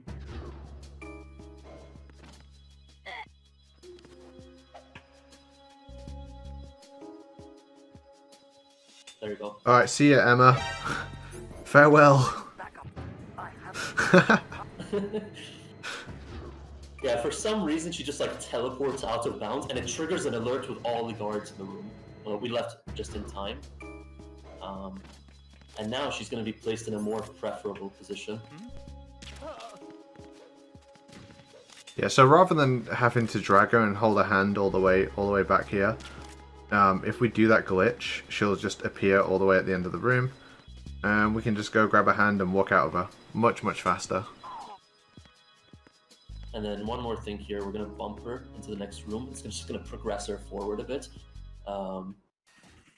You can also do the zip in this room. You can pretty much do the zip in any room, and it is faster in this room. But on European Extreme, there's a very good chance that it will trigger the cipher, and you'll get a transition alert as you're leaving, which means no more big boss.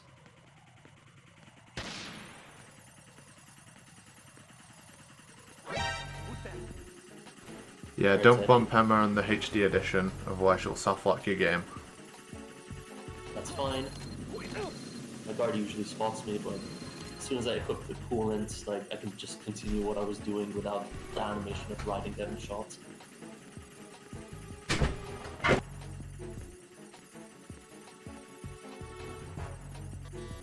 I could have shown that guard. That guard with the with the binoculars who spotted me was trying to go and fix his radio, but he just runs into the fence forever because there's just no way to go down. And what's even funnier is that if you kill him, get an alert, and he respawns, he's just on the bridge going back and forth because there's no way to go back up there.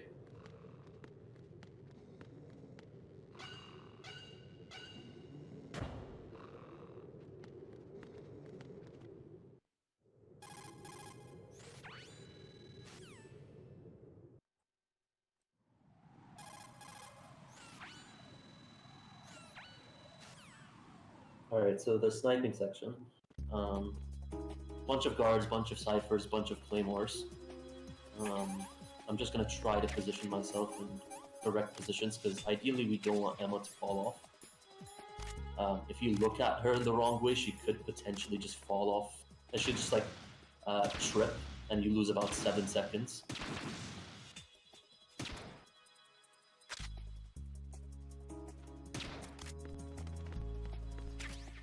But if you stand in this position where the thermal goggles are, and don't zoom in with the sniper, there's a very good chance that she won't fall. Yeah, this is still Big Boss. Of course, it's still Big Boss. He's not you, Limes. I mean, once we get to Arsenal gear, that's where things start getting crazy.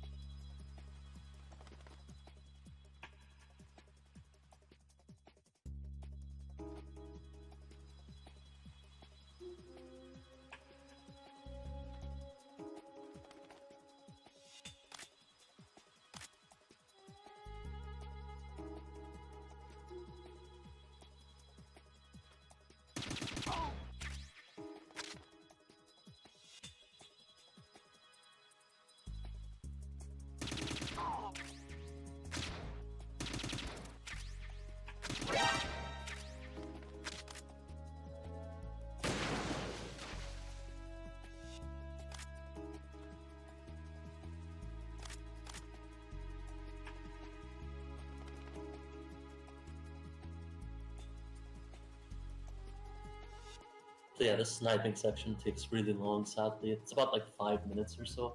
There's really not much to do. You can only move as fast as you can only progress as fast as Emma can move, which funny enough, there is actually a 10+ second time save for sniping that will never be done because it's so RNG heavy. When you look at Emma, she has either a chance of falling down, which is about a 7-second time loss, or like she walks faster, which is about a 2.5-second time save, and she can do that multiple times across the bridge. I think like 5 or 6 times she can do it. So you can either save a maximum of 15 seconds, or lose like almost a minute if she trips every time. So no one ever goes for it.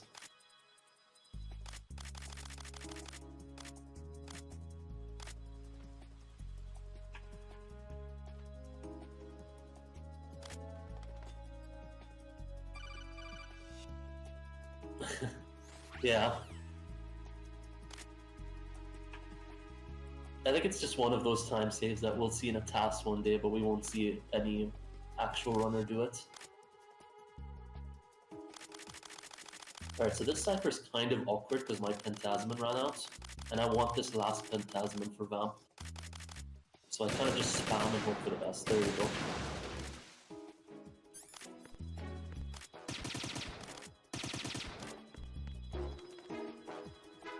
There is one more cipher there, but you don't have to worry about him. He won't actually do anything. Emma will get there before we have to worry about the cipher. And for Vamp, I'll be doing something a little bit interesting. I'll be using the M9 to auto-aim at him, and then equip the sniper.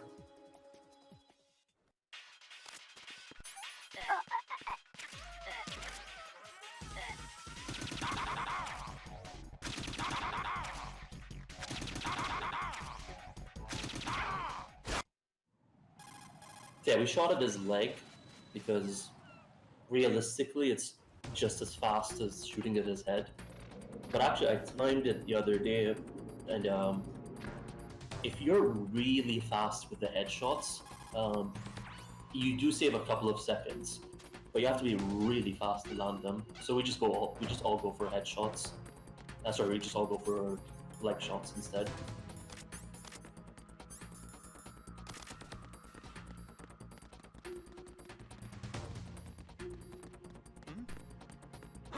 Who is that?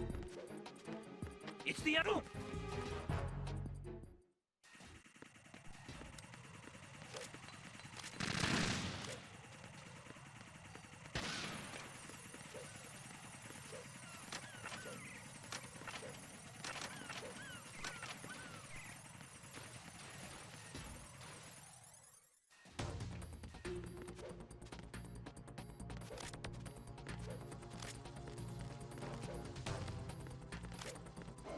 Alright, that was basically the entirety of Big Shell, and now arguably one of the most stressful parts of MGS2, Arsenal gear, especially if you're playing European Extreme. The Tengus are no joke. Raze, I don't think Raze is as bad as people make it out to be, but it can be a really difficult fight. And in a speedrun, even if you manage to beat the fight, dropping the loop that we're going to do on him can easily lose you a minute or so. And if you gotta continue, it's even worse. High concentration of cerebral implants. Have they You don't actually have to match for this torture sequence. You can see the O2 just dropped all the way, but I didn't lose any health whatsoever. In fact, I don't even think it's possible to die at that section. Like, I think the health bar is just there. It's not actually displaying your actual health or anything. Because I've tried to kill Raiden at that point, and I can't. You can't keep this up. They're bound to find you. Listen, I'll free you in a little while. Brace Unfortunately, yourself. Olga punches you here, and it does so much damage. That's like basically a third of your health in European Extreme.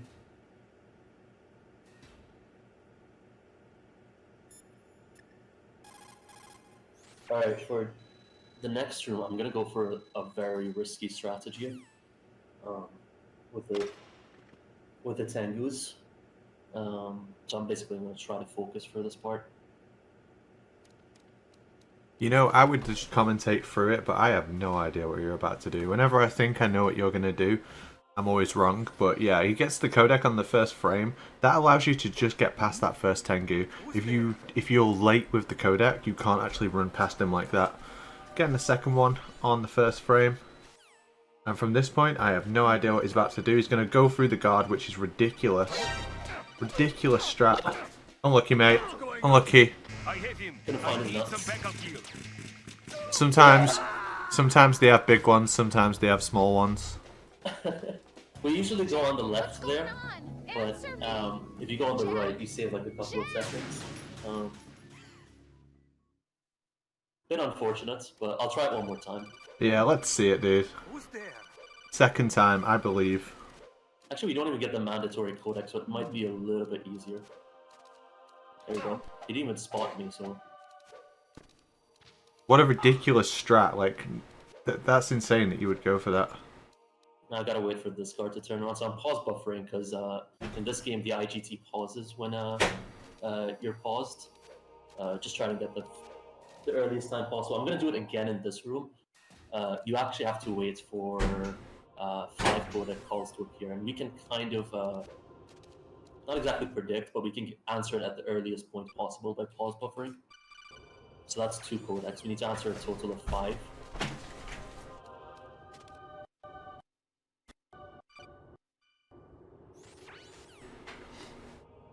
Respect losing Big Boss for going for such a ridiculously hard strat that I don't think I've ever seen anyone do it in a run before, let alone a live, performance of the game. Alright, so after the 5th codec, you can just hold select, and that's the rules call. And that's basically just how you progress through this area. You also have to make sure you're not too north or too south, otherwise the game just won't progress. In fact, you won't even get the rules call. And then in this area, you just need to swipe once, and then it'll start a 45-second timer before you can progress to the next area. If you never swipe, you'll just be in this room forever. Yeah, okay, I've got ammo. I've got stuns. You shouldn't be menuing in this room. It is time loss, but I just wanted to make sure. Tengu 1 is arguably one of the hardest rooms in this game. Especially the way I'm gonna do it right now. There's probably like a 5% chance that it fails to no fault of my own.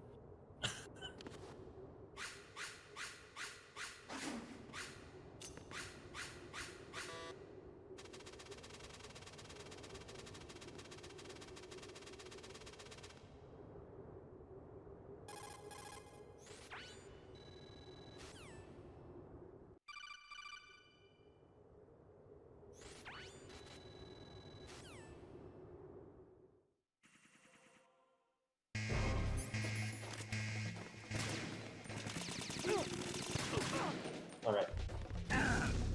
So just throw stuns to get guards out of the way, get to the door, do a PPK, and then let go when the kick comes out, and Bryden will touch the low trigger on the other side, kind of like the skit that we did with Snake in the beginning of Tanker. Alright. So Tengu 2, we try and Snake and we run up to this point. We're going to wait for all the Tengus to approach us, and we're just going to keep spraying them. If you look at the timer at the top right, I need to spray for about 1 minute 5 seconds minimum, but I'm going to go for like 1 minute 10 seconds just to be safe. Once I get to that point, I'm going to unequip the coolant spray, and then punch kick as many guards as possible. And if you do it correctly, the alert will just go down by itself, skipping the fight. We used to do something like this on Sons of Liberty, but we didn't actually have to punch kick the guards. The alert would just go down on its own. But then they patched that out of Substance. A couple of years ago, me and D-Lines found out how to make it work again. So now it works on all versions. This is arguably the safest and fastest way to do Tengu 2 now, compared to the old choke skip that we used to do that was very RNG heavy.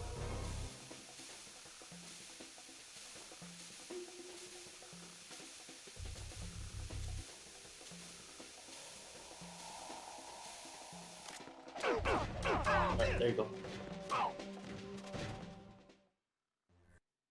It came as a complete surprise when Ocelot discovered the S3 data from GW. Not a bad idea, though. Using fire to fight fire, creating the perfect assassin to retire Solid Snake's brother. S3 stands for Solid Snake Simulation. If you go too fast, it won't work. I think if you take too long, it might still work. I'm not entirely sure. The result is a Like you can go 1 minute 20, 1 minute 30, and it will still work. A simulated So it's better to be late shaped by than too VR early as with well. that skip. Sound like someone you know, Jack? At this point, we can't really do anything. We have to wait for Solidus to finish his speech, which is like a minute and a half, and then we have to do the Ray fight. The Ray fight takes about 4 minutes or so. Basically, we're going to be around this area of the map for the most part. We're going to try to bunch up the Rays as much as possible. You came in handy as bait. Jack, those days during the Civil War were as real as they come. Every day was absolute, split between life and death. You ran from it, and now you've been led back to war by something less than real.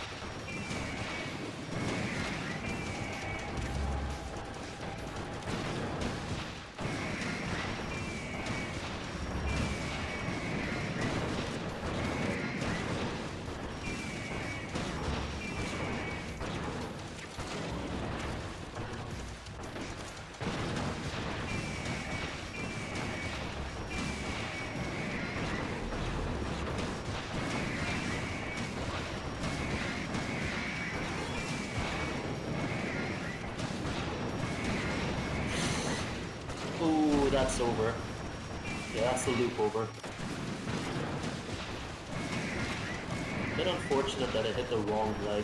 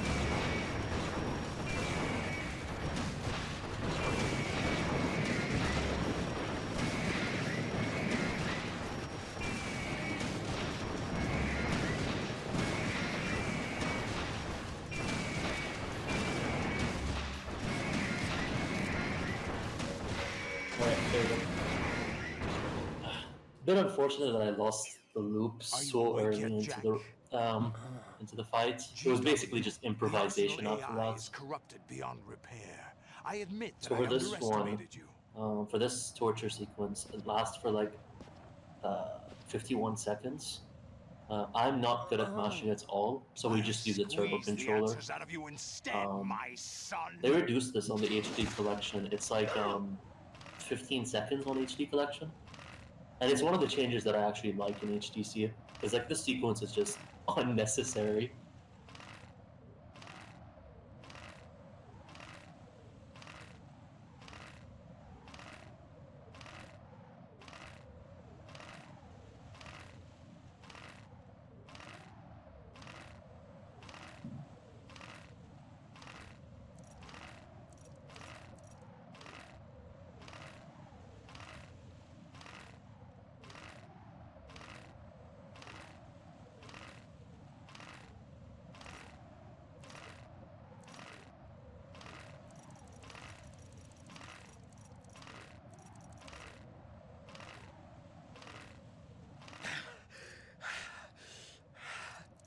What do you hope to hear? You know he doesn't know anything. It's not him I want the answer. Yes, like 51 seconds on European Extreme.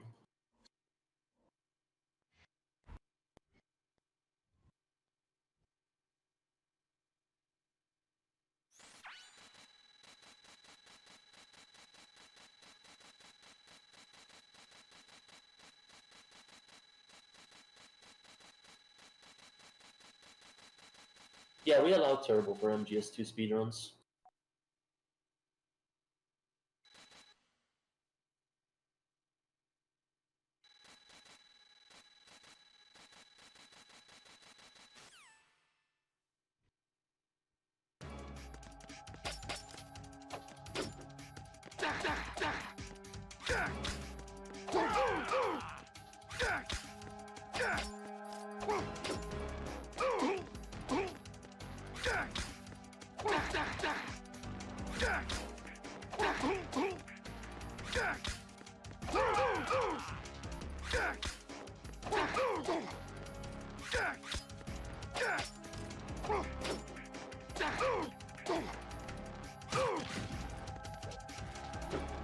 Take this!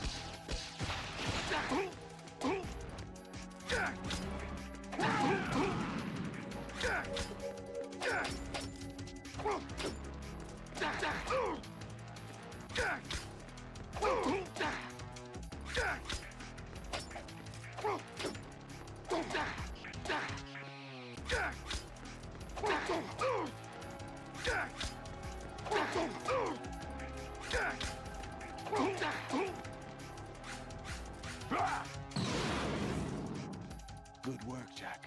But this is where it gets interesting. So all of this is arguably one of the easier parts of Arsenal Gear. We basically do a loop where we can damage him when on his side with the eye patch.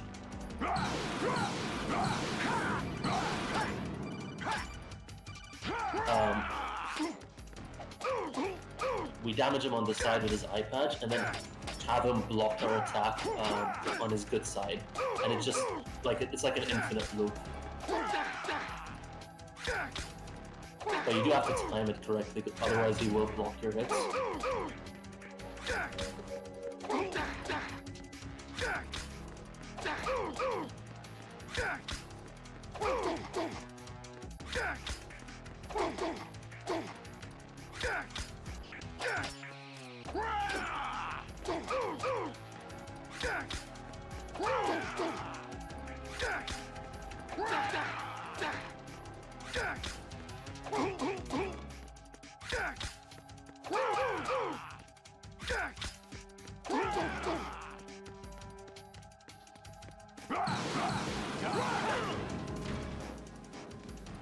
Ooh.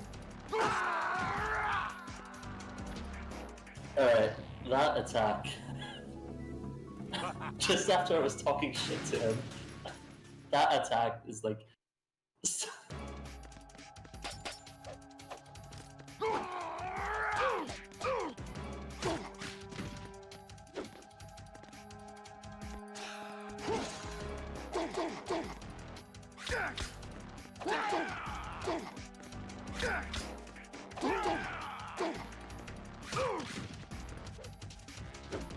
Take this!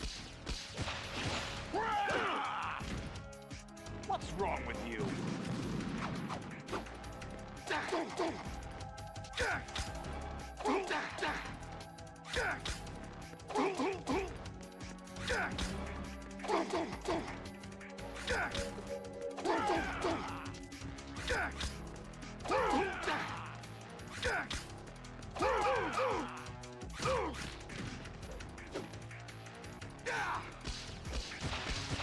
I think I just need to focus. I'm losing focus at this point. Is that the best you can do? All right.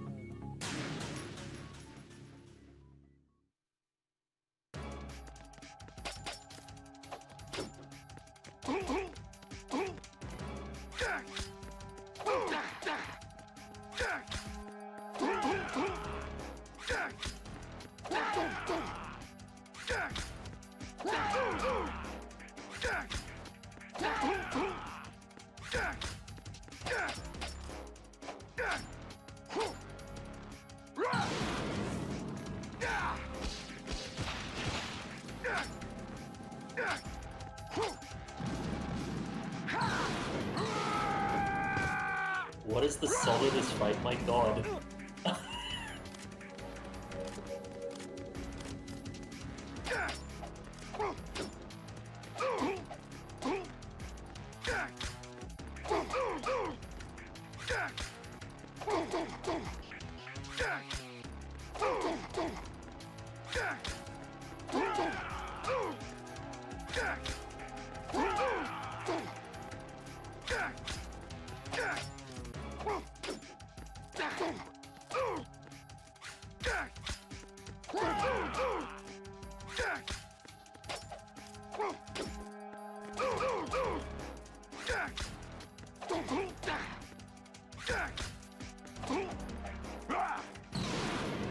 I kind of deserve this because at the start of the fight, I was kind of mocking Solidus for being the weaker part of the Arsenal. You talk shit. You talk shit on Solidus.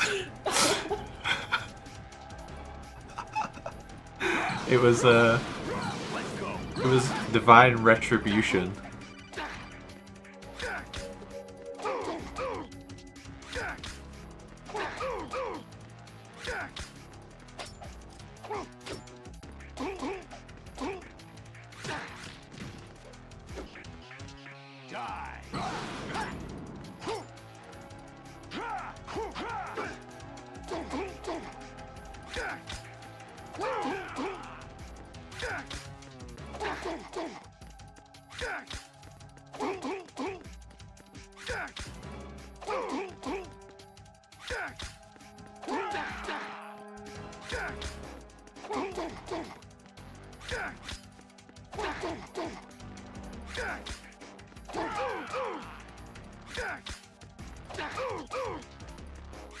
There you go.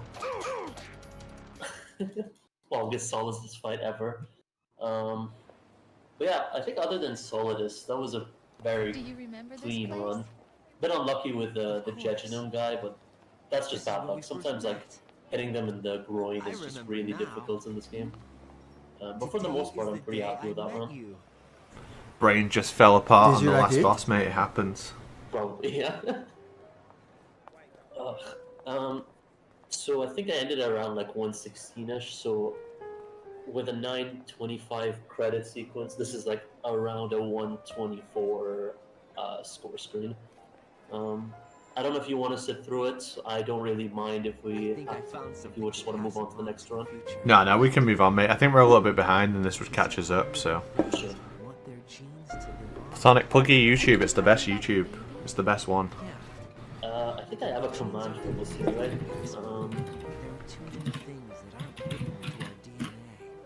There. Yeah, go on the YouTube. Don't go on the Twitch. I hardly ever stream and I hardly ever post on Twitter. You can just go to the YouTube instead. Yeah, you post some crazy videos on there. Some awesome stuff. Yeah. Thanks for arranging this event. It's been fun so far. And thanks DRK for having this on. This is for you. And thanks for everyone in chat for sitting through that run. It was absolutely wonderful, mate. Thanks for being a part of it. Next up, some guy running Metal Gear Solid 3, I guess. So we'll take a quick break, and we will be back. Stay tuned.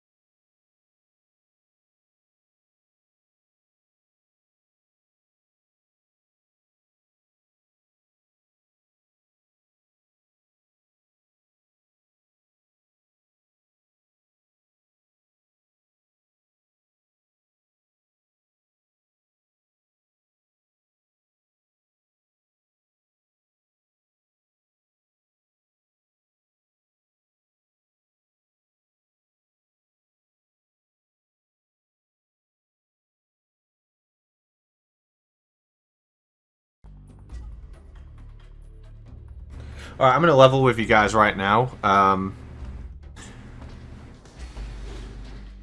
have to tell you about something. I forgot to take the Christmas mod off, so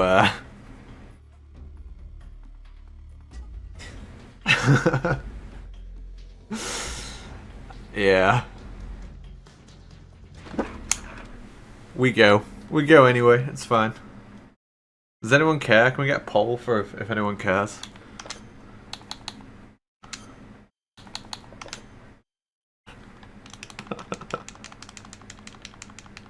We've got to take Platonic guy off as well. After the end of World War II, the world was split into two, East and West. This marked the beginning of the era called the Cold War. It's fine. I didn't think I'd be playing this game again until Christmas. But, you know, we're back. I don't think we'll get an invalid world record somehow. But yeah, we're playing MGS3 European Extreme. Without any weirdness today. It's the first time in a while I've actually just done European Extreme. I usually end up doing like European Extreme plus Tuxedo, European Extreme plus all camos, European Extreme plus Keratan, Euro 2-player 1 controller, etc. Like, it's nice just gonna play Euro. It's just the hardest difficulty in the game. It's game over if discovered. So, don't get spotted. The Santa hats in the radio might add 0.1 millisecond, well, point many zeros, 1 millisecond of like maybe. spam your Christmas Malax if you've got them. Malak of Christmas. I can't believe I forgot to uninstall this. I actually really need to make sure I uninstall this before I leave, because this is Day's MGS3. And she might think one day like, oh, I'm just gonna chill and play some Metal Gear Solid 3. And then get hit with the Vol Grinch. Yeah. Yeah, someone actually made this. They're a legend. They were chilling in the chat yesterday. Alright, I'm gonna quick headshot this guard. Check out, oh my god, check out the jumpers. This is all I'm gonna be able to think about the whole run, is this. This does actually, or will actually, invalidate any speedrun done. Because, you can't have visual mods like this. Anything that kind of helps you, you're not allowed. And it is easier to see certain things on this version. Like the guards being in like white jumpers makes them kind of easier to see. But yeah, originally I was gonna get Verm to come and run this, but he was busy today.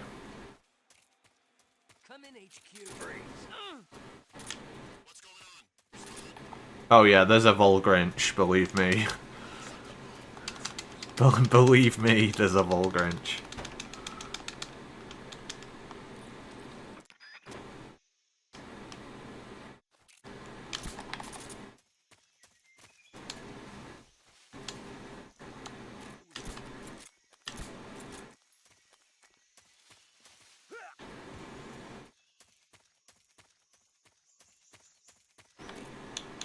Gonna go safe here.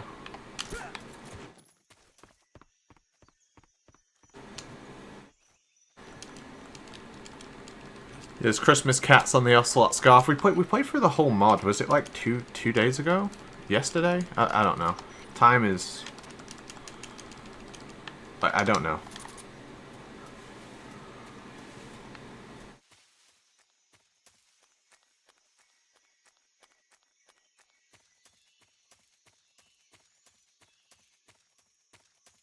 I think I may have accidentally killed the timer as well.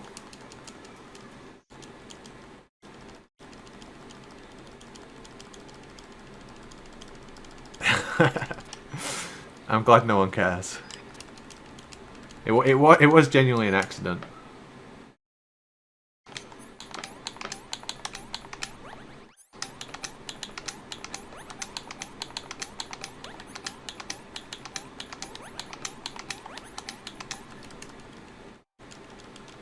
Is this MGS free Delta? Maybe.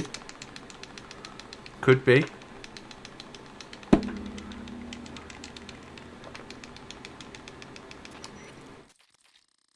There is a candy cane cigar. We'll get to see it later as well. So now we have the Christmas headband, which we got from the boss.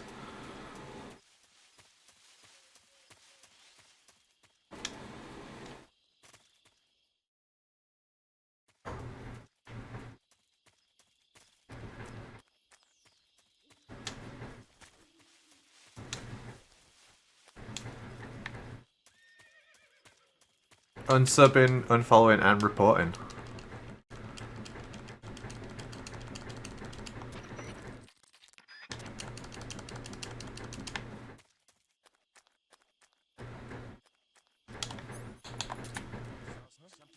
Oh yeah, the guards now have Christmas jumpers on.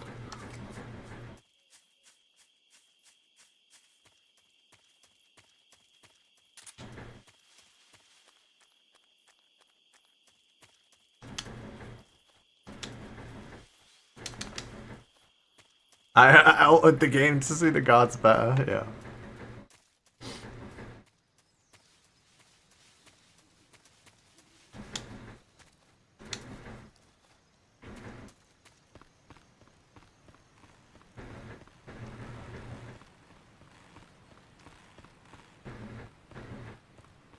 was thinking, do I need to farm a grenade off that guard? But I don't. That's a completely different run. I've been doing too many categories recently. I like the why you skip everything when, like, I've done 2 MGS3 story playthroughs and I've done a story playthrough of this mod on this channel in like the last 2 weeks. I feel like it's more like people are sick of the story. They're like, just skip the cutscenes, just get through it.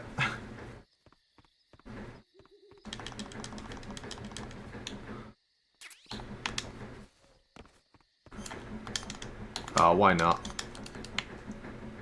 Let's get the Christmas jumper on.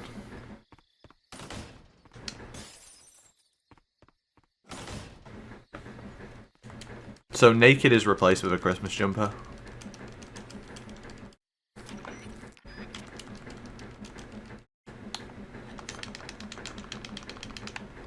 Right, I'm gonna knock on this wall. Knock here.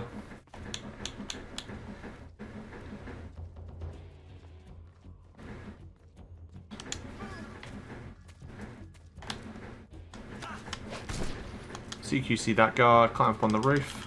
Climb up on the roof.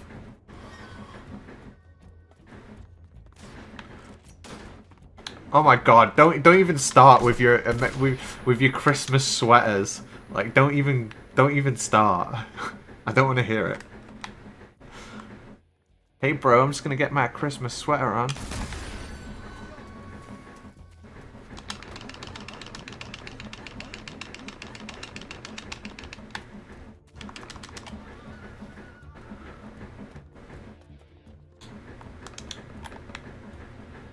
This might work or it might not. It's like a 50-50.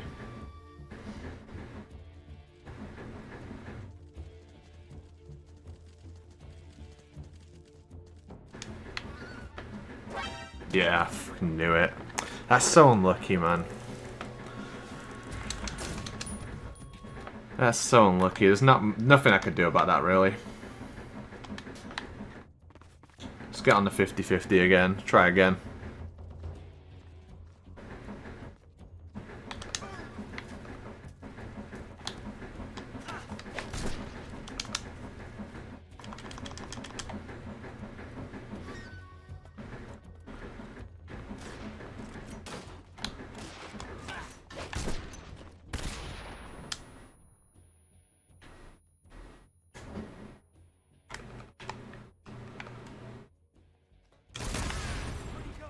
Freshen your tea, governor. I've got a right good Christmas jumper, I have. Right, hopefully this fucking works this time.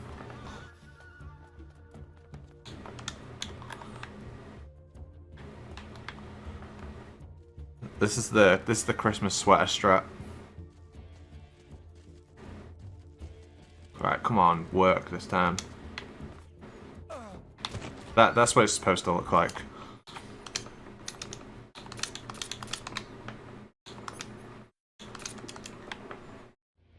Absolutely Christmas jumper them.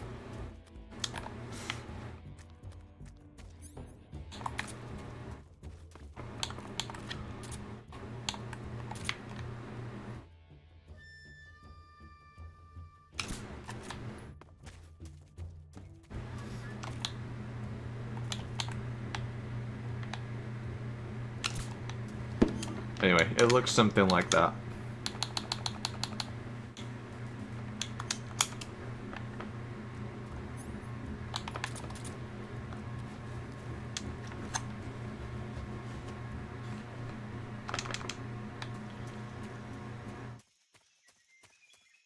It's called a sweater because I put it on and sweat in it. It's Christmas and I'm sweating.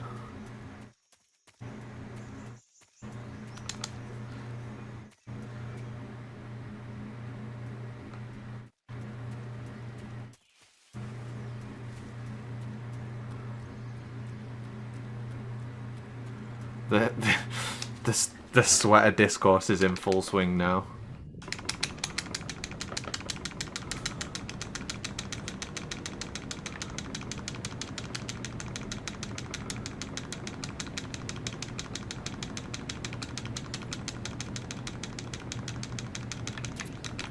Yeah, and the boxes are presents.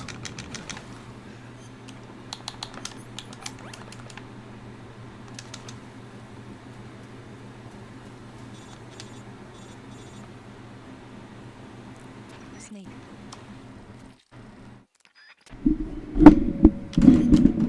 Shit, dudes. I've just fucked the mic up.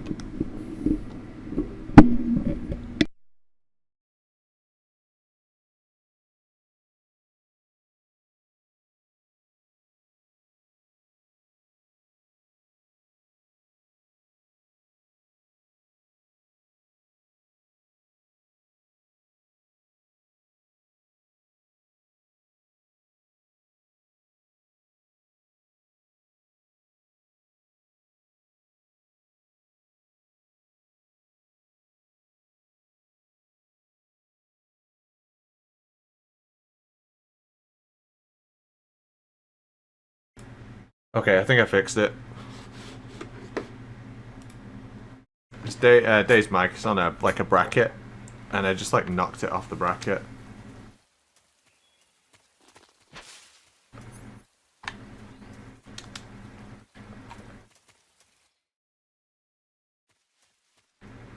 I meant both. I meant both of those.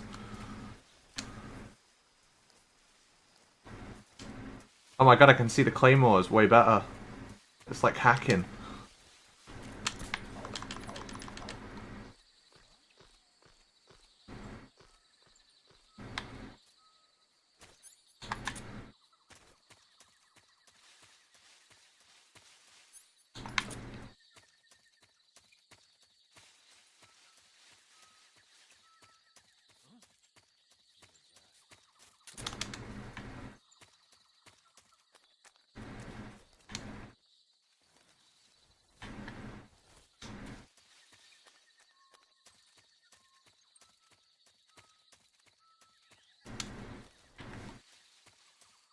Yeah, there's a few different ones as well, BT. There's like every single box in the mod has a different skin on it. Did I remove the leech? I don't remember. I'm gonna check. Yeah, I did.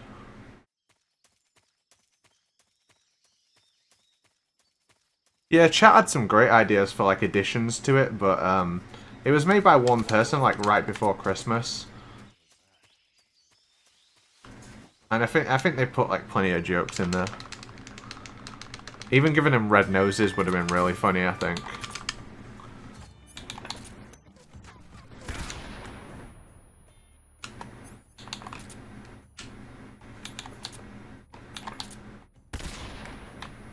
Oh, he didn't turn around, that's a shame.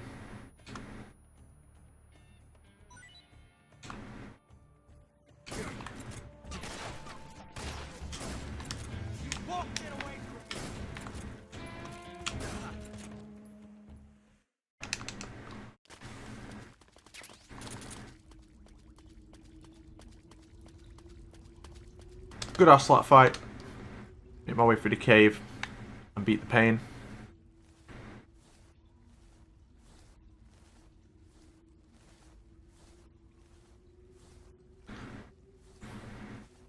Yeah, it's Avarice, right, who makes the mod. They're working on like a huge overhaul mod for MGS3 at the moment. I'm looking forward to playing whatever they come up with. Like whatever they make from this point, I'll always try it out. I had a lot of fun playing the Christmas mod. And I guess I'm having a lot of fun playing it now again.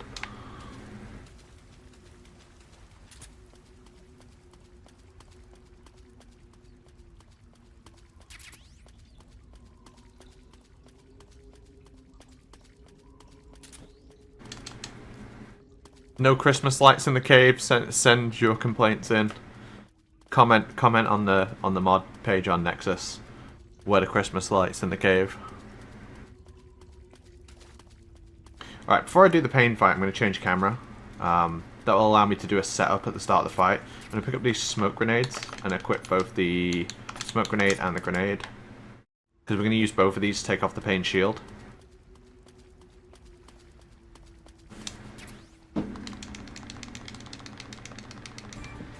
So I'm going to manipulate the camera to look straight at him. I'm going to wait for him to throw. Then I'm going to throw after him. I'm just going to try and get as many headshots as possible. Damn it.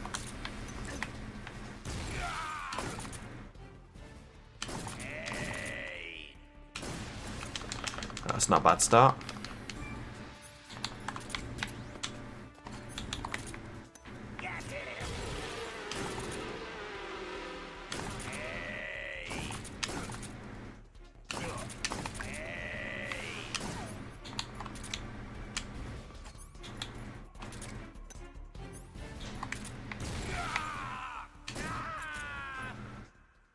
Decent fight. It's hard to talk during that fight.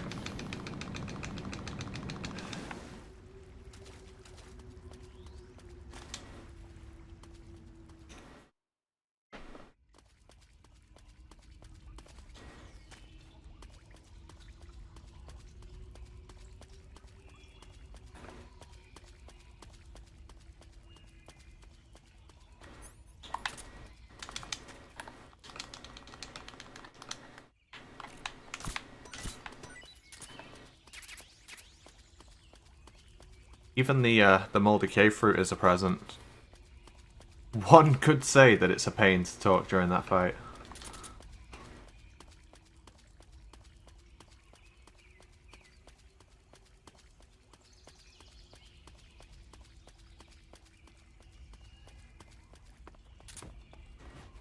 Oh shit.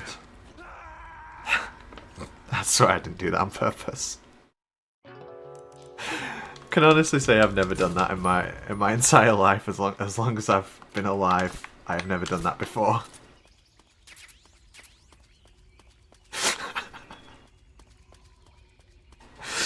What a strange series of events.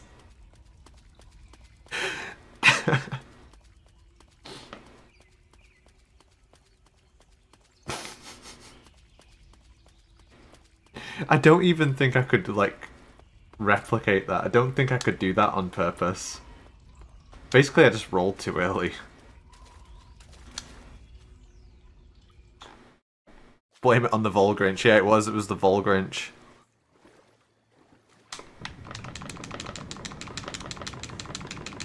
I can't wait for you to see the Volgrinch, actually. He's something else. This guy's something else.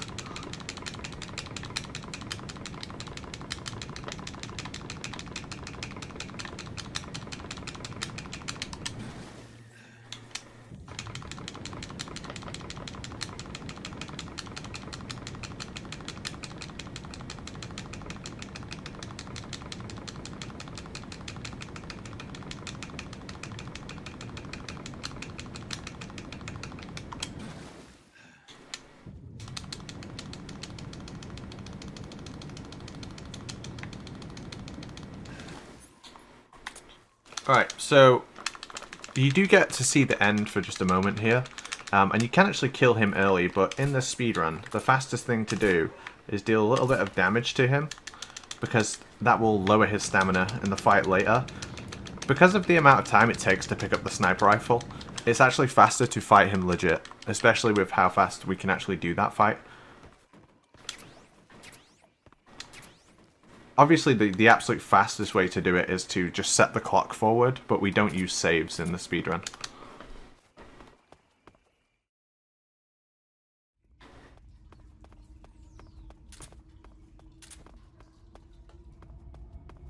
Alright, we're in the coal factory now, so we're just going to roll into Santa 1.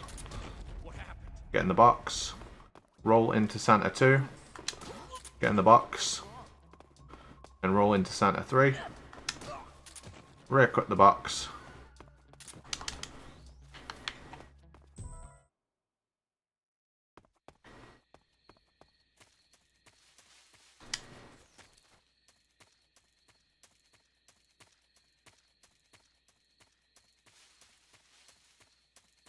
Can hit this rope trap just on the left and not get hit by it.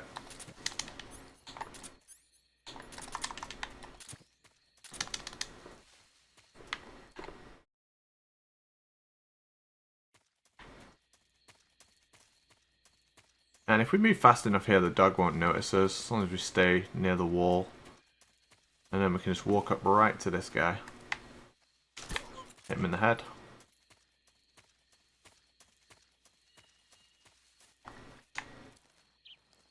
God, it's so bright. The snow's so bright.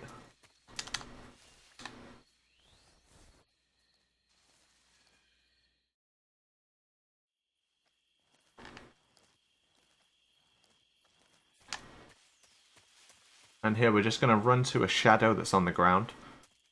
And as we hit the shadow, go into camouflage, scientist costume.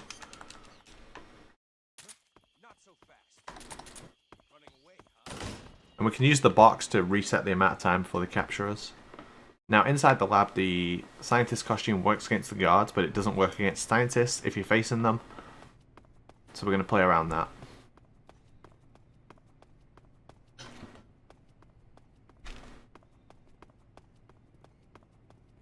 So he won't notice me, that's fine.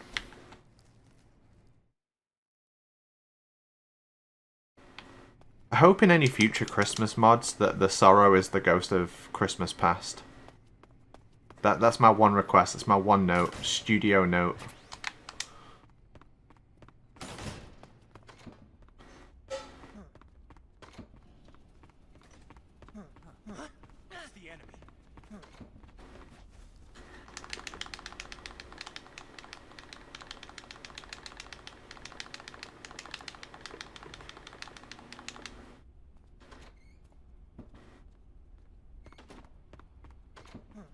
Hit the corner here, equip the box.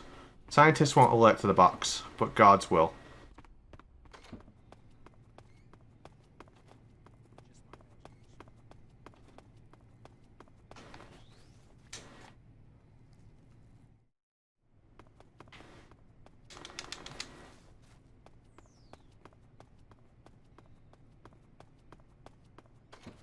Oh, not quite.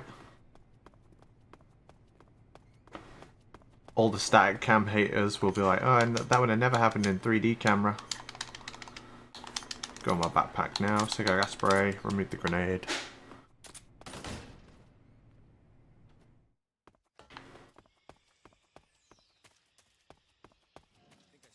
I have the perfect camo for the snow now.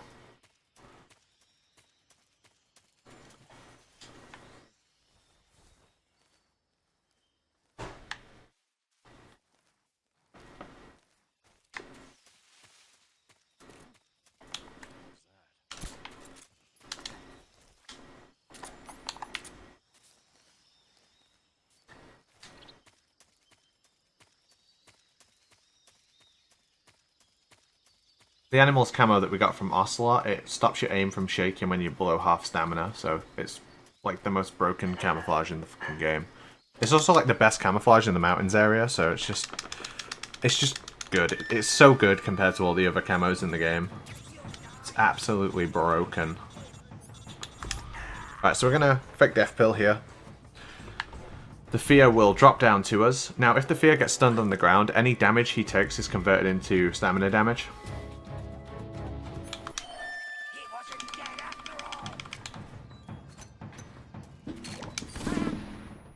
So we stun him next to the rope trap.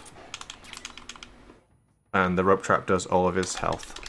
He doesn't get recovery frames either, so as long as he's like near the rope trap, it'll mess him up. I'm eating because I want high stamina because I want to gain as much health back before the Fury. Because it's game over if discovered, like health doesn't really matter that much apart from against certain bosses. Like the Shagohod is never going to kill you, but the Fury can. So distract a guard on the second floor, roll on top of this guard, go into the box, bump into this guard, cigar gas spray him, use box to climb up the stairs fast, roll through this guard, the door closes behind us. Easy.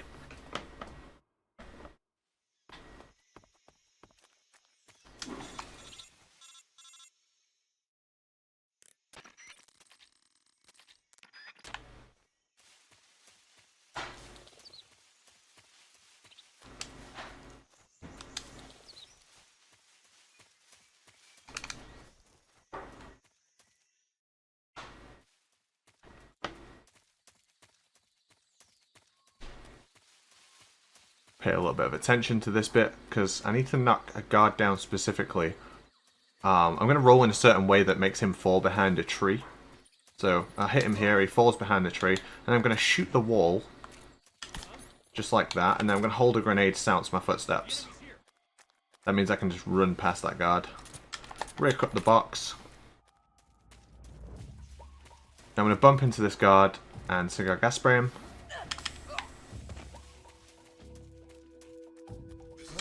And cigar gas spray him. Reequip the Mark 22. And this next part's the end. It's not the end of the run, it's a boss called the end. There's also a boss called the boss, but that's not this boss.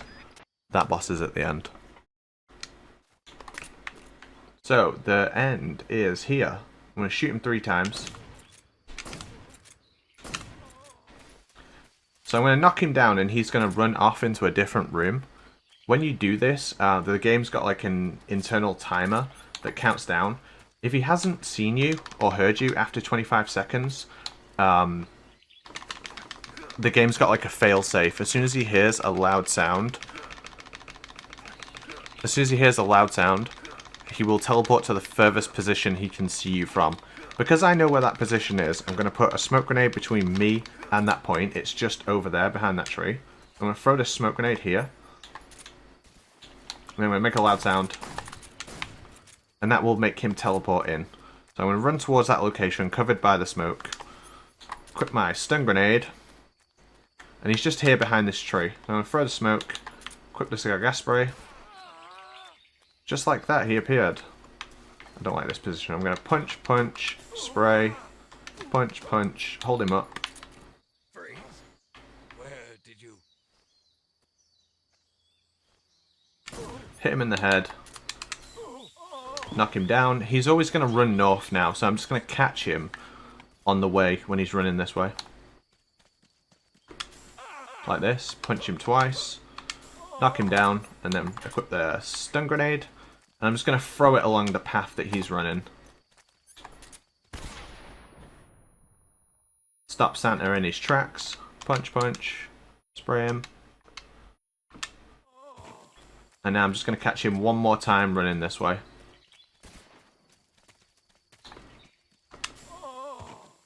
Easy. Well, this strat that we use now, it was found by a Japanese runner called Go-Go Time, and he found it in the year of our Lord 2020. So it's a relatively new strat compared to like Metal Gear Solid 3 speedrunning as a whole. That's like pretty new. We used to do a different strat where we ran all the way to him, and we would kind of use a loop on him or like infinite combo him in one position. But Go-Go Time found that it was faster to make him teleport to us, basically. Because instead of going through all the loading screens, we'd just bring him to us. How do people find it? People are nerds. Anyway, please stand for the national anthem, and if you know the words, feel free to join in.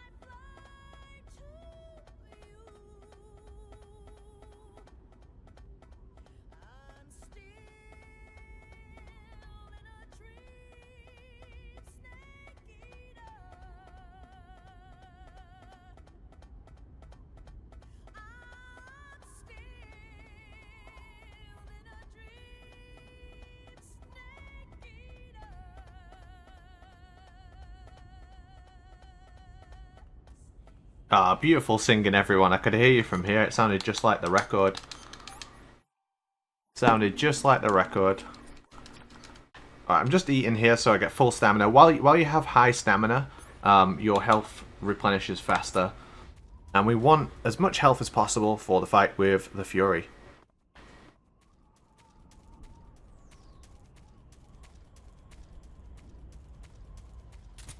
I've said this many times on stream, but it's a song that I have never got tired of. I love different songs in these games to different extents, but Snake Eater is easily one of my favourite. So whenever you see me equip a grenade like that, it's because it silences your footsteps.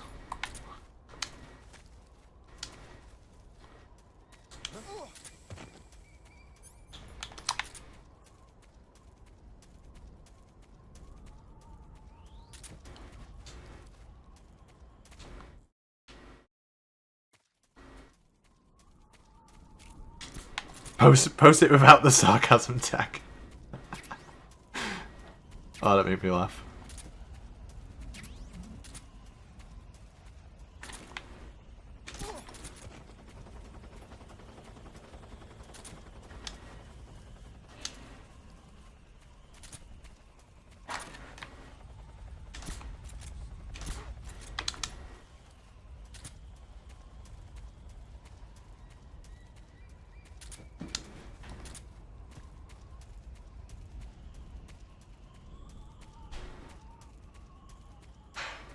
Oh, watch out for this guy.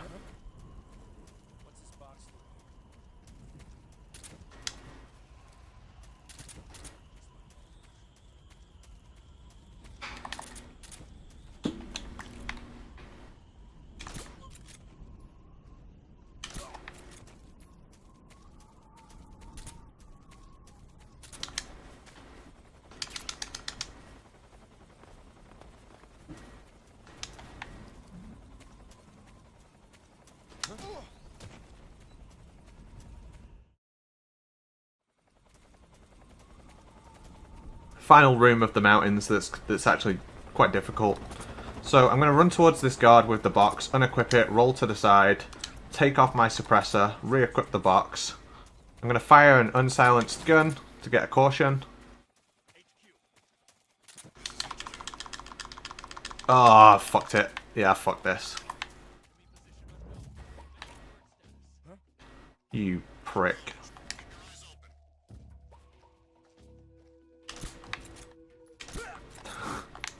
I think I still get seen. Where is he? This is definitely the strat, guys.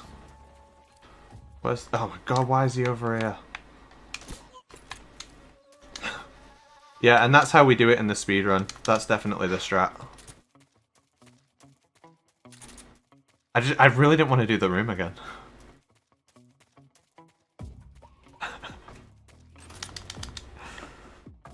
It's totally fine. So yeah, generally whenever you get caught, right? So sorry, not when you get caught. Whenever things go like become a mess, the first thing you should do in this game is go fully prone because it raises your camo index like so much.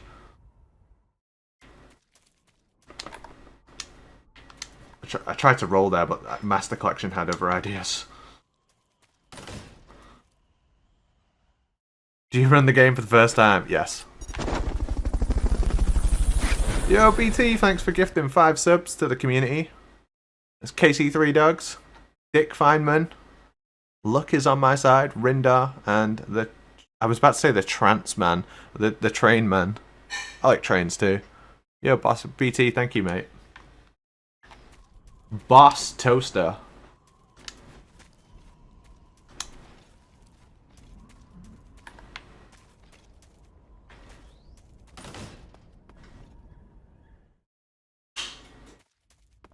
Alright, I'm going to equip the Mosin Nagant for... It's the best boss in the game.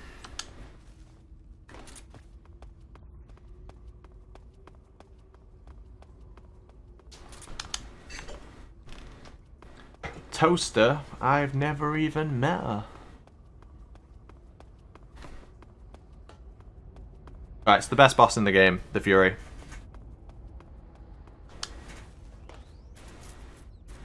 Is the only boss in the game, really, that has, like, significant RNG? I hope I've got the headset on the right way around. Yeah, I do. Bonus. No, don't leave me. I want to shoot you with the Mosin Nagant.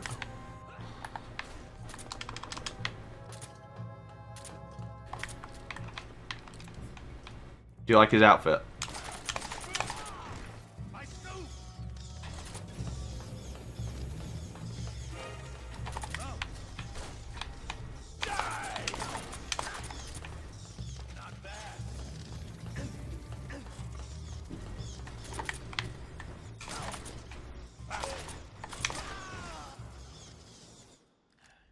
Okay, good fight.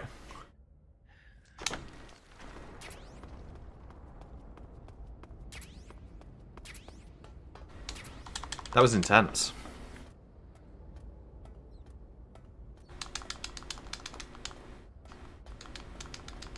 I'm glad Malinky Fox wasn't in the chat saying, kill him with just rolls.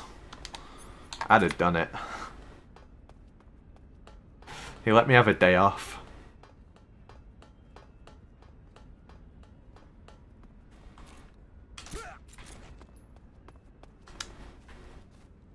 Yeah, bat spike through the box.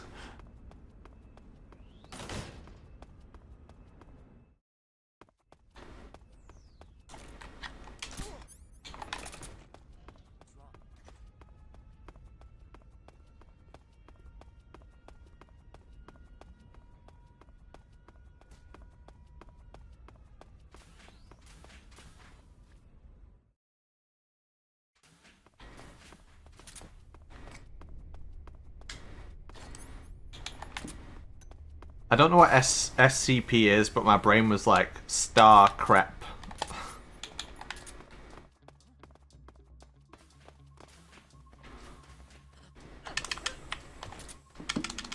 Alright, you're coming with me, Rykov. We need that uniform. Yeah, it's because the box is the best thing in the game. Best item ever made.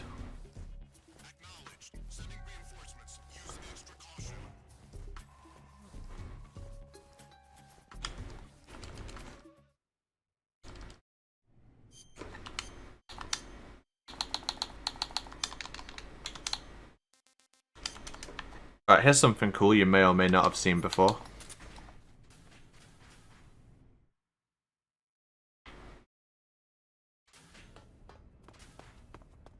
I'm going to go against this wall and equip the scope, look at a 45-degree angle and equip the box. And for some reason, that gives us super speed. It's like one of the only glitches in this whole game as well, and it can only be used on walls that are broken in half, like with the window. So you can't do this everywhere. I wish you could. I wish the whole speedrun was just doing that everywhere. On every wall.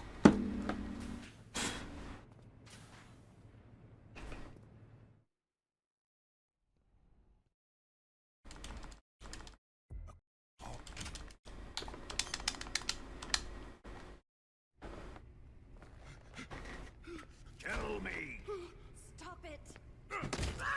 who have you been talking to? He doesn't know what you're talking about. You'd better start talking. Please, stop this! Who is Khrushchev's lapdog? How can you do this to him? I know you gave the data to someone. Never do You!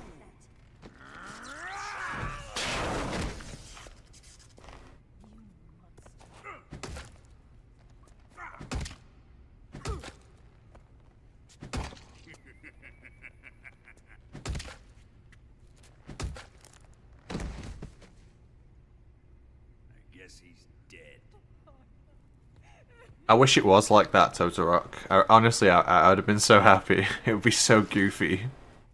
It would kind of ruin the speedrun, but it'd be funny.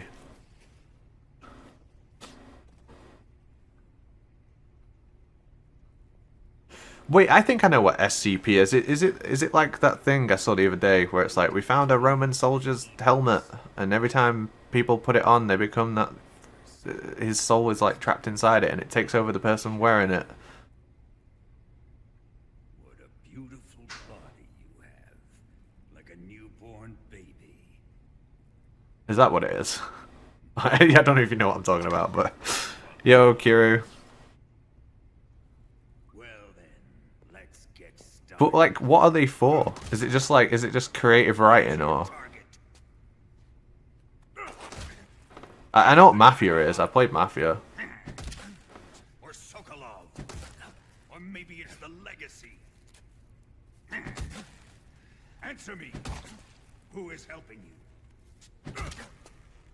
Who let you in here? You're a tough one. That's cool. I can get behind that.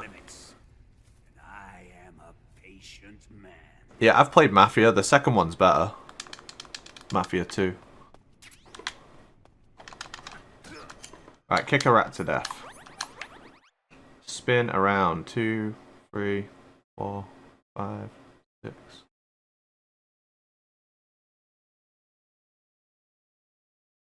I know. BC, I was joking. I played the parlor game.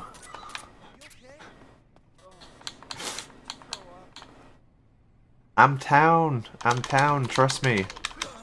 I'm not lying. I'm definitely town.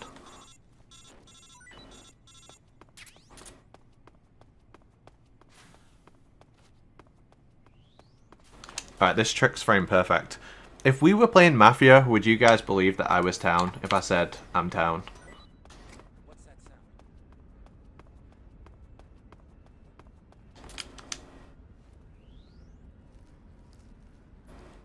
I feel like if we played Mafia, I'm dying early.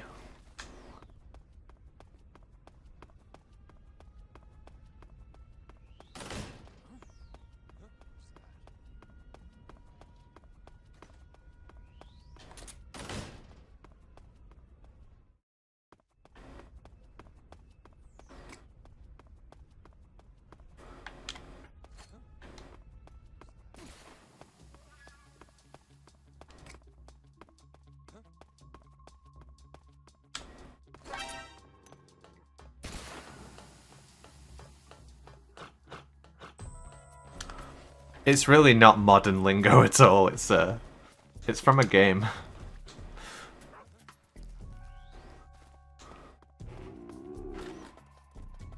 Some one-eyed guy, KO Santa, steals one gift.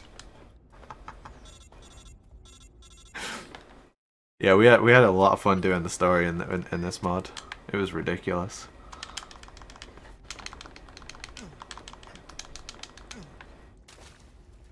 Let's get the candy cane on actually. Oh, you can't see it that well.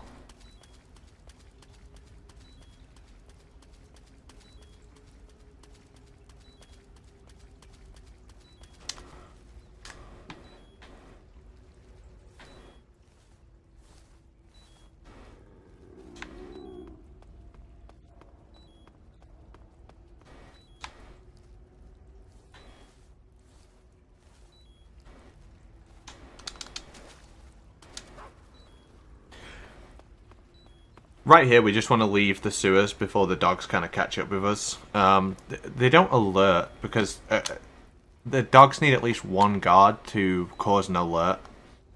So you can't game over from them here unless they kill you. And it's pretty straightforward to stay ahead of them.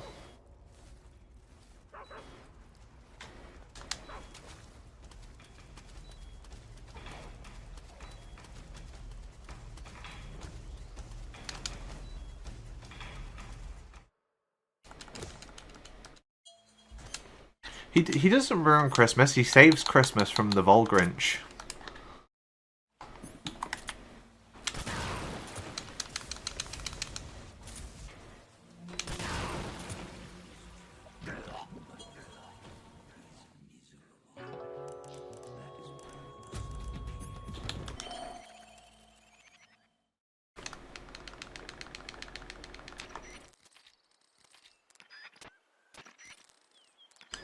Oh, I'm just going to show this real quick. So, Sigint has a hat on already.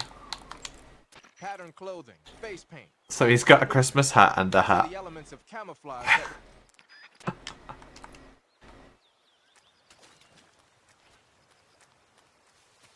He's double hatted up.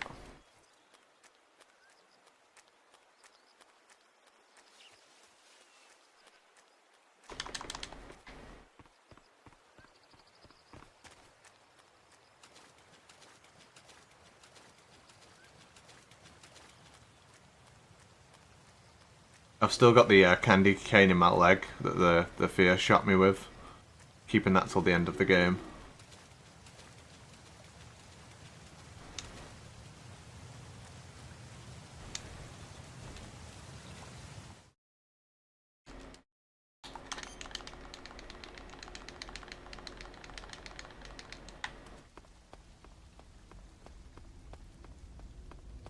Right, we're nearly at the Volgrinch. I'm so excited to show you that.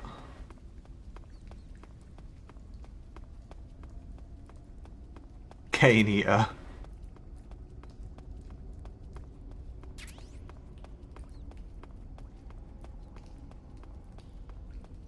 If you've never seen the Volgrinch before, it's going to be an experience. I'll let a little bit of the cutscene play, you know, after, between phase 1 and 2 during his fight.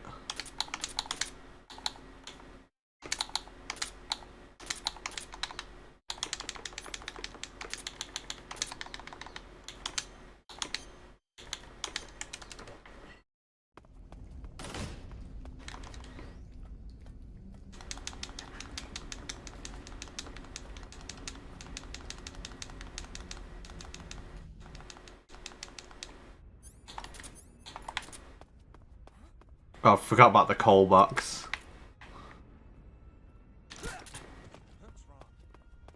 The Santas are absolutely fooled. They have no clue what's going on right now.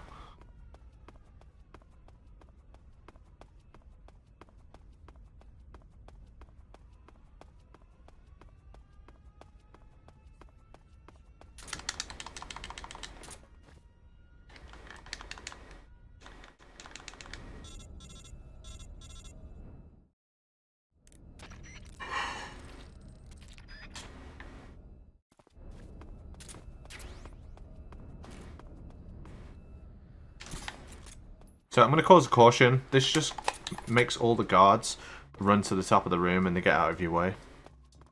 The foldable wooden box, yeah. That's just because of the magic of Christmas.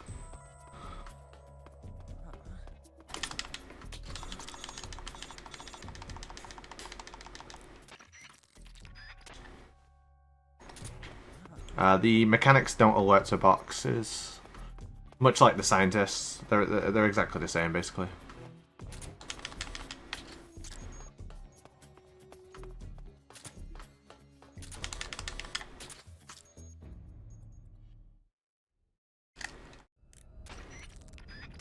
Right, here we go. It's time for the fucking Volgrinch, fight 1.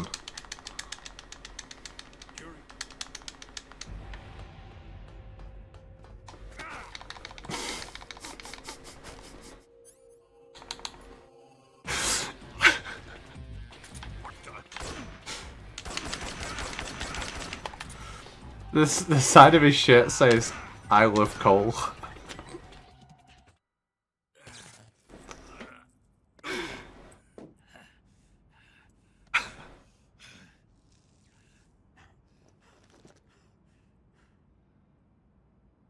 Shoot him! It's absolutely well cursed. Is it really?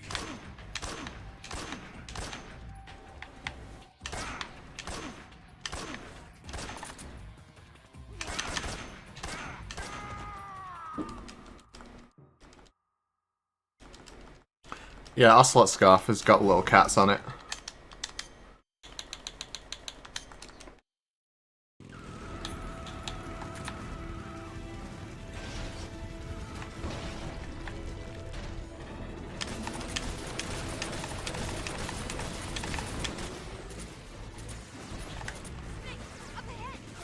There they are!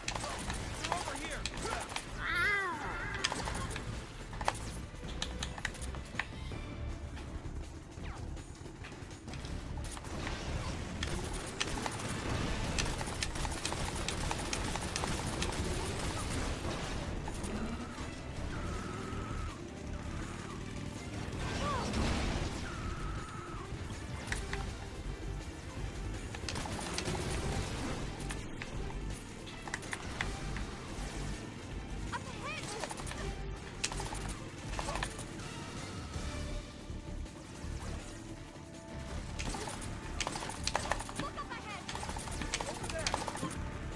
Have you ever seen Snake no scope Santas? First time for everything. Oh, the game just crashed, maybe.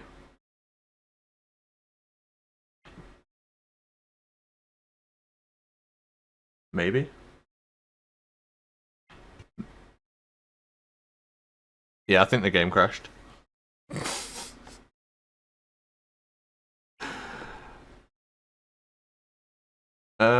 Yeah. I mean, I was worried that we might get a bit behind, but I guess not.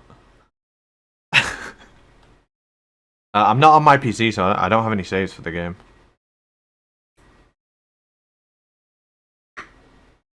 I don't think we can run it back. Let me check the schedule.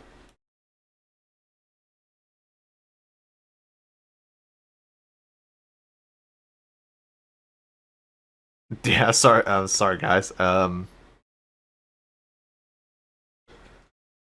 I don't have any saves.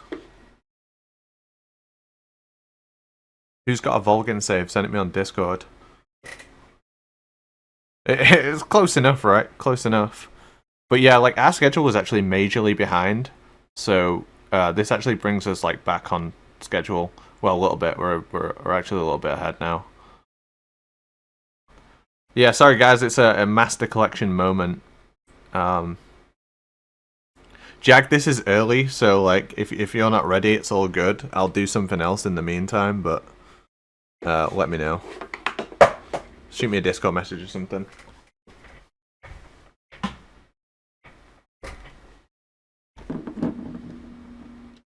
Yeah, if you've got one, Totorock, just DM me, and I'll throw it in.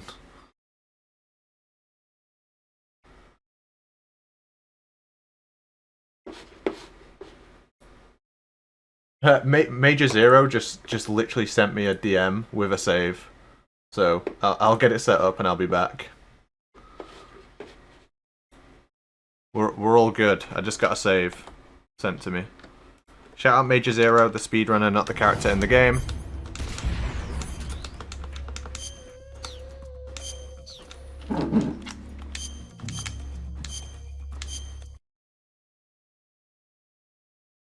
I've just got to unpack it and put it in, so give me a minute.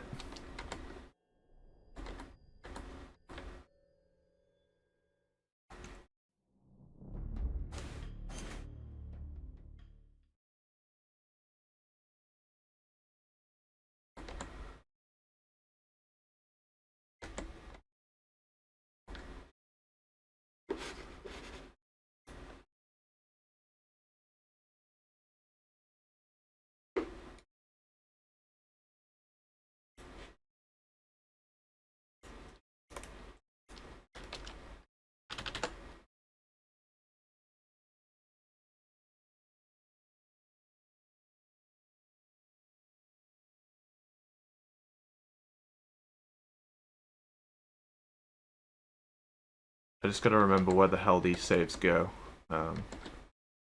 Browse local files, maybe?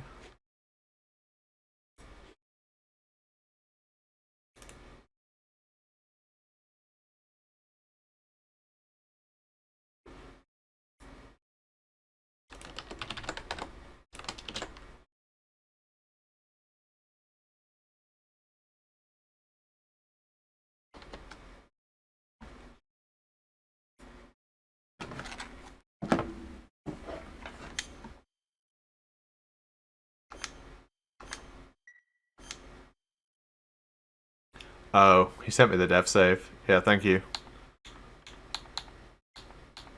I don't think I've ever used this before.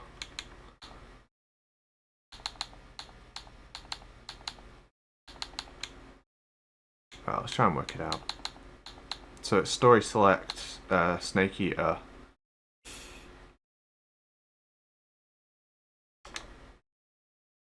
Scroll down to Vulcan Fight.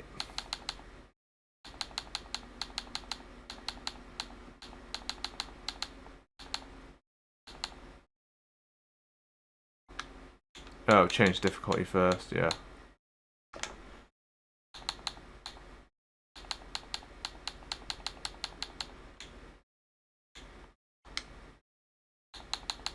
Level, European Extreme.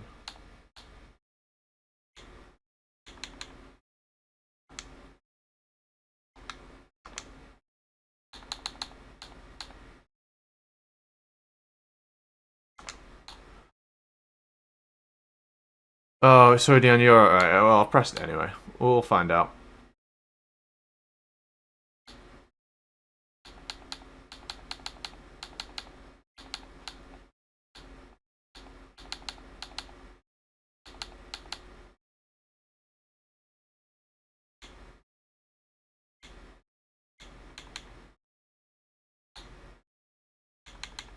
It's gotta be around here, right? If it's versus Sorrow.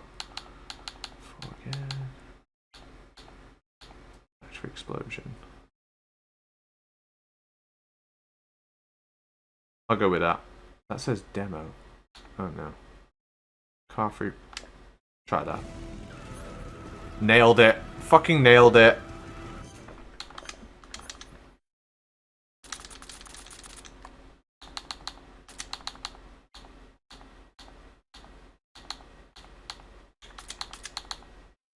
Major, thank you so much, mate.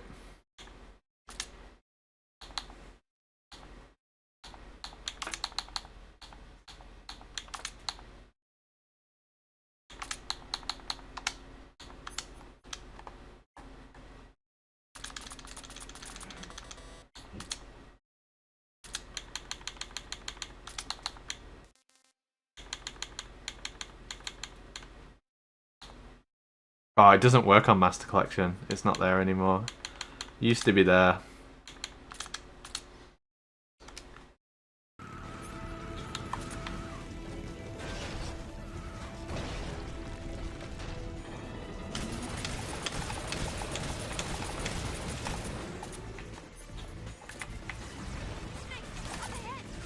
There they are! They're over here!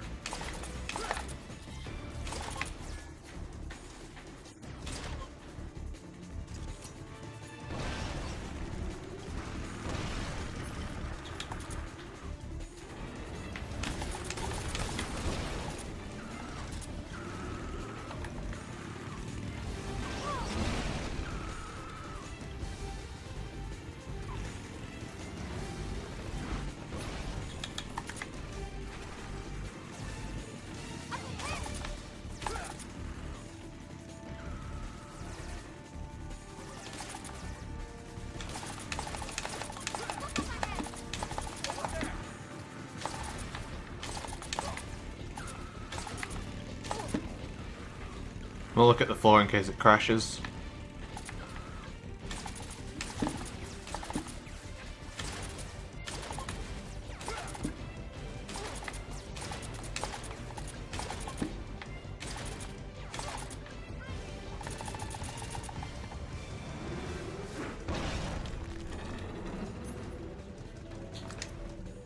Nice. Got 99 suppressors.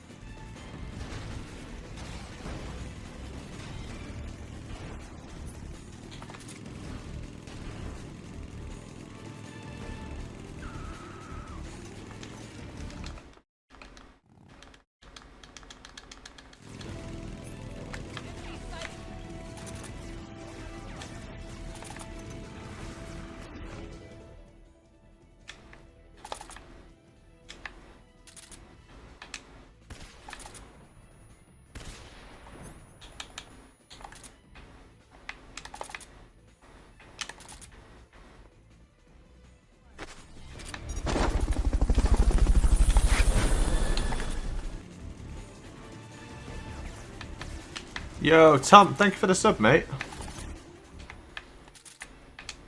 And the 8 months, appreciate it, buddy.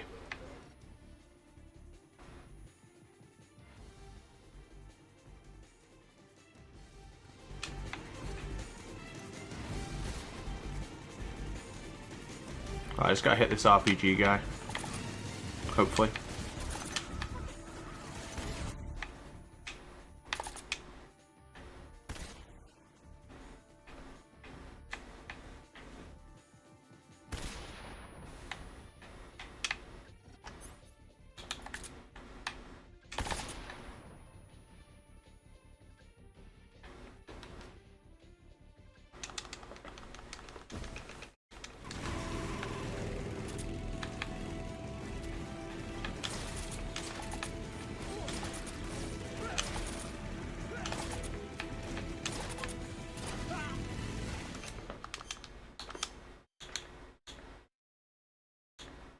We have like all the camos. Cool.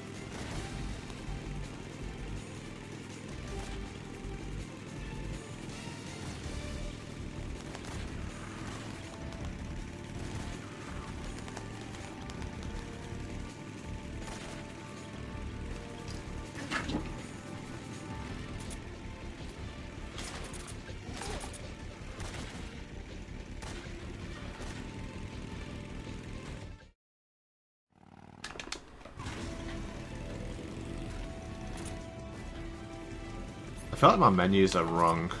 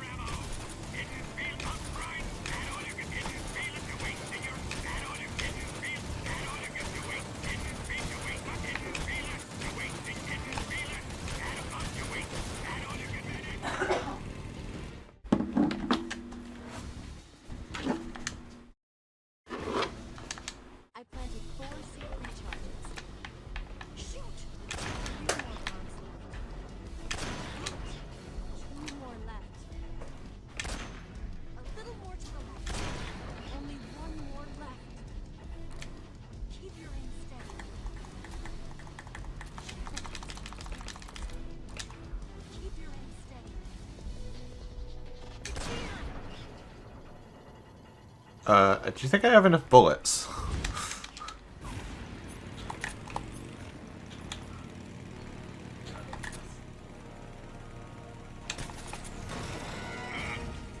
Oh, damn it. I tried to get the loot, but it kind of failed.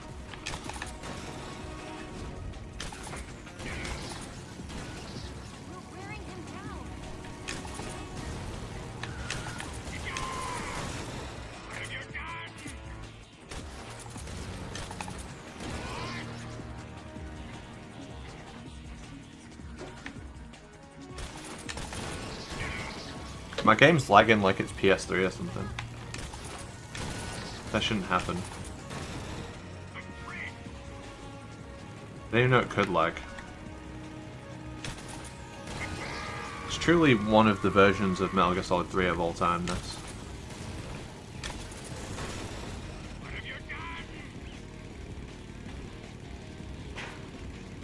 Fortunately, I know the lag reduction strats. I was forged in the fire of PlayStation 3.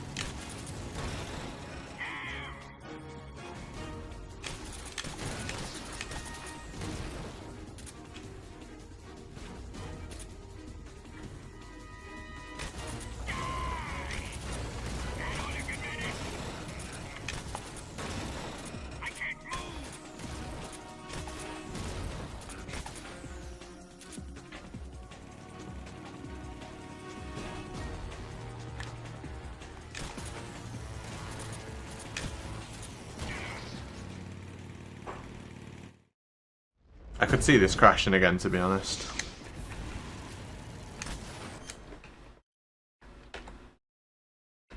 Just give me a sec. This is like... It's running crazy at the moment.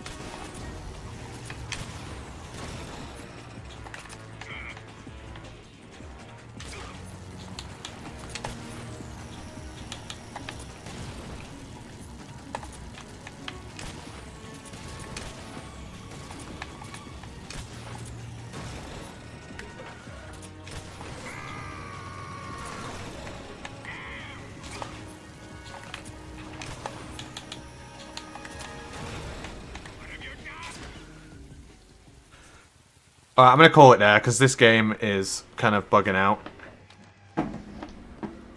We did it. We saved Christmas. We killed the Volgrinch. I'm going to shoot Jag a message.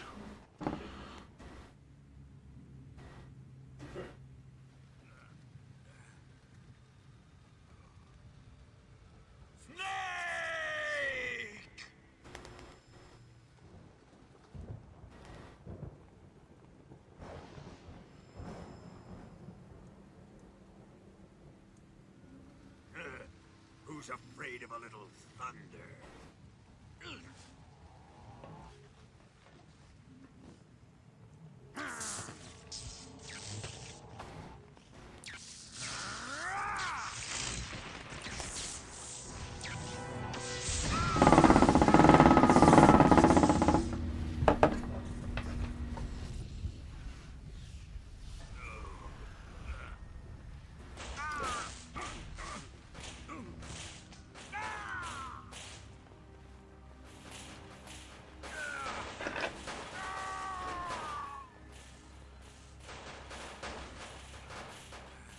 And he was never seen again until next Christmas. Alright, sorry. My game was kind of running at like 20 FPS or something, and I wasn't sure what I could do about it. But we'll be back really soon with MGS4. We've had some, what? Cursed MGS1? Cursed Solidus? Cursed MGS3 in general? But I've got high hopes for Metal Gear Solid 4, which is up next.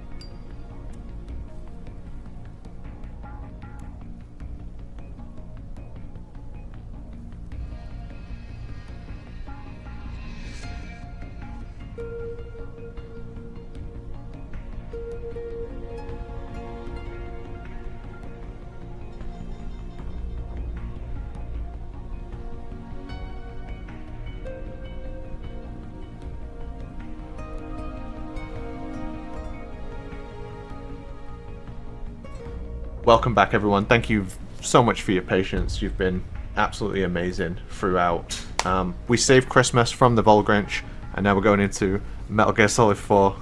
It's our good friend Jaguar King who's back. He runs every game. What can I say? He runs every game. Hello, everyone. Hi, I'm back. And we're gonna do Metal Gear Solid 4, Guns of the Patriots. And just like we did with Metal Gear 1 and 2, hopefully we're gonna be able to get Big Boss Emblem here, but I don't know. I mean, I'm gonna try my best though. So, without further ado, let's get started. I'm gonna explain on the way though. So, you see me, I'm gonna load a save file here. It has been agreed and by the community to load a save file which puts you right at the action immediately instead of having to wait for 2.5 minutes watching TV shows and whatnot that you cannot skip. So, you can actually, it has been allowed to have a save file which will put you at the beginning of the area. Also, it's called Middle East Ground Zero. Question mark. Anyway, let's get started. So, I'm gonna load the save file. We're gonna play on Neo Game. This is not Neo Game Plus, this is Neo Game. So, we're gonna explain this during the playthrough. Let's go! So, Metal Gear Solid 4 is a great Metal Gear Solid game that was developed by the hideous genius Hideo Kojima. We're playing on Neo Game. Regular Neo Game, not Neo Game Plus. Goal here is to achieve Big Boss Emblem, but I'm not gonna hold my breath on it. Remember back with Metal Gear 1 when I said that Metal Gear 1 Big Boss Speedrun is the second hardest Metal Gear game for me? Well, guess what is the hardest, the #1 game that is the hardest Metal Gear game to speedrun? It is this one. Speedrunning Big Boss Emblem here, especially on Neo Game, is insanity in itself. The requirements: beat the game in less than 5 hours, with 0 continues, 0 alerts, 0 kills, and 0 ration use. 4 zeros. Yes. The issue is not the requirements. The issue is the brutal RNG this game has, especially in Act 1 and 2 and Act 4. There are instances where, due to the guard behavior and this whole mechanics of hot areas where there's like a clash and a fight between PMCs and rebels, things are random and could go wrong any seconds. Sometimes it goes wrong very early, sometimes it doesn't. This is Red Zone. This area is a little bit scary. First, I'm gonna kick this bucket to produce some noise. I'm gonna pick up the ration. Gonna wait a little bit. Then we're gonna keep on moving. So, coming up is an area. I might get spotted by an enemy here, and there's nothing I could do about it. If I end up getting spotted, I'm gonna have to reset. I have no choice. It's gonna be tougher to break through. Alright, we're good. It might be best to avoid that So we're gonna keep on moving to the next area. Duh. So, Red Zone is a scary area. There's a lot of things that are going on, and we need to move as fast as possible, and hopefully the RNG will be merciful with us. Otherwise, we're gonna take a big L in the butt. So this is the second area. I'm gonna do a specific movements here. Roll, activate auto-aim, aim at this guard, shoot, hide behind these boxes, wait for this guy to come in behind it, CQC him, and then we're gonna continue forward. And then we're gonna head to the area where we meet Otacon in his Metal Gear Mark II. I'm gonna approach this dude slowly, zap him with the sand knife, and then we're gonna meet Otacon. And he's gonna give us some goodies. So, Act 1 on the speedrun for Big Boss Emblem is actually the hardest act. There's so many things that are going on here, and hopefully we're gonna get some luck, because everything and almost anything that could ruin your Big Boss Emblem. If Big Boss Emblem dies, there's nothing I can do about it. We're gonna keep on moving, but I hope you can at the very least get the Big Boss Emblem for Act 1 and 2. That's because there's a specific weapon that I want to get, and I'm going to explain that weapon later. Switch the solid eye to night vision mode. So, we are inside the rebel house, or safe house. I'm going to shoot a bullet here to distract some enemies. I'm going to approach this dude I'm gonna give him a ration. And I need to make sure that the others are watching me doing a good deeds to these dudes. This will allow them to be friendly, and I will not get an alerts. I owe you one. So, coming up is going to be another one of these rebels. This time, I'm going to roll into him, knocking him over, and then I'm going to run immediately fast. I'm going to shoot these two dudes, and continue forward. I'm going to roll into this guy, knocking him over, and then immediately go inside, opening this locker, and pick up the disguise. And then changing it, and by equipping it, this will make all the rebels in the Act 1, friendly. As long as you do not attack them, or shoot them, or do anything that could be harmful to them, they will always be friendly, and you will not have to worry about them or getting any alert for them. And yes, you can get alerts from rebels and militia, and that is something that we do not want. So we're going to keep on the disguise until the end of the act. And now we're going to meet Drippin. This is Drippin. Drippin is the merchant of Metal Gear Solid 4. If you remember the merchant from Resident Evil 4, welcome, stranger. Well, this is the merchant. He can launder weapons. He can give you a weapon. You can purchase weapons from him. Before I started this run, I did a little bit trick on my PlayStation 3. I have adjusted the clock on my PlayStation 3 to either Sundays and Wednesdays. And the reason for that is, if you play the game during either Sunday and Wednesday, you will get 20% discount from Drippin. And this is going to be helpful to purchase a really powerful weapon at the beginning of Act 3, if I was able to get Big Boss Emblem in Act 1 and 2.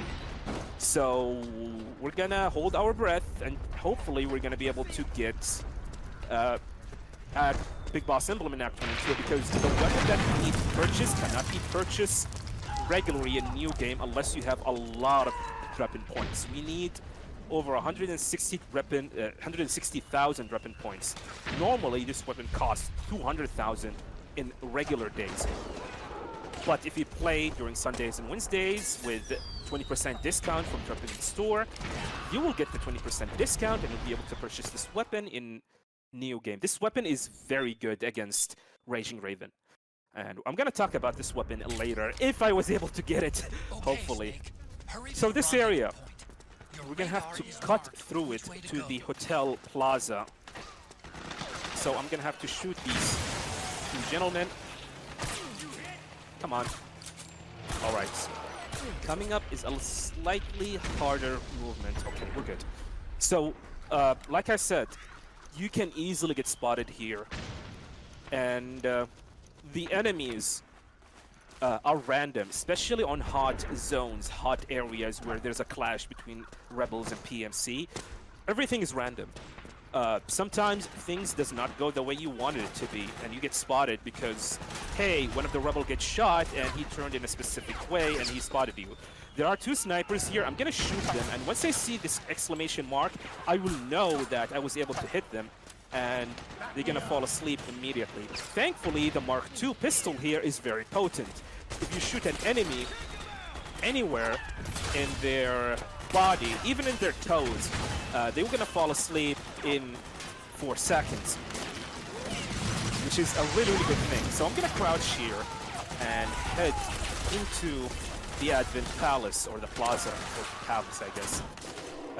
We're gonna continue forward with this run. So our objective here, I mean, I know you guys know what we are doing here. We're here to meet Rat Patrol 01, aka Patriots, aka Meryl and her ugly troops. So, yeah, that's it. That's we all. Obviously, Johnny Akiba, aka Akiba, has rigged this place with gas mine, and we picked up sleep gas Stetchel early on, and we're gonna use this for the frog unit. So, coming up, we're gonna do our first menu here. We're gonna equip the sleep gas Stetchels, and we're gonna equip the barrel, aka the drum can, aka Old Snake New Love. Not the cardboard box anymore. He loves the barrel even more. So, this is Meryl. Nanomachines. The nanomachines.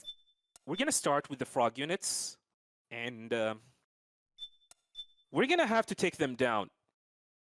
The scariest part about the frog units encounter is that things could become random, and things could go out of hand if things does not work the way that I wanted it to be. So hopefully things is gonna be fine.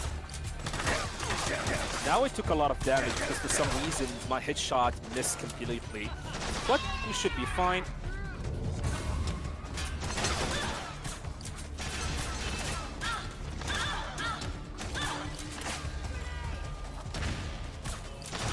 Oh my god, okay, we have wasted a lot of ammo, but we should be fine. So I need to make sure that I pick up their weapons because we need to sell them to Reppin for Reppin points.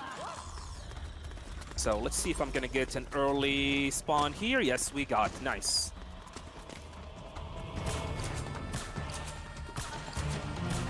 Now I'm gonna wait for Akiba and hopefully he's gonna give me sleep gas. Satchel, nice. Good job, Akiba. Now I'm gonna wait. I need to listen this carefully. There we go. I need to wait for the frog unit on the roof to spawn so I can detonate the sleep gas satchel. Hi, Meryl. And I'm gonna plant a more sleep gas satchel on these specific spots. And now, I'm gonna equip the drum can, and then we're gonna start rolling. Okay, that was an unfortunate timing by taking down, by removing the drum can, but we should be fine. We have lost a little bit of stamina. We should be fine. So I'm gonna wait for Meryl to say the word contact. Then I'm gonna detonate the 2 sleep gas satchel that I got from Akiba. Shoot these frog units, and then we're done with this area. I'm gonna pick up their weapons. Remember what I said. We need to pick up weapons so we can sell them to Reppin so we can purchase the M82 50 caliber sniper rifle by Act 3. So we need to pick up any weapons that gave us a lot of Reppin points. And we're gonna head to the 2nd floor and we're gonna plant a more sleep gas satchels. I'm gonna pick up the stun grenade here. I'm gonna plant one at this rubble right here and right here.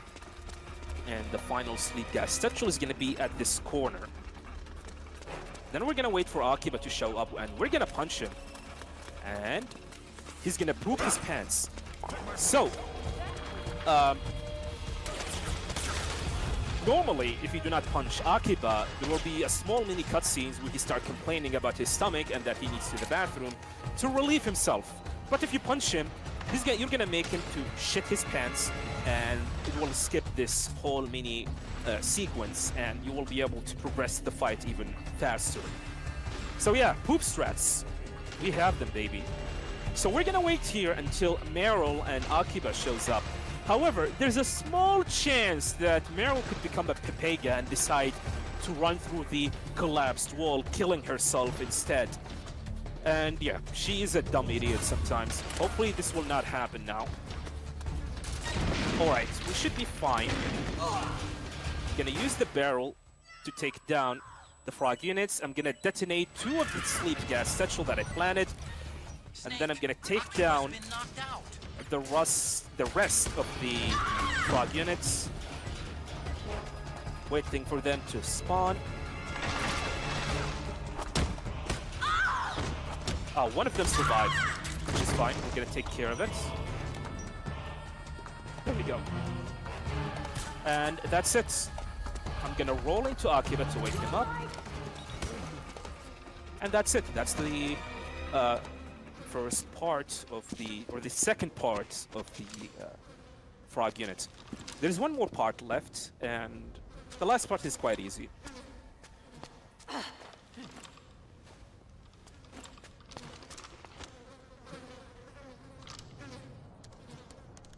Yeah, remember what I said. Metal Gear Solid 4, unfortunately, is a random piece of shit.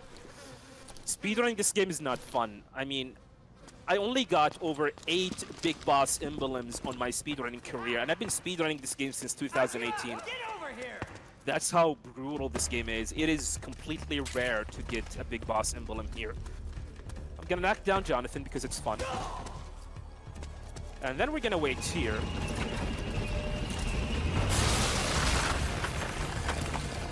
And then I will detonate the sleep gas tetchel. Then we're gonna shoot the frog units. One of the shots missed. There we go. And that's the frog units. That was actually a clean frog unit, with the exception of what happened at the end and the second frog units rush here. Yep, that is correct. Metal Gear Solid 4 speedrunning is brutal, but it is very rewarding. Especially Act 1 and 2. Act 1 and 2 are I think it's the hardest acts in the game. But once you beat both of them, the rest of the game is, I'm not gonna say a cruise. There's still some hard parts and some random part, but it is definitely way less harder than the other part. So here I'm gonna unlock both the smoke grenade and the stun grenade. And now, coming up is the hardest part in the game, in my opinion, which is Crescent Meridian. If my Big Boss emblem run is gonna die, it's probably gonna be here. The reason why is, I need to throw smoke grenades at a specific spot. 3 smoke grenades at a specific spot, at a specific time. And hopefully I'm gonna get lucky to stun 4 of these PMCs and none of them is gonna escape. So, wish me luck, boys.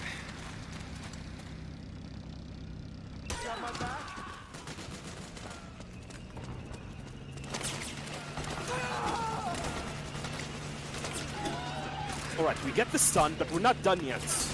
That's the first half.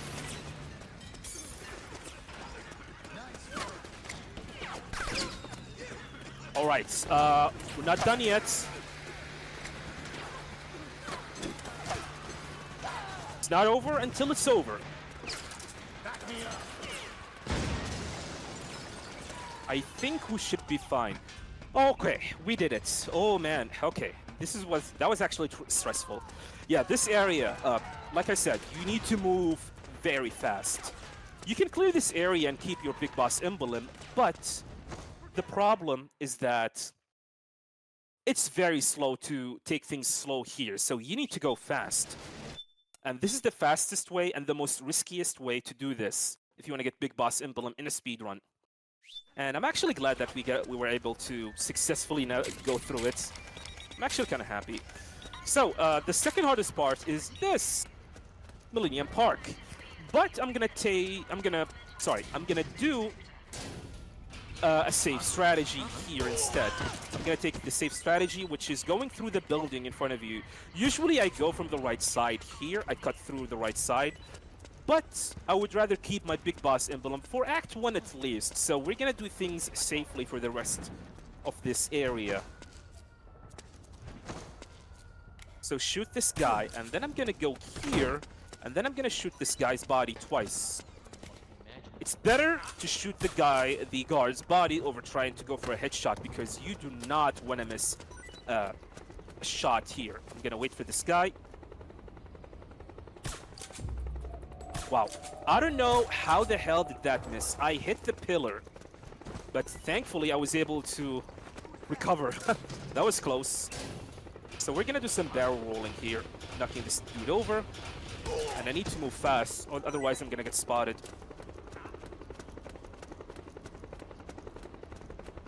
One last obstacle. Alright, we should be fine.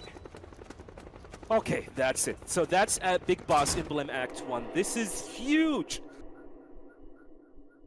Like I said, Act 1 is the hardest act. And let's see what the time is gonna be. 20. Usually I should be at 19, at low 19, but I'm happy that I was able to keep Big Boss Emblem at the very least. So we're done with Act 1, but we are not done. The ride is not done. Act 2 is still a threat. However, it's unlike Act 1. Fortunately, it's a little bit tame compared to Act 1, but there's still some random bullshit that could happen that could end your Big Boss Emblem. Hopefully, none of that is going to happen. The first area in Act 2 is a good example, which is Cove Valley.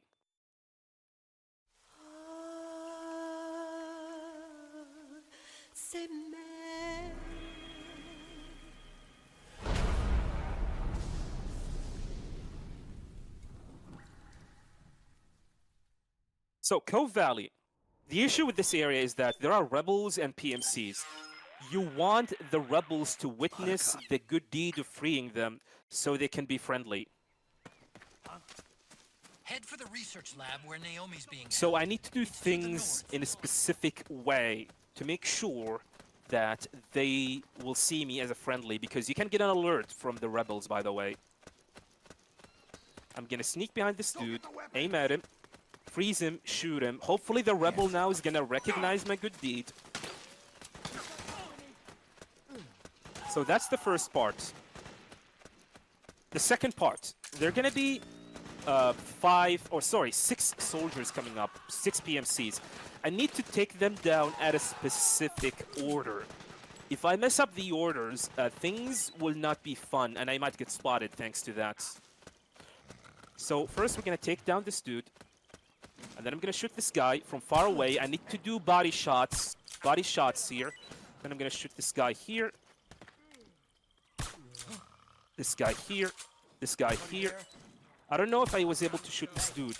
No, I did not. Oh god. We're under attack. HQ. This is HQ.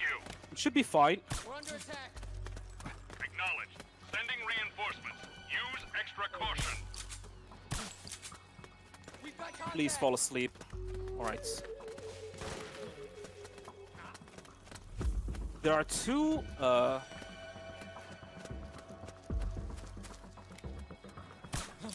okay, that was really scary, but we were... Oh no, come on, Snake, leave this dude alone. So yeah, that was actually a little bit scary. Unfortunately, I have to waste a lot of Mark II pistols, so I need to be careful here. Wow, yeah, this part is really scary. You do not want to miss shots. You want to shoot all 6 soldiers and not miss a shot. And if you miss a shot, things could become hairy, just like you witnessed. But thankfully, we lucked out, and we will be able to go through this area without getting spotted. But unfortunately, we are very low in Mark II pistols, so we need to be conservative here. What are you doing here? So here I need to stay on the absolute far right. Otherwise, I'm gonna get spotted. What? Who is that? Is someone there? What's going on? Okay, now we're gonna wait here. Shoot this guy, and then we're gonna continue.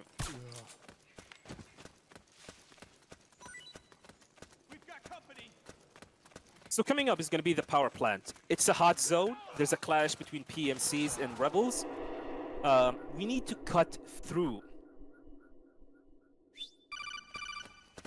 We need to cut through the PMC lines. And hopefully I'm going to be able to successfully do that. Otherwise, You again. we're in trouble. Okay, here we go. Those footsteps? We're gonna pick up a weapon here, which is just the G3 from this dude here. And then we're gonna approach and start shooting these PMC. Okay, things are not looking good.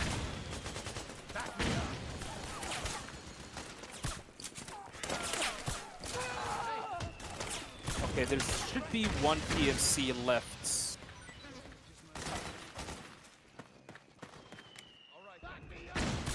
3 bullets. Come on, fall asleep. There we go. We should be fine. Unfortunately, we are dangerously low on ammo. Dangerously low on ammo. So, yeah. There should be ammo close by.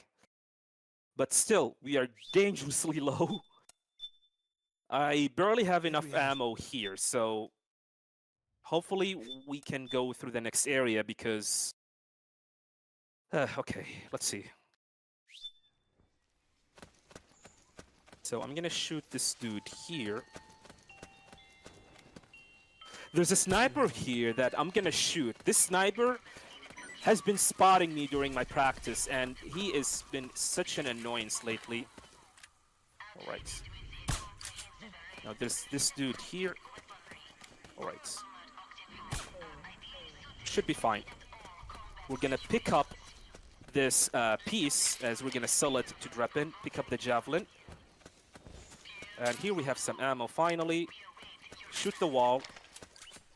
Freeze this guy, shoot him in the back, he's gonna fall asleep, and then we're gonna shoot this guy from far away. There we go, now we can breathe. We're not done yet. There's still 2 area left until we make it to the frog encounter on the Vista Mansion.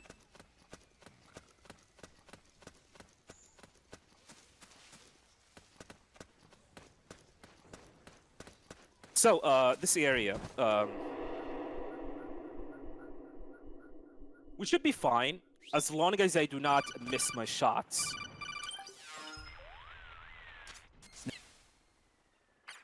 There's a tank coming up here, so I'm gonna roll, and then I'm gonna roll and crawl right here. Wait for the tank to go away, then roll.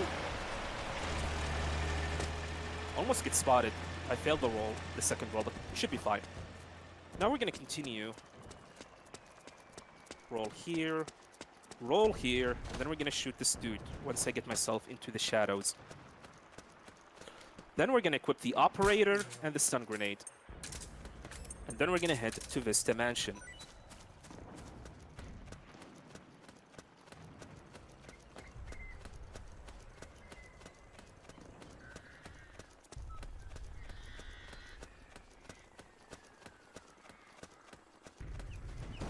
So, Vista Mansion, there's a specific PMC that I need to take down. If I do not take him down, run is over. I'm not joking. It's over. You need to take down that PMC. Because that PMC have a master key, and it's not a key, it's a weapon add-on. So, we're gonna take him down. Throw a stun grenade there. Alright, he fell asleep. So that PMC, you need to take him down. If you run away and you do not get the master key drop on, which is the weapon add-on for the shotgun add-on for your M4 custom assault rifle, your run is dead. I'm not joking. It's dead. You need the M4 custom if you want to continue the run. So we're gonna wait here for a little bit.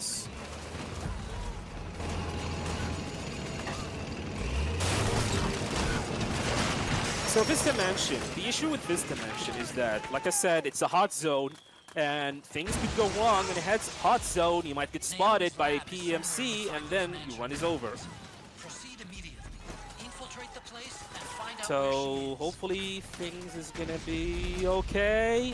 Usually I get spotted here, but hopefully that's will not happen. All right, we're good. There are 2 PMCs here. I'm gonna throw a stun grenade,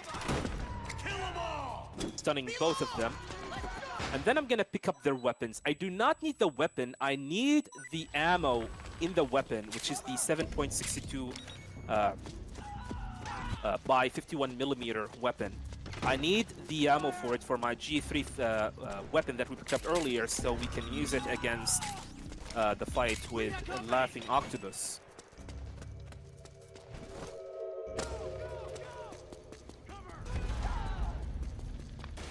So I'm gonna pick up the Claymore here. I'm gonna pick up more Mark II pistol. I'm gonna pick up the stun as well here, just for safety. And then we're gonna meet Naomi.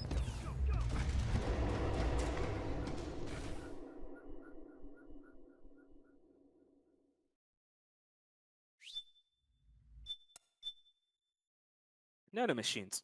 The nanomachine.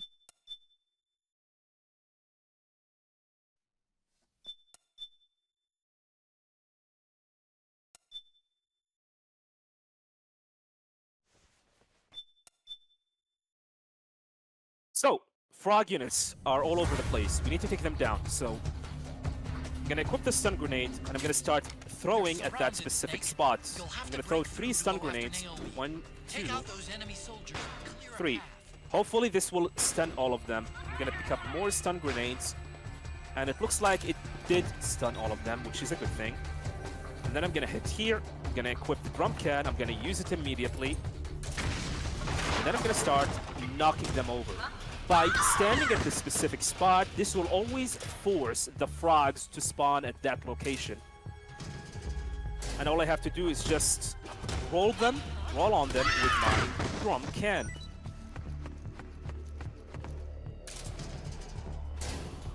So these are the last one. I'm gonna take them down, and that's all of them. Now, I'm gonna custom my M4. I'm gonna equip the master key, purchase some ammo for it, and then I'm gonna equip the G3-3 and then the javelin that we picked up earlier. I'm gonna purchase some ammo for it. And then we're gonna start the fight against Laughing Octopus. So Laughing Octopus is a random boss. However, it is not hard, but the issue with the fight is that it is random and you might lose a lot of time thanks to that. So the first things first, we're gonna equip the M4 and knock her over with a shotgun. Then I'm gonna hit right here and pick up the V-Ring. V-Ring is an ammo, is a slug ammo that deals stamina damage. I'm gonna shoot her Octoball, 4 of them, 3, 4, and I'm gonna let the 5 flash on me, and I'm gonna use it to kill the frog here. This will not count as a kill, thankfully. I'm gonna equip the G3. Oh, I'm the wrong way. She's here. So I'm gonna start shooting. I'm gonna make sure to not shoot all the way because I do not want to knock her over, so we can keep on shooting.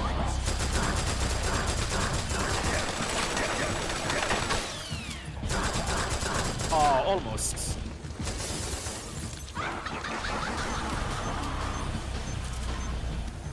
Now the randomness starts. Now we're gonna need to locate where she is gonna be. So she is here.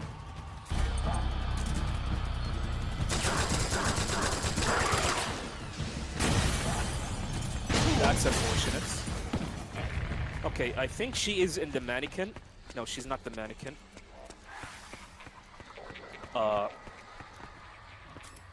Did she run away? Okay, she's here.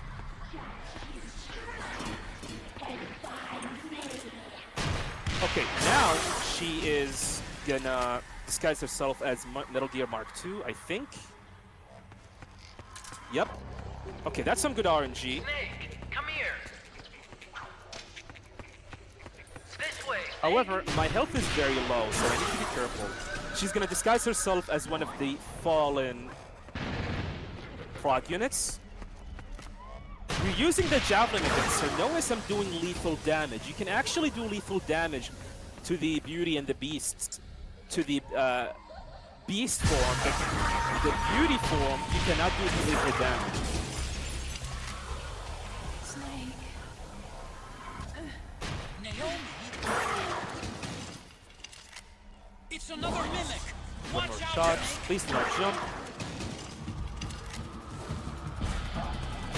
That is a good fight, actually. And then we're gonna equip the ammo for the V-Ring. So yeah, when you fight the Beauty and the Beasts here, you can deal lethal damage to the Beast form, and you have to deal non-lethal damage against the Beauty form. So that's why we picked up the V-Ring here. So a quick way to take her down, I'm gonna roll, lay, equip the V-Ring, wait for her to move, and then start dealing stamina damage to her.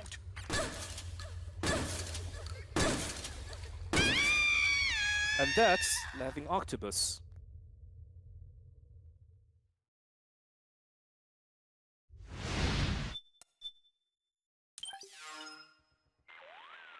Appreciate it, Mr. Pittinzella. Now we need to follow where they took Naomi. So, thankfully, you do not need to. The route that you need to take is not random. As long as you know it, you should be fine. Snake, follow So, Naomi's trail. And we're gonna find follow out her where trail. They took her. Watch out, though. You might run into a few holdups along the way. So this part is a cruise.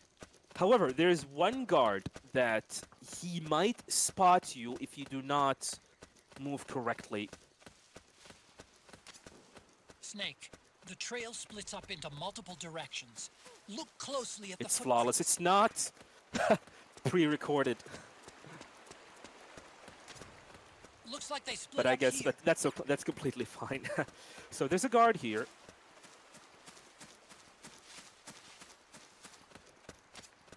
You think that could be Naomi's? Pants. He's here.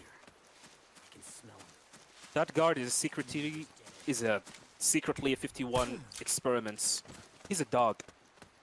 So here I'm picking up the master key here. Like you said, we need to gather as much money as possible so we can purchase the M8250 caliber sniper rifle, assuming that we do not lose Big Boss emblem here. Huh?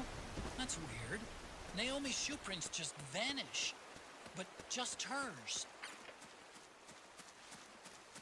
So, they're gonna be frog units. Shoutouts to Naomi's enemy voice. Anime scream. Out of nowhere. There will be one more frog here. Oh god. That was close. So, here's the guard that I was talking about. I need to shoot him and he can easily spot you if I mess up. Alright, we're good. Yeah, this guy have an eyes of an eagle. They must have gone separate ways. He can here. notice you from 10 miles away. By the way, rip box barrels is now our new love. Here's the last guard. We're gonna pick up his master key as well, which give us 9,000 weapon points, which is technically it's not 9,000, it's 900. Due to war economy and how you deal, whether you help the rebels or not, it's a complicated thing that you do not have to worry about when you speed on the game. Now.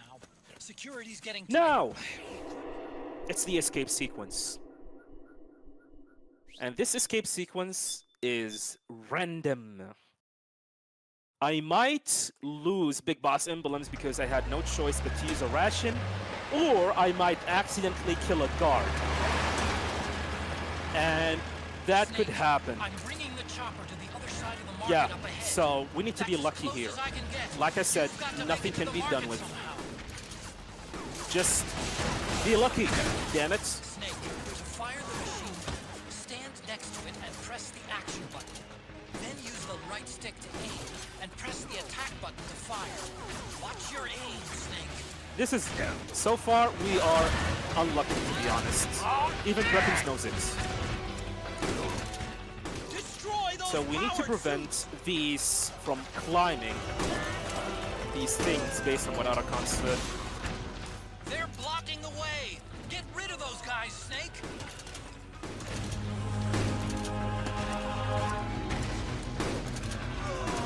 Don't bother using Out of normal way, guns. out of way, out of You'll our way. have to get up close and personal to deal with them.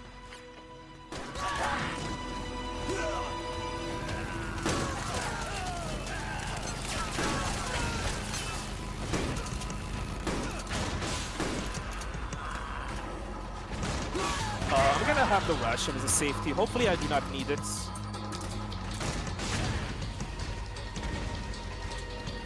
Oh my god. That's a lot of damage and oh my god, okay, things are not looking good. Things are not looking good. We might die. Or I might have to use a ration. Hopefully that will not happen. Like I said, this is a random part. You either get lucky or you do not. And Snake is not manning the gun, which means I might get shot by a gecko. So this is why I have the ration as a backup. Snake, do something! Alright, wish me luck, boys, because this is a hectic part.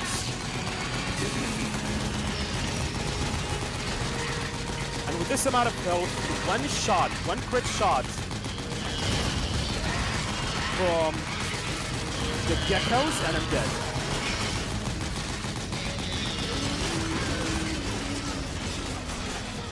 Those gecko will try to ram you. Don't let them get too close.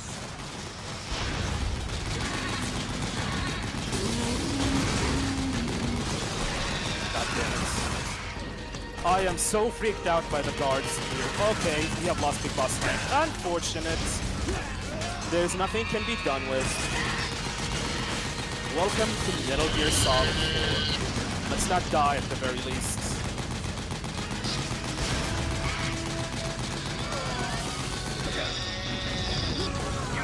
Man, it's... Oh my god, I'm gonna die. There we go. Yeah, that's the issue with speedrunning Metal Gear Solid 4. Something like this happens and it's over. I get shot by a crit by one of these geckos, and I use the ration, the backup ration, and we have lost Big Boss and Villain, unfortunately. This is why I consider Metal Gear Solid 4 the hardest game to speedrun Big Boss rank. But at the very least, let's hope we can finish the game without game overing. I think we should have enough to purchase the 50 caliber, which is actually the main point of this run. Hopefully. So this gate is organic. Yep, you heard me correctly. It is organic. It breathes. It is alive. If you stop shooting at it, it will regenerate itself. Spooky stuff. I guess it was made from nanomachines particles, or I don't know. Who the fuck knows?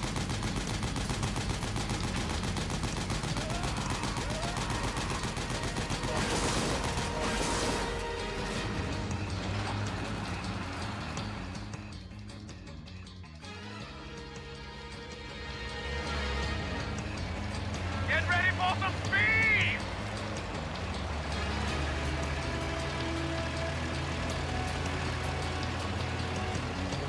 So the issue with this parts is that your stress level will elevate, which will make the next part of this act slightly harder, as you might end up getting back pain from rolling. Don't let them get too close.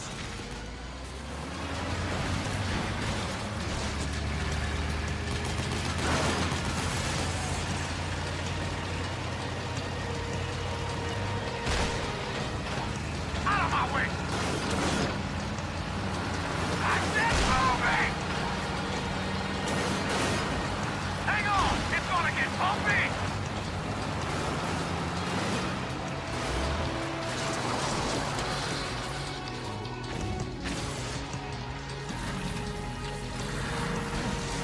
Up front! Here they come! Alright, we're at the final push.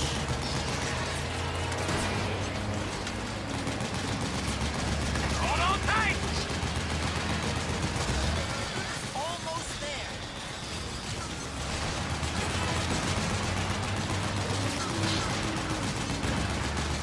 You can do it. Don't fall off! Alright, we made it. So, the marketplace. We need to pick up the chat grenade here. It's mandatory for the run, as we need the chaff grenade later on, especially in Act 4.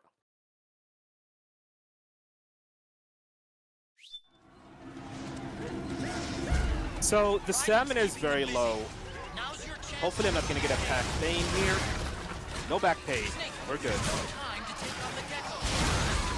Get out of there, quick.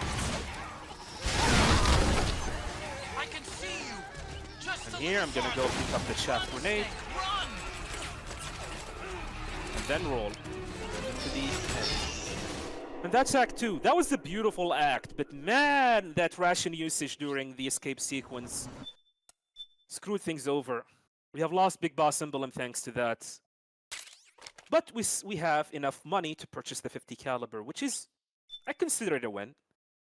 I consider it as a win to myself.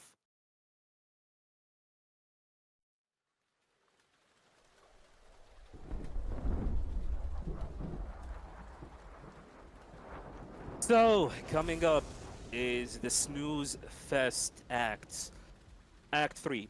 If you're gonna ask me, hey Jack, what is the most hated part in any Metal Gear game in the entire series? I'm gonna tell you Act 3. This act is probably the worst thing that ever come from Kojima. I hate this act so much. I hate it. I hate it. It's from this act in itself where the game takes a deep dive and crash into a fucking mountain. I mean, I understand the point of trying to locate a Big Mama, but why in the fuck do I have to follow this dude for over 20 minutes with nothing interesting going on? So we're gonna do some menuing here. We're gonna go to Drip and Shop. We're gonna purchase the 50 caliber, and then we're gonna unlock the the XM25. And then we're gonna go to the camouflage. We're gonna equip the Laughing Beauty face camouflage. This will make the PMC a little bit confused, and they will not attack you and get alerted by your presence as long as you do not attack them. So yeah, this act.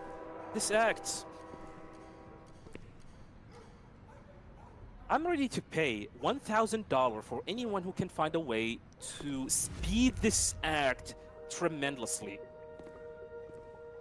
So if you are that person, please tell me. This act sucks. I'm gonna shoot next to the resistance member. This will make him run. Hopefully he's gonna go to the right side. Get on it, Snake. I want him to go to the right. Come on, lad. Go to the right, please. Good lad. Alright. That's some good RNG. Sometimes he's gonna go forward and you will lose 40 seconds. Sometimes he doesn't. By doing so, you will save 40 seconds. So now we're gonna position ourselves. Wait for him to show up. So yeah, this act, I mean, I really do not know what's the point of having this act. I understand the idea behind it, but like I said, why do I have to do this for 20 minutes following this dude? Shooting these two gentlemen. And the crazy thing, and the crazy part about it, this act was supposed to be longer. In a data mine, they have discovered some audio files for Otacon talking about navigating the sewers with Big Mama. Apparently, you're supposed to navigate the sewers with Big Mama.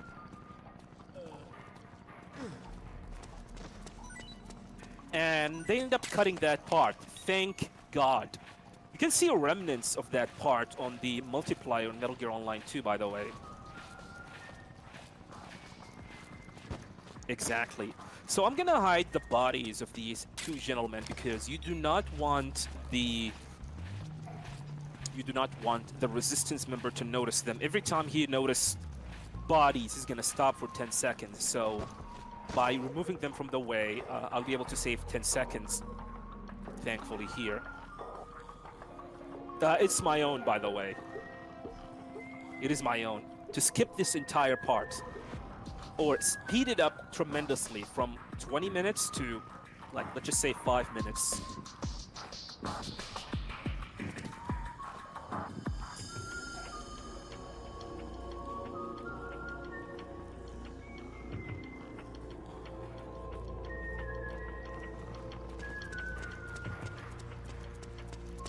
Dude, I have dreamed about this whistle.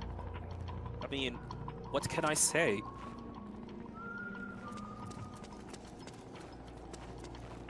like I said, I mean, yeah, I understand that you need to follow this dude, but they need to be a little bit more creative than this.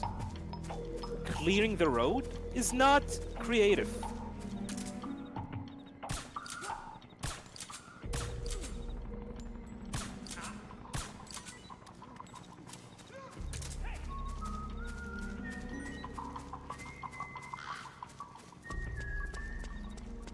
I mean, it was cool for the first time you play the game, but for the 100,000th time, it's not. It's not. I mean, what they should have done is like, hey, for the first time, you're gonna have to do this the regular way, follow this dude. But here's the thing, in your second playthrough, or third, or 10th playthrough, you discovered a way to make this slightly faster. To make this following the resistance member slightly faster. That's what I call design genius. I'm gonna remove them a little bit far. Like, they should have done something like this. Like, when you beat the game, suddenly there's this weird elevator, or you can get the face camouflage for the resistance member himself and act as a resistance member. Like something that is quite hidden, that first-timers, the first people who play the game for the first time might not know it. Yeah, something like this. But I guess we're stuck with this crap. So yeah, it's really important to not let the resistance member, otherwise he's gonna be fascinated by your beautiful face.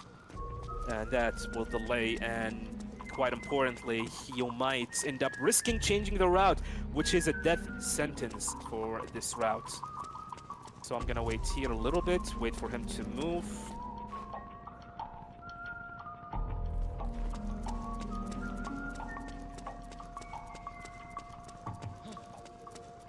Shoot this guy.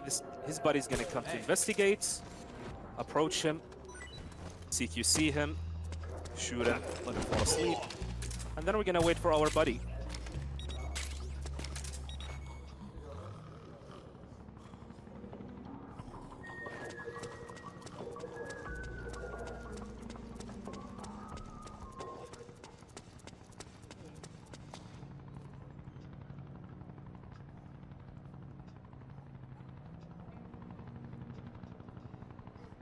And now we're gonna have to wait.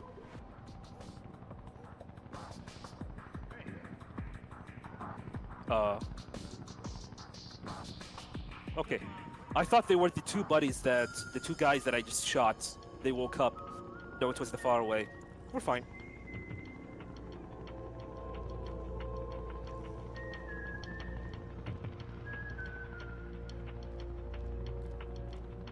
I mean, a lot of people has been saying, hey, we need Metal Gear Solid 4 ported. We need it on modern hardware.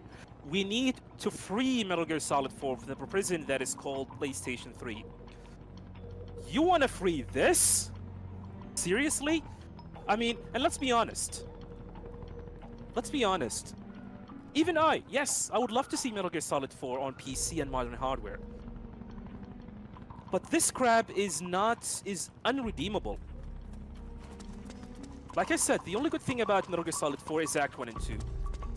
Act 3 is where the game takes a fucking deep dive down. I don't know how.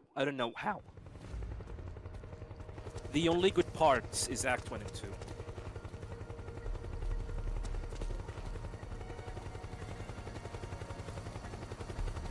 It is not a great game. It's unlike Metal Gear Solid 1, 2, or 3, where the games are good. Metal Gear Solid 4 is not that great of a game, to be honest. And I don't think Konami is willing to do some drastic changes at all. Find something nearby to hide behind. Stay So, out of the light. I guess just port this game and let it disappear into oblivion.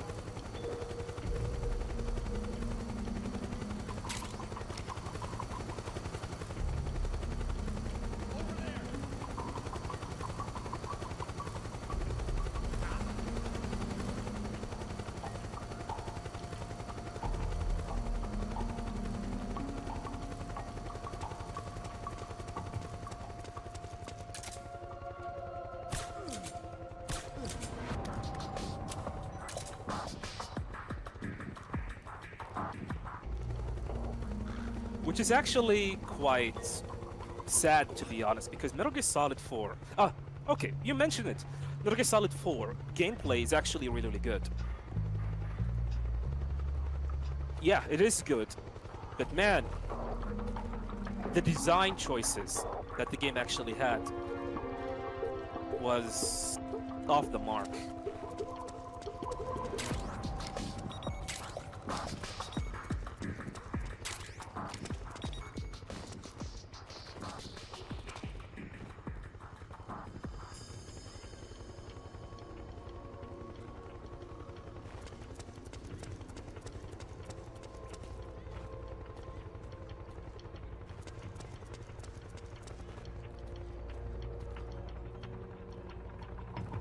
Even Act 4 is not that great. It's a nostalgia trip that is done poorly, in my opinion.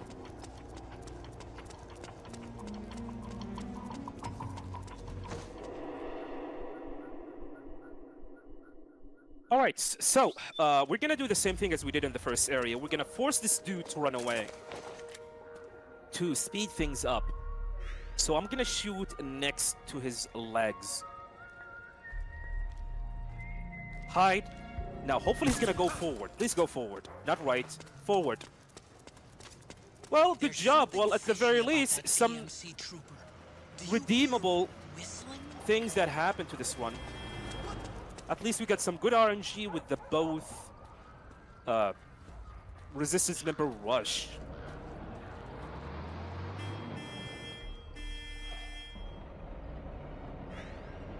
Now, there's one thing that is, hopefully it will not happen. It almost happened yesterday for anyone who was on my stream. But it could happen and it could kill your run. So, well, not completely kill your run, but it might. So I'm gonna do a small manipulation here. Hopefully I'll be able to successfully do it.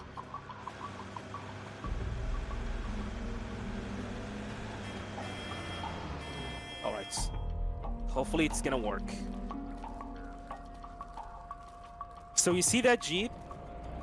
Sometimes that Jeep might run over people. And sometimes that happens. Sometimes he will kill our buddy in front of us. And it happens multiple times. I've lost Big Boss Emblem because apparently my buddy cannot see a car moving through the road. I knew this guy was shady. He have eyes for testicles. Otherwise, he would see the fucking Jeep, not get killed by it.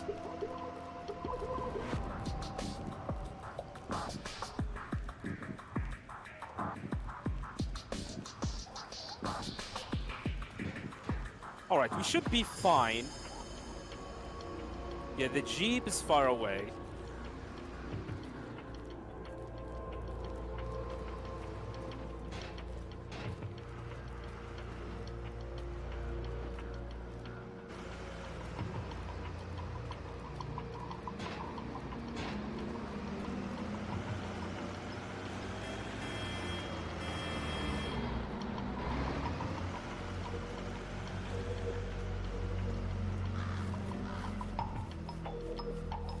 Sorry. My throat hurts a little bit. I love to talk, but unfortunately my throat is not helping, so yes. Okay, what we were talking about? Yeah, this game. How are you doing, chat? It's not PM Eastern here.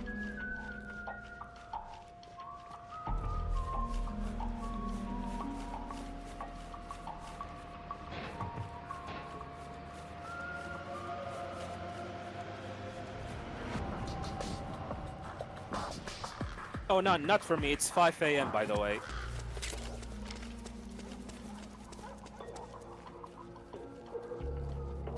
Alright, come on, buddy. Move!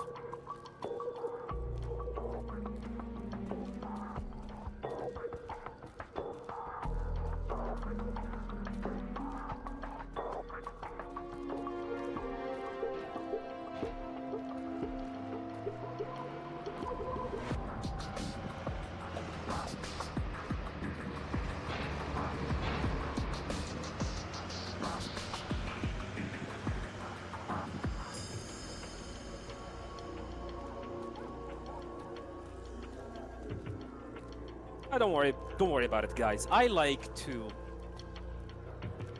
stay all night doing something that I love and entertain you guys.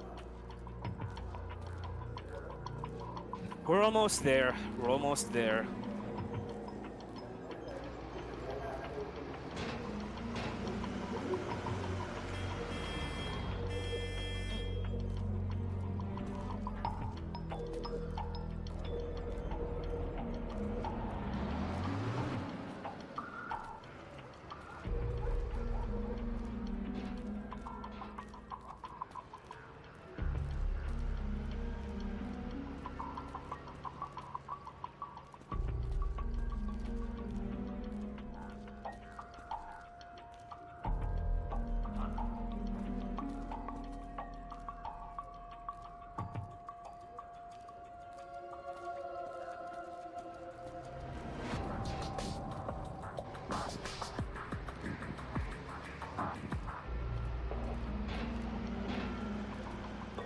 Now we're gonna wait here, and that's it.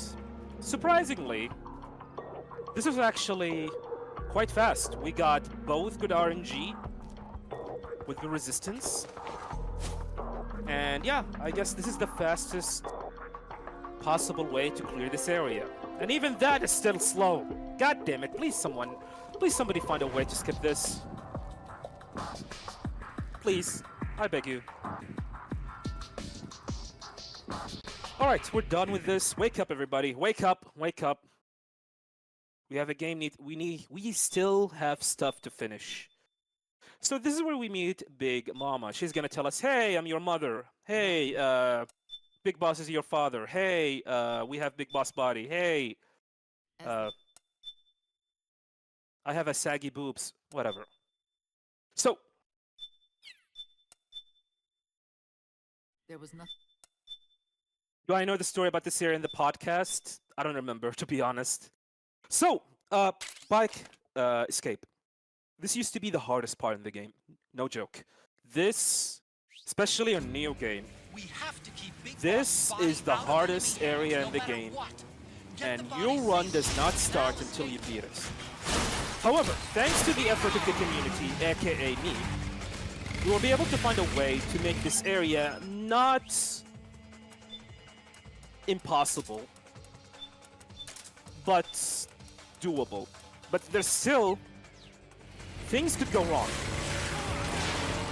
So let's start.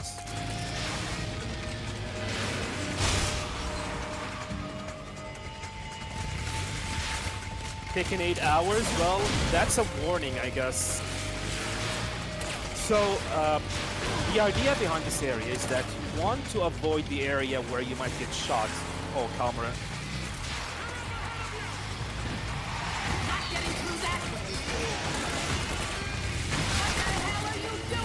Shut up, Big Mama. I missed a lot of shots. Need help in front. More incoming. Snake, help on the right.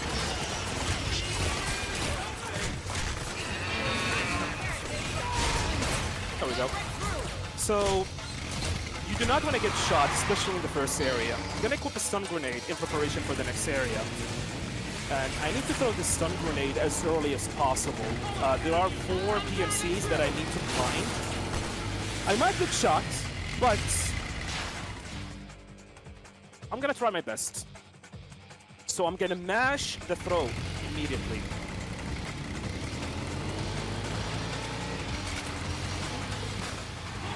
Nice, we did not get shot. So that's the first part. For slipping away unseen. Guess we'll just have to outrun him. Nice.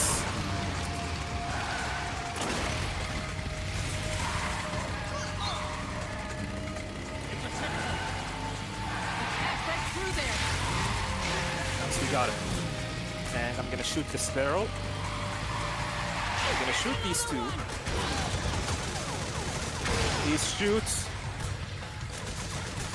You do not want to get shot by these Humvees. And here I'm gonna shoot the guy in the turrets manually, and then I'm gonna equip the Mark 22 pistol, and then I'm gonna use auto aim to take them down. Take the majority of them down. And there we go. This is how you do the first checkpoint.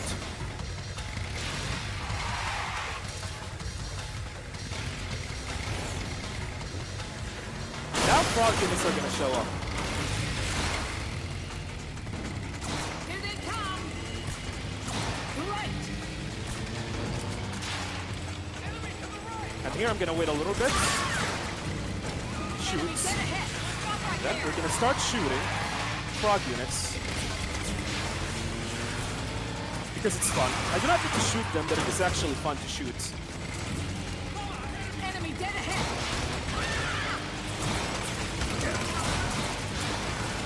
Barrel.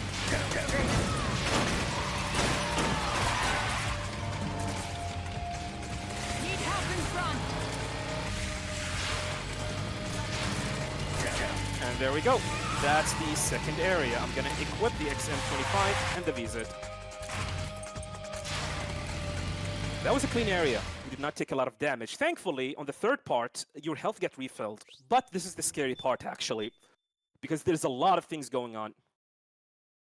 So remember that I have the XM25. I'm gonna use it here. This is the only place where I'm gonna use the XM25. Which is a grenade launcher, actually. I'm gonna shoot these, and then I'm gonna shoot Raging Raven with it. Once. And by doing so, I lower her health to 75%. So by the time I start the fight against her, she will be at 75% health instead of 100%, which will make the fight slightly easier. I'm gonna have a ration as a safety in case things goes south.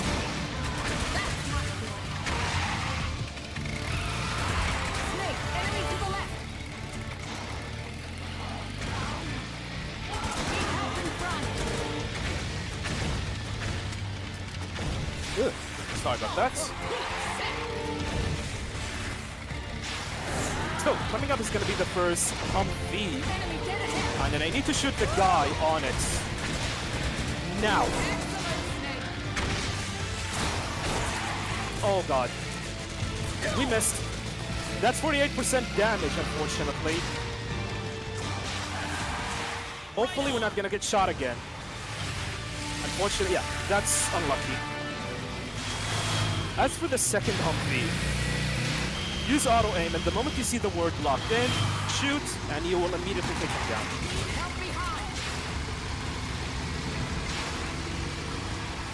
Right on. It's gonna equip the smoke grenade. There are gonna be 2 Humvees.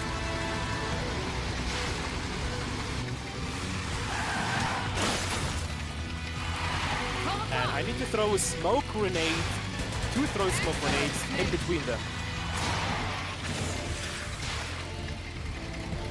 Gonna equip the ration.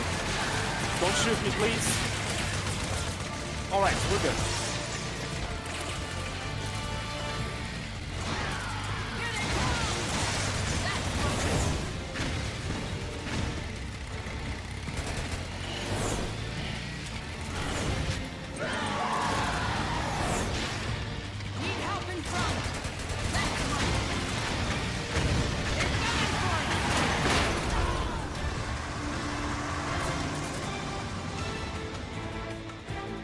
Okay, this part is very hectic. Are you okay? Oh god. Didn't work.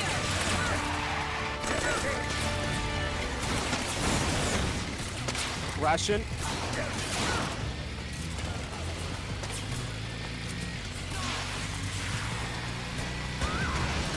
Please don't die. Snake.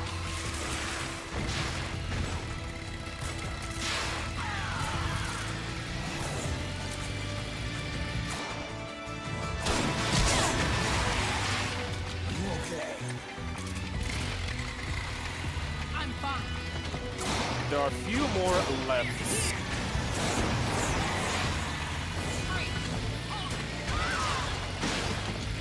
Stun, please. Stun. All right, we're good. We're good. Okay, that was slightly hectic. This is how you do this area without using a single ration. Although we lucked out, we got unlucky unfortunately by the first Humvee, but this is how you do it. Like I said, this used to be the hardest part of the run. Not anymore. Unfortunately, we got a little bit unlucky with the first Humvee. I think we lost them. But we survived. It is a shit show. It is a shit show. And there's some RNG elements within it. Unfortunately, we're gonna have to fight Raging Raven with this amount of health. But hopefully I'm gonna be lucky with the mark, with the M82 sniper rifle here that we got early at the beginning of the act. So, first thing first, we're gonna equip it. I do not need this. I'm gonna shoot the window. Then we're gonna wait.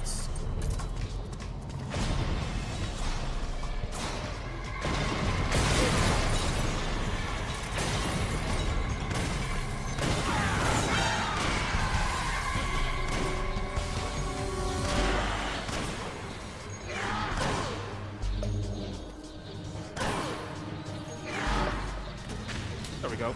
That was slightly slow, but at the very least she did not shoot us, which is a good thing. Yeah, you can beat this boss like in 18 seconds.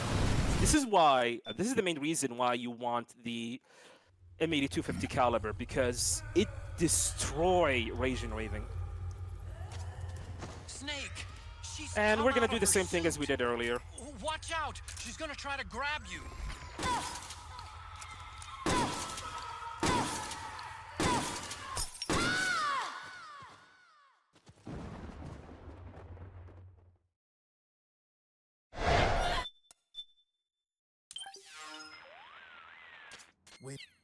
I used to get shot a lot by the second Humvee, by the way, the two Humvees at the intersection. But someone told me that, hey, do you know that you can hold triangle and you can hug Big Mama to lower your hitbox? I was like, shit? Really? And it worked. But still, it's still random. You might get shot.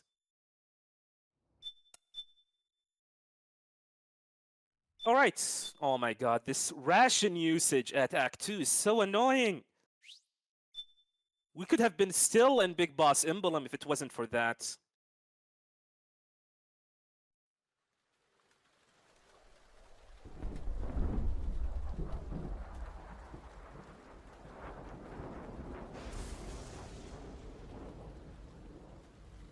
All right, Act 4. Boring act.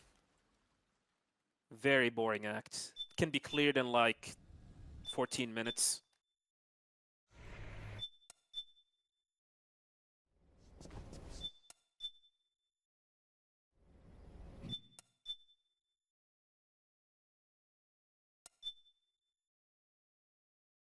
Man, this game sucks. Maybe I should play MGS1.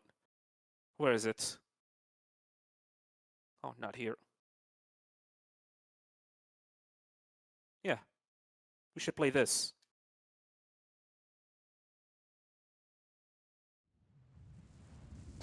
Much, much better. Oh, hi.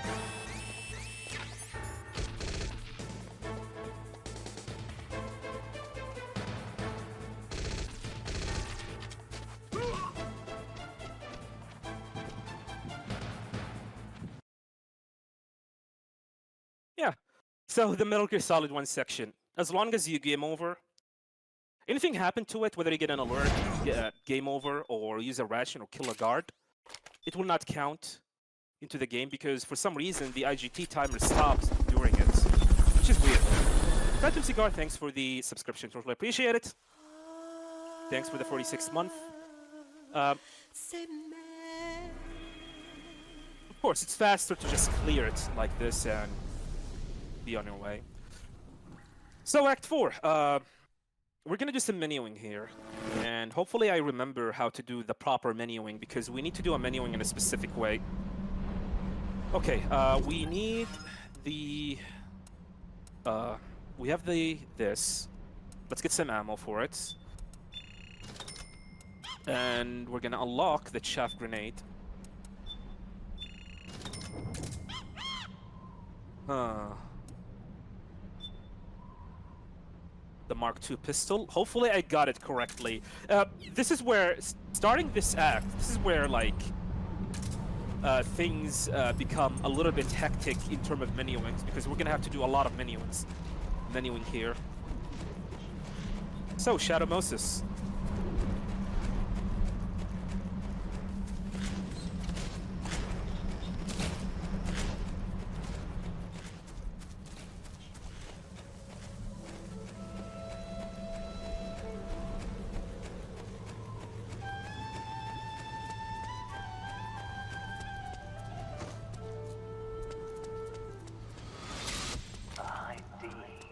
What's a Russian gunship doing here? Wow, you must be crazy to fly high in this kind of weather. Who's that? Nice to meet you, Snake.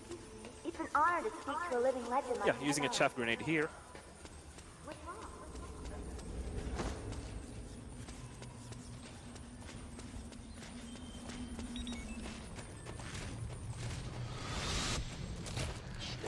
Be careful. There are claymore Nice. mines around We got a here. crit. Who are you? Fads. Bad. One of your fads. One of your farts, I would rather.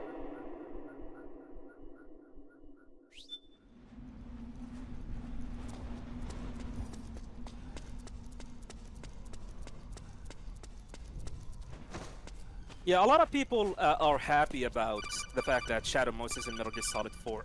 And it's a nice surprise, to be honest. If only fucking Kojima did not spoil it! For people who does not know, a month before the release of Metal Gear Solid 4 Guns of the Patriot, in May 1st, there was a new trailer showed up. I still remember that dreaded day. May 1st, 2008.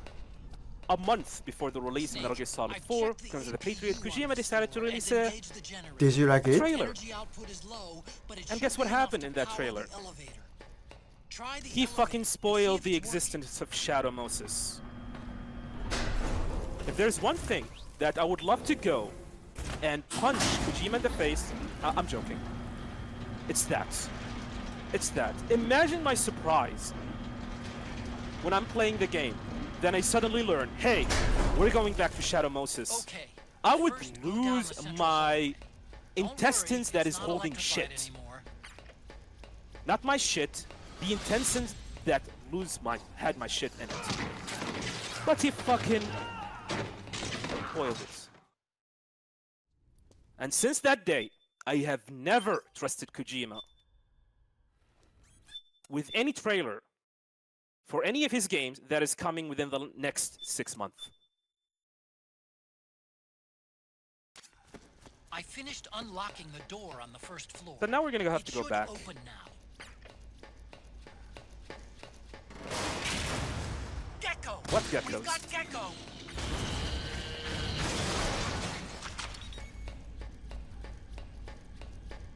So yeah, it is definitely a nostalgia trip in my opinion, and I think it's a good fan service. If only he didn't effing spoil it.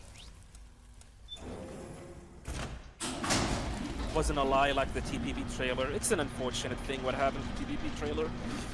Man, I would like to talk shit about the Phantom Pain over and over, but the problem is, how am I supposed to talk shit about it when the game itself isn't complete? How am I supposed to do so? I don't know what's the end product. I don't know what's in Kojima's brain for that game. Fucked up brain, to be honest.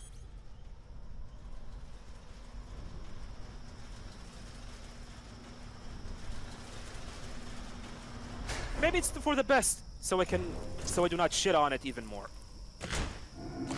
By the way, stay tuned for Metal Gear Solid V: The Phantom Pain. It's not 5, it's V. Later, after this run. Man, more Gecko. The Mark III is totally defenseless while working on the door. You'll It's have gonna to be distract chapter the 1. Gecko so they don't spot it. First ending, I think.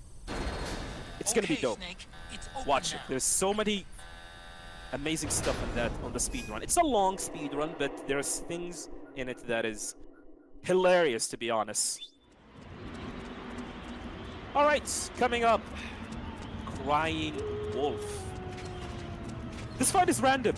Wolf can spawn up to like 8 positions on the map, and I need to listen carefully where she might be.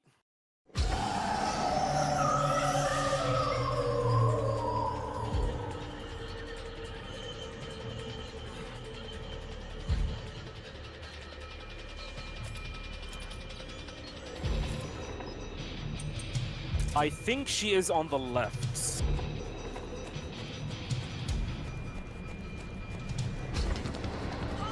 Oh, she's on the left. She's in the best spot, actually. Alright, let's not screw this up.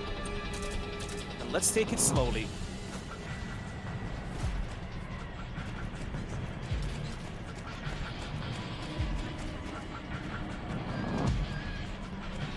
Please stun. Please. Oh, man. Please stun her. Okay, let's go.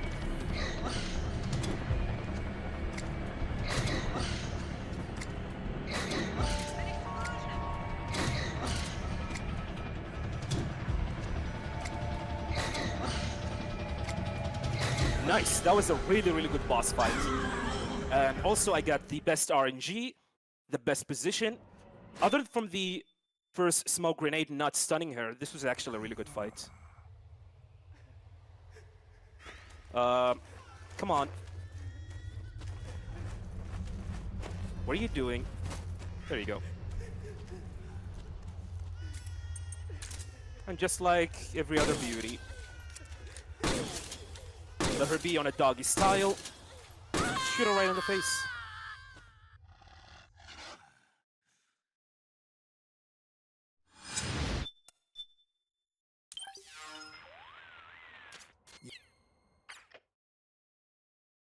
Alright, coming up is gonna be something that has been recently been discovered by Metal Gear Solid. Oh, okay. And I'm gonna try to do it now. Ah, I did not get it. So, you can skip this Kodak call, but unfortunately it's a frame-perfect trick. And it is not easy. It is not easy, unfortunately. So we're gonna use the second shaft grenade. We're gonna continue through here. By the way, there's an elevator inside the lava.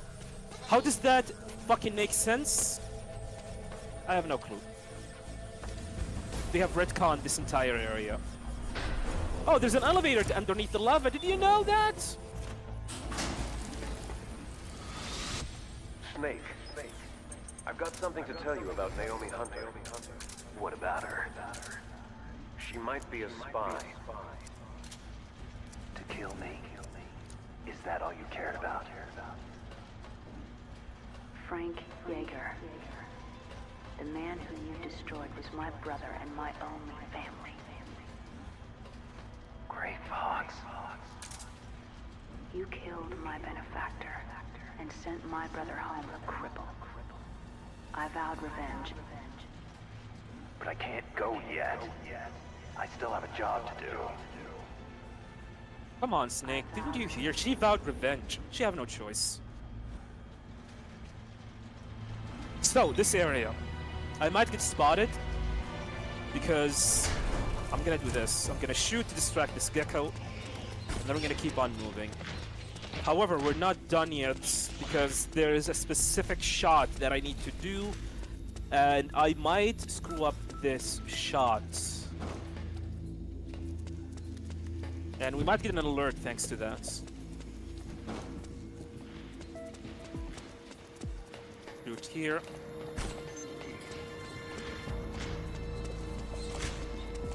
Oh, come on. God damn it. Yep, that's unfortunate.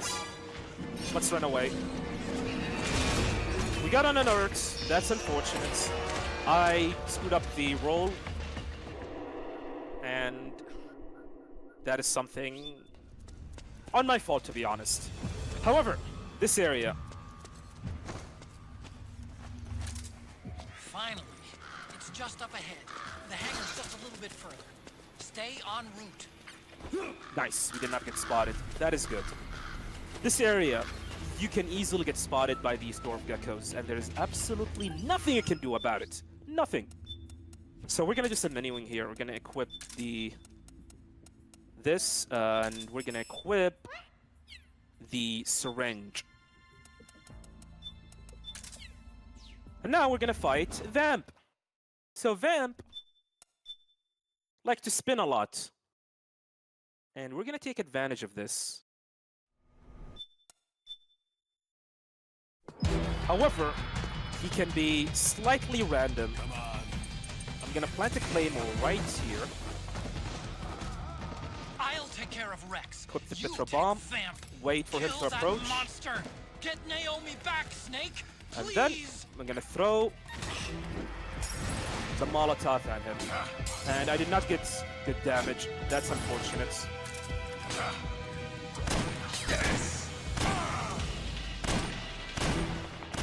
He is slightly far. You did it, Snake. Okay, we're good. And this is how you defeat them. Quite easy, huh? And of course, since we did lethal damage, that will not count, because he doesn't die! Duh! So, geckos, you need to shoot this gecko immediately, he is dangerous. Alright, now we should be fine. You've got to keep them back. Because that particular gecko can crit you quite easily, and he will deal massive amount of damage to you. And now we're gonna have to wait and enjoy Vamp and Raiden squaring it off on top of Metal Gear. I wonder what Naomi's doing. Yeah, I wonder what she's doing.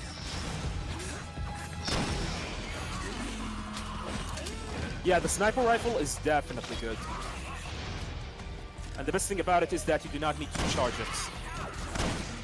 Good, Snake. Dying from cancer.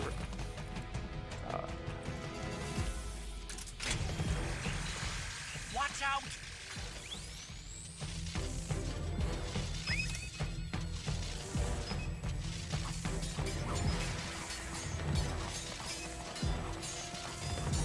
That V-lock.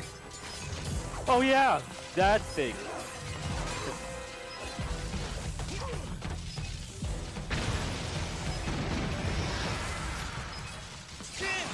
Here they come again! Hang in there, Snake! Don't give up! High frame.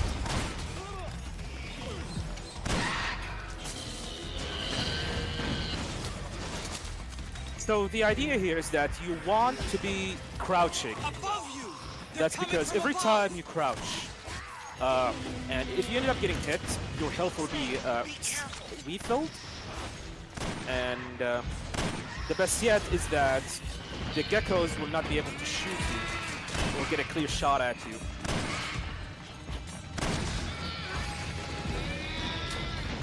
There's one gecko's left.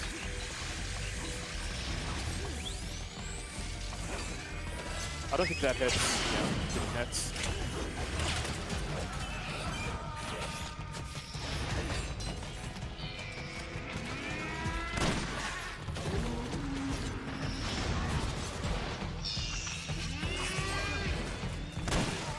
Good, Snake!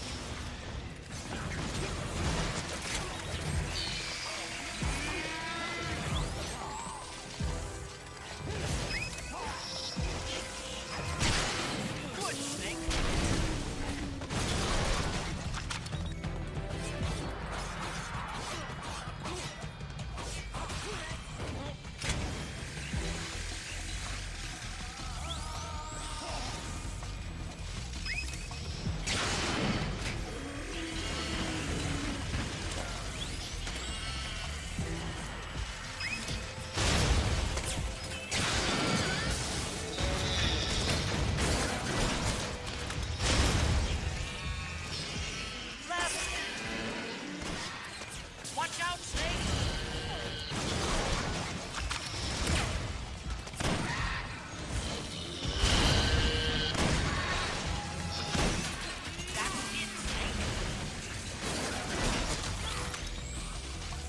There we go. And that's all of them. Hey, Raiden! Check out my big-ass gun!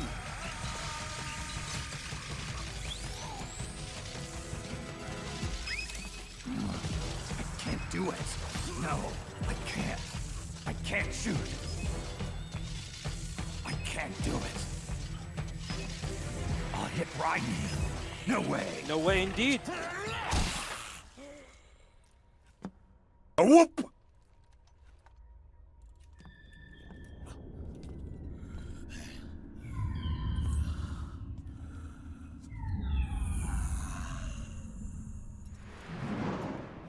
Raiden was the winner. No way. This blondie dude?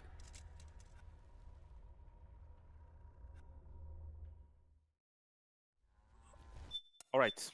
Next up is the escape sequence on top of Metal Gear Rex. By the way, the music in this part is so good. Listen to it. We have to It's get really, really good. Follow the sprite. Stop those gecko and head straight for the exit. Oh, you can't hear it? Too bad. Too bad. No, but seriously, the music here is so good. If only this sound effects are not that loud.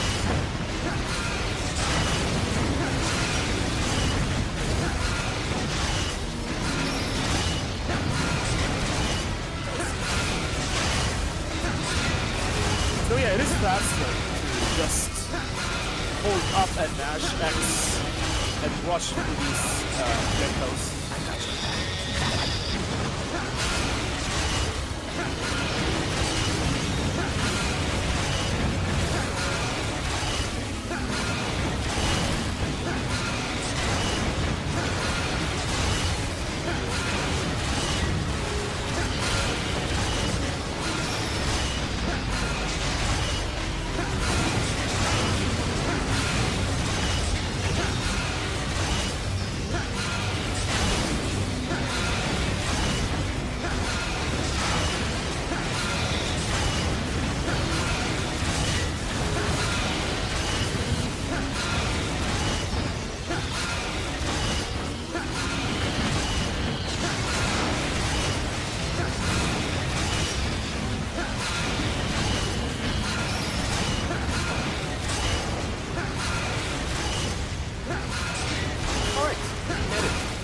So coming up is going to be Metal Gear Ray. This boss fight could either take 30 seconds or 3 minutes. Buckle up.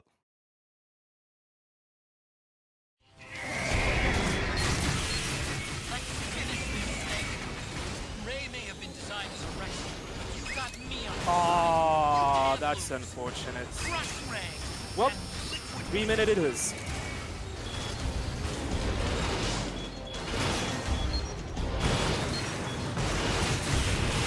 That's very unfortunate.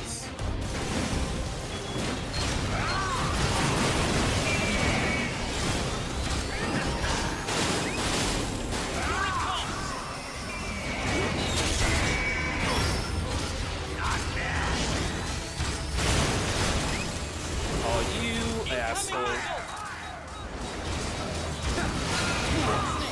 Shoot down the approaching missiles with the machine gun. Don't let a single one slip through.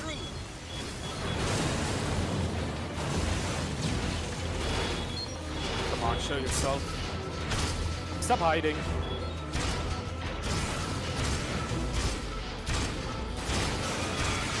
Now's your chance.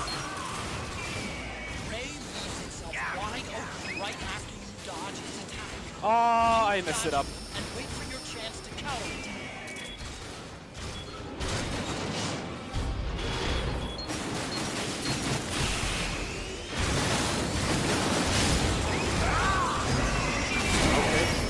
Is he gonna combo me? He's not. Okay, let's try again. Here it comes.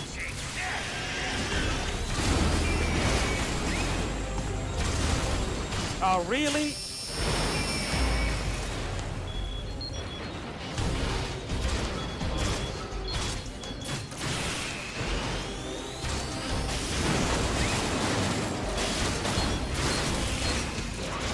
Good job, Snake. Keep it coming. go again. Let's try again. Let's try again. Unfortunately, I was hoping to get a quick kill, but the quick kill itself here is a 50-50. You either get it or you do not. It's completely random. Let's try again. So I want Ray to jump to the right. Oh, you son of a bitch. I hate you. Crush Ray and liquid fire.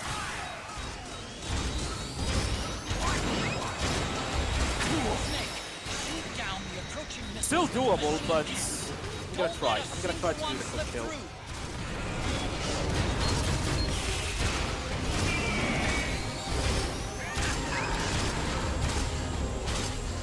Will you jump, please?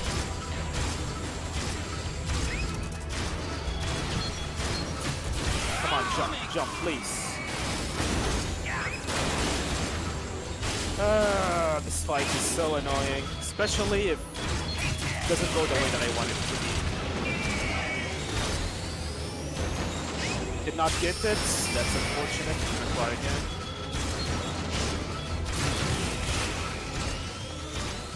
Ray leaves itself wide open right after you dodge.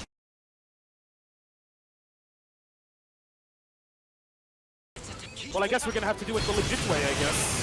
The normal, every other casual player like to do it. I kid. I'm joking. So, like I said, you can actually defeat Metal Gear Ray, just like I did, with 2 laser bursts. But, unfortunately, we're unlucky. Mei Ling. So yeah, at the start of the fight, after you shoot the rockets, you want Ray to jump to the right, not take a backdash, not doing a backdash. You want him to jump to the right.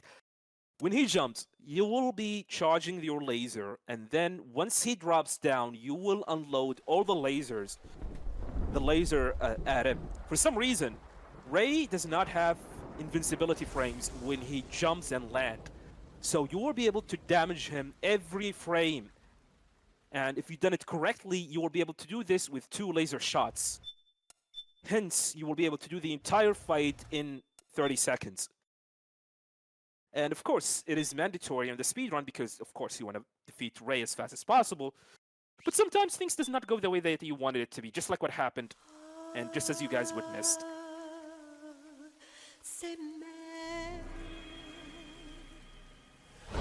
Coming up, Act 5. Shortest act in the game. Nothing interesting about it. The only thing interesting about it is the 1-hour movie in it. And the 5 minutes of gameplay, that's it. So, Shipbo. We're gonna do some menuing. Wait. Just a sec. Stun, chaff, smoke, and Mark II. Okay, Mark II pistol. There we go. I'm gonna equip the stun. I'm gonna go here, throw here, stun these dudes, and then put the chaff grenade. Units are already on their way. Break through their defenses and find GW's server room.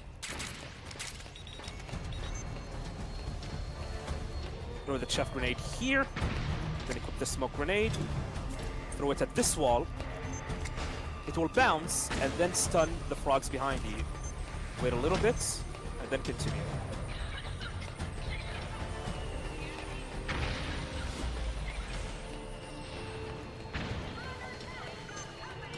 Oh, he spawned way earlier than it's supposed to be, but we should be fine. Snake, use that watertight door to get in. Should be fine.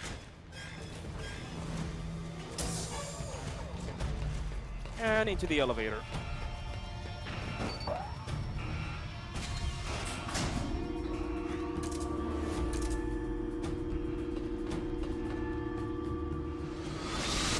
The corridor leading to GW is defended by directed energy weapons that emit certain types of microwaves. Did you say microwaves? If that freaks, the waves will start to evaporate in the person. Sounds like the perfect You spin me right round, baby, right round. I'll be microwaved right round, baby, right round. Okay.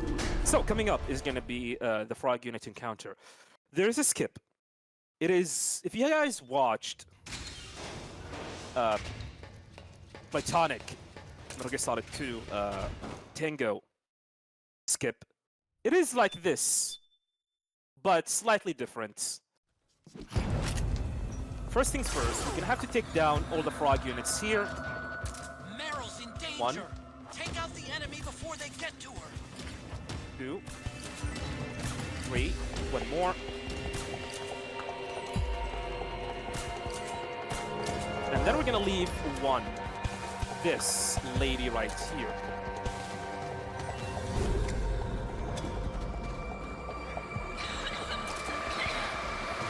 Oh, I can't see her.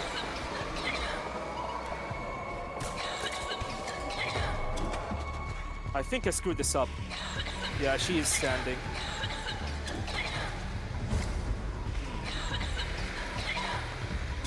So yeah, shoot her, then stun her with the smoke, and suddenly, out of nowhere,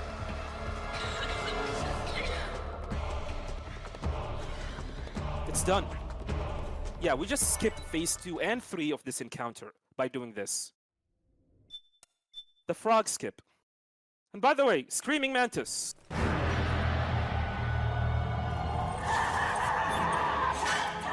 The easiest boss in the game. No joke, the easiest boss in the game.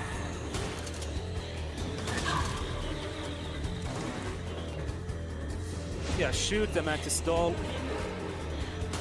over and over and over until it falls, then that's it.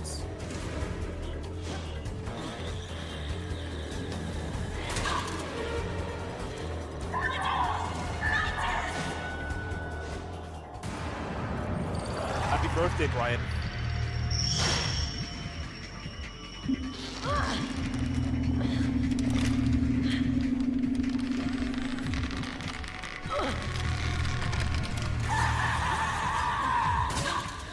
Even if she tries to hurt you, Meryl's not acting of her own free will. Don't do anything to hurt her. Knock her out if you have to, but don't hurt her.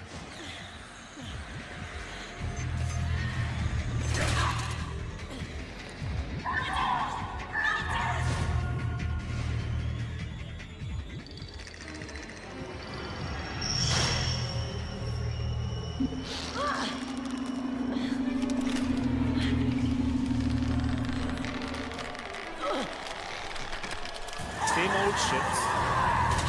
Different butthole. Keep on shooting the Mantis doll.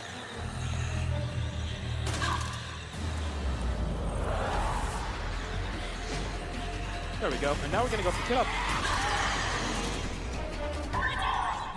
And then we're gonna equip it immediately. There it is.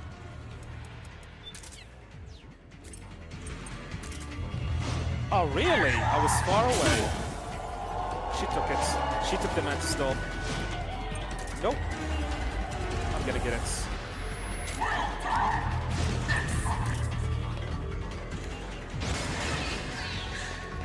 There we go.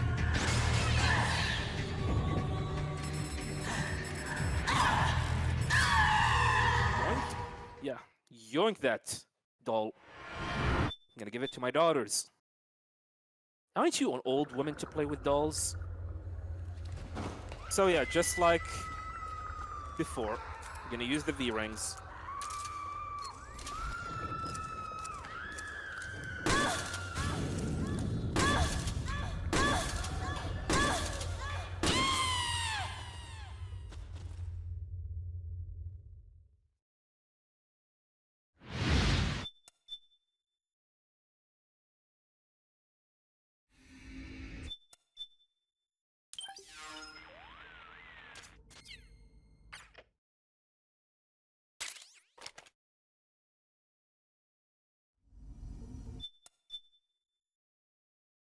Here we're gonna equip the chaff grenade for the upcoming parts, where dwarf geckos will be swarming the area. It's not about winning or losing. Tongues of dying enforce attention like these ponds. Their words are spent, they are seldom. Why don't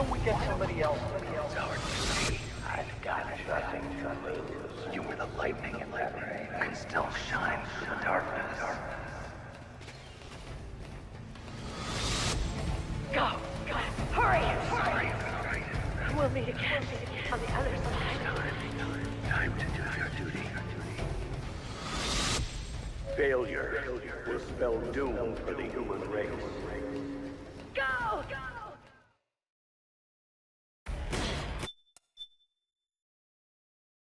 And we're going to use the chaff grenade here. And then we're going to keep on running.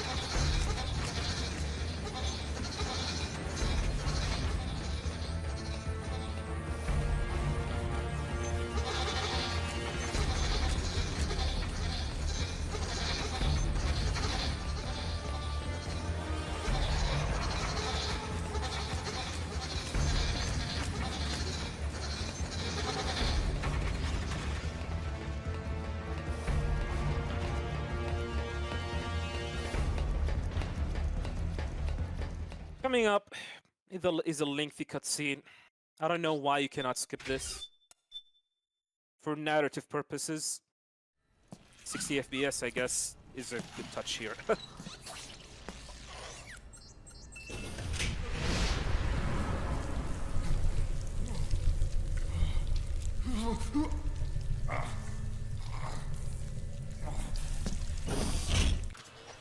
Snake, that place is saturated with microbes.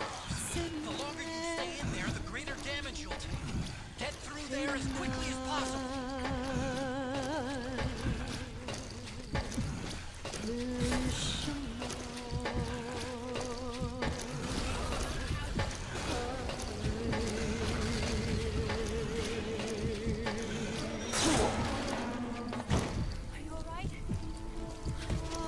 Don't give up on me, Snake!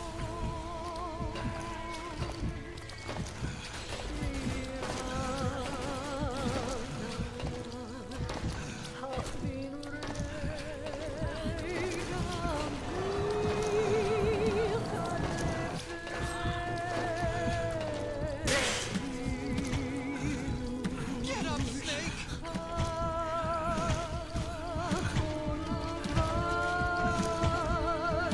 Yeah, move your ass, Snake.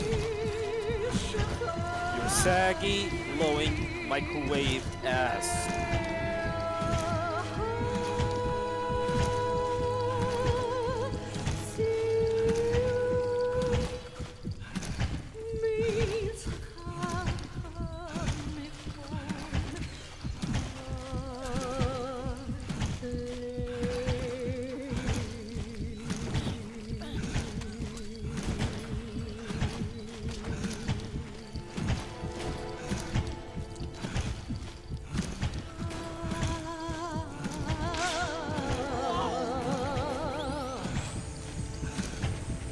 Why isn't Narc 2 getting cooked?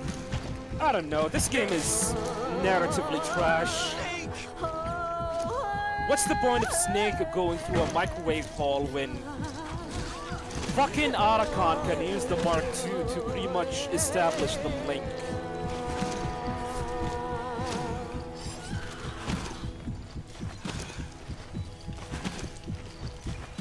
Oh yeah, Kojima is God. You should not question his wisdom.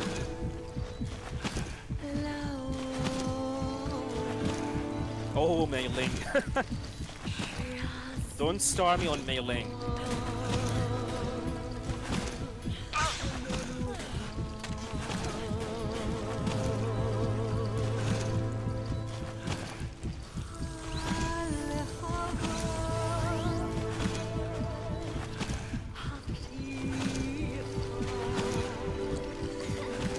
We're running out of time. You've got to keep moving. Please.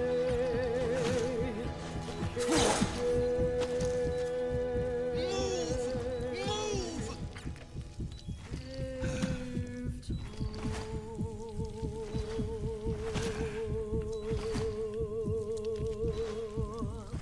Alright, coming up is gonna be Old or Liquid Ocelot or Old Ocelot, whatever it's gonna call it.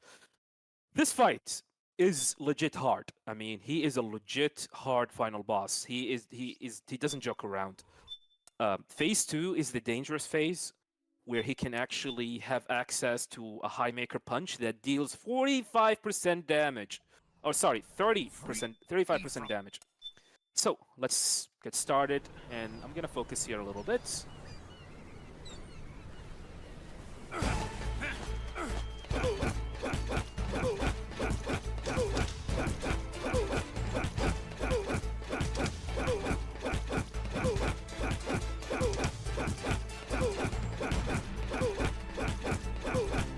Okay, we messed it up, but that's fine.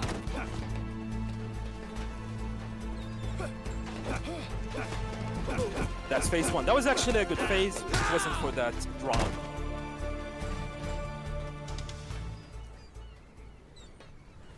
Yeah, infinite punches is possible against Liquid Ocelot here.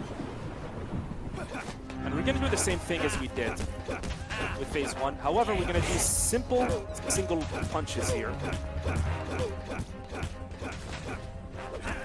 Oh man. Block Snake. So this is something that you do not want to have, which is these cinematics sequences. And of course, you do not want to punch. Phase 2 is a really, really scary phase because he can easily destroy you. Especially his High Maker. This one, you want to avoid it at all costs. Come on. Stop trading with me, please.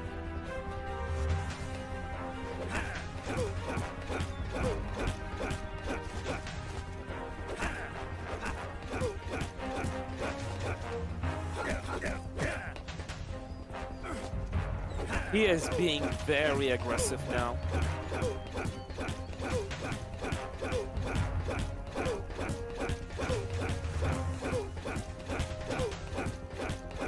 There we go. Okay, that's phase 2 is the scary phase. Phase 3 is not that scary. I'm gonna start with a full punch combo to break his guard.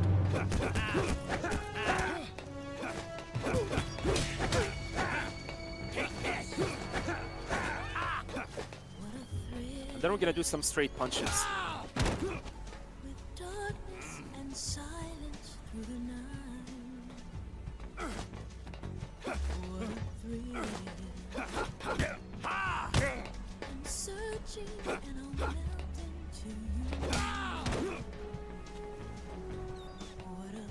Beautiful. Now I can do full damage here.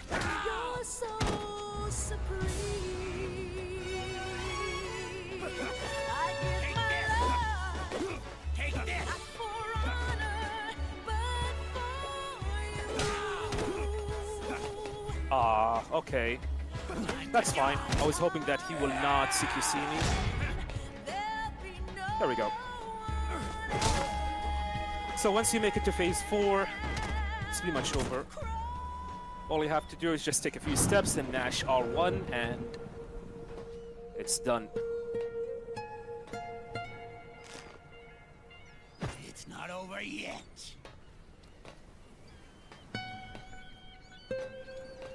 He's gonna punch back, which is fine. And now I'm gonna mash R1. Oh, did not mash fast enough, I guess, which is fine.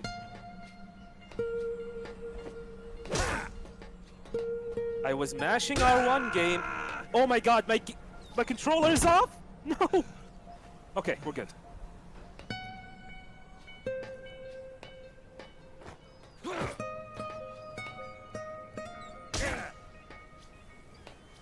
Am I gonna die in phase 4? Am I gonna die in phase 4? Really?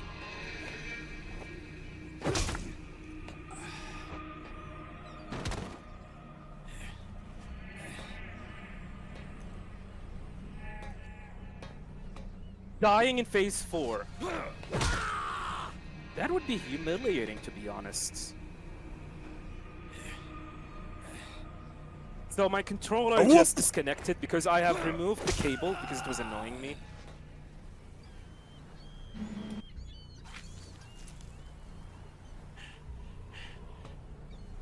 Come on, finish it off. Come on, go to bed. There we go.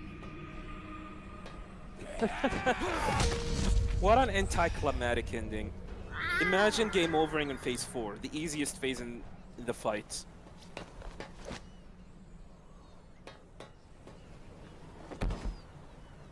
Some strange things have been happening today, so who knows? It is, it is. It's a crazy marathon, to be honest.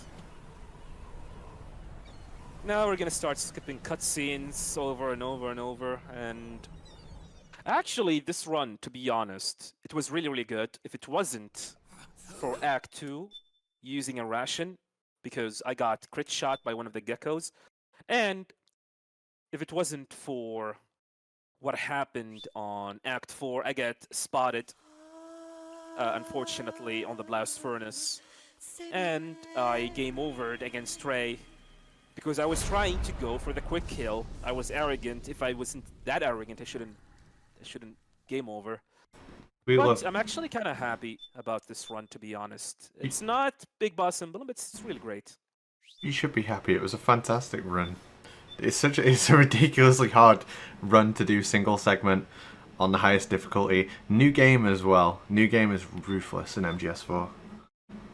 Yeah, new game in MGS4 doesn't fuck around. I mean, when I started speedrunning this game back in 2018, it took me 3 months until I was able to get my first Big Boss Emblem in a single segmented run, a new game. That's pretty much speedrunning every day. Every day. I was speedrunning every day, and it wasn't easy. It was not easy. The struggle were real. There was a lot of hard parts.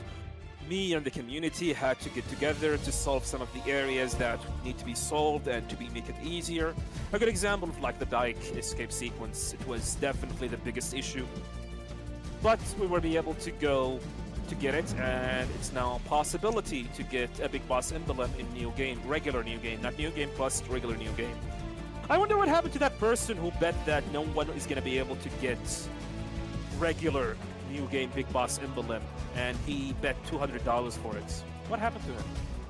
Anyway, doesn't matter. It's not about the money. It's about the fact that the community got together and we'll be able to crush this game. And one of the oldest challenge, which is to beat Metal Gear Solid 4, Guns of the Patriots, a new game, and get a Big Boss Emblem, was finally achieved.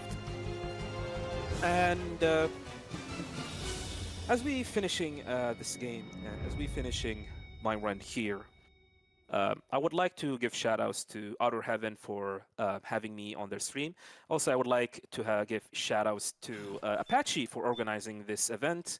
And I would like to give a shout-out to all the viewers who actually stick around and watch, especially European viewers. I know it's very late right now. I mean, it's 6 a.m. here, by the way. And I would like to give a shout-out to all of you. And keep on keeping on, I guess. And thank you, Apache, for having me. Absolutely, my friend. Incredible run. Incredible runs as well. Thank you for doing so many games. This was just something when it's put together for the MGSCON fundraiser, and I can't wait to be at MGSCON with all my friends in person. Yeah, true. Yeah, thank you as well for having me as well and organizing this event. Appreciate it. Anytime, you're the king.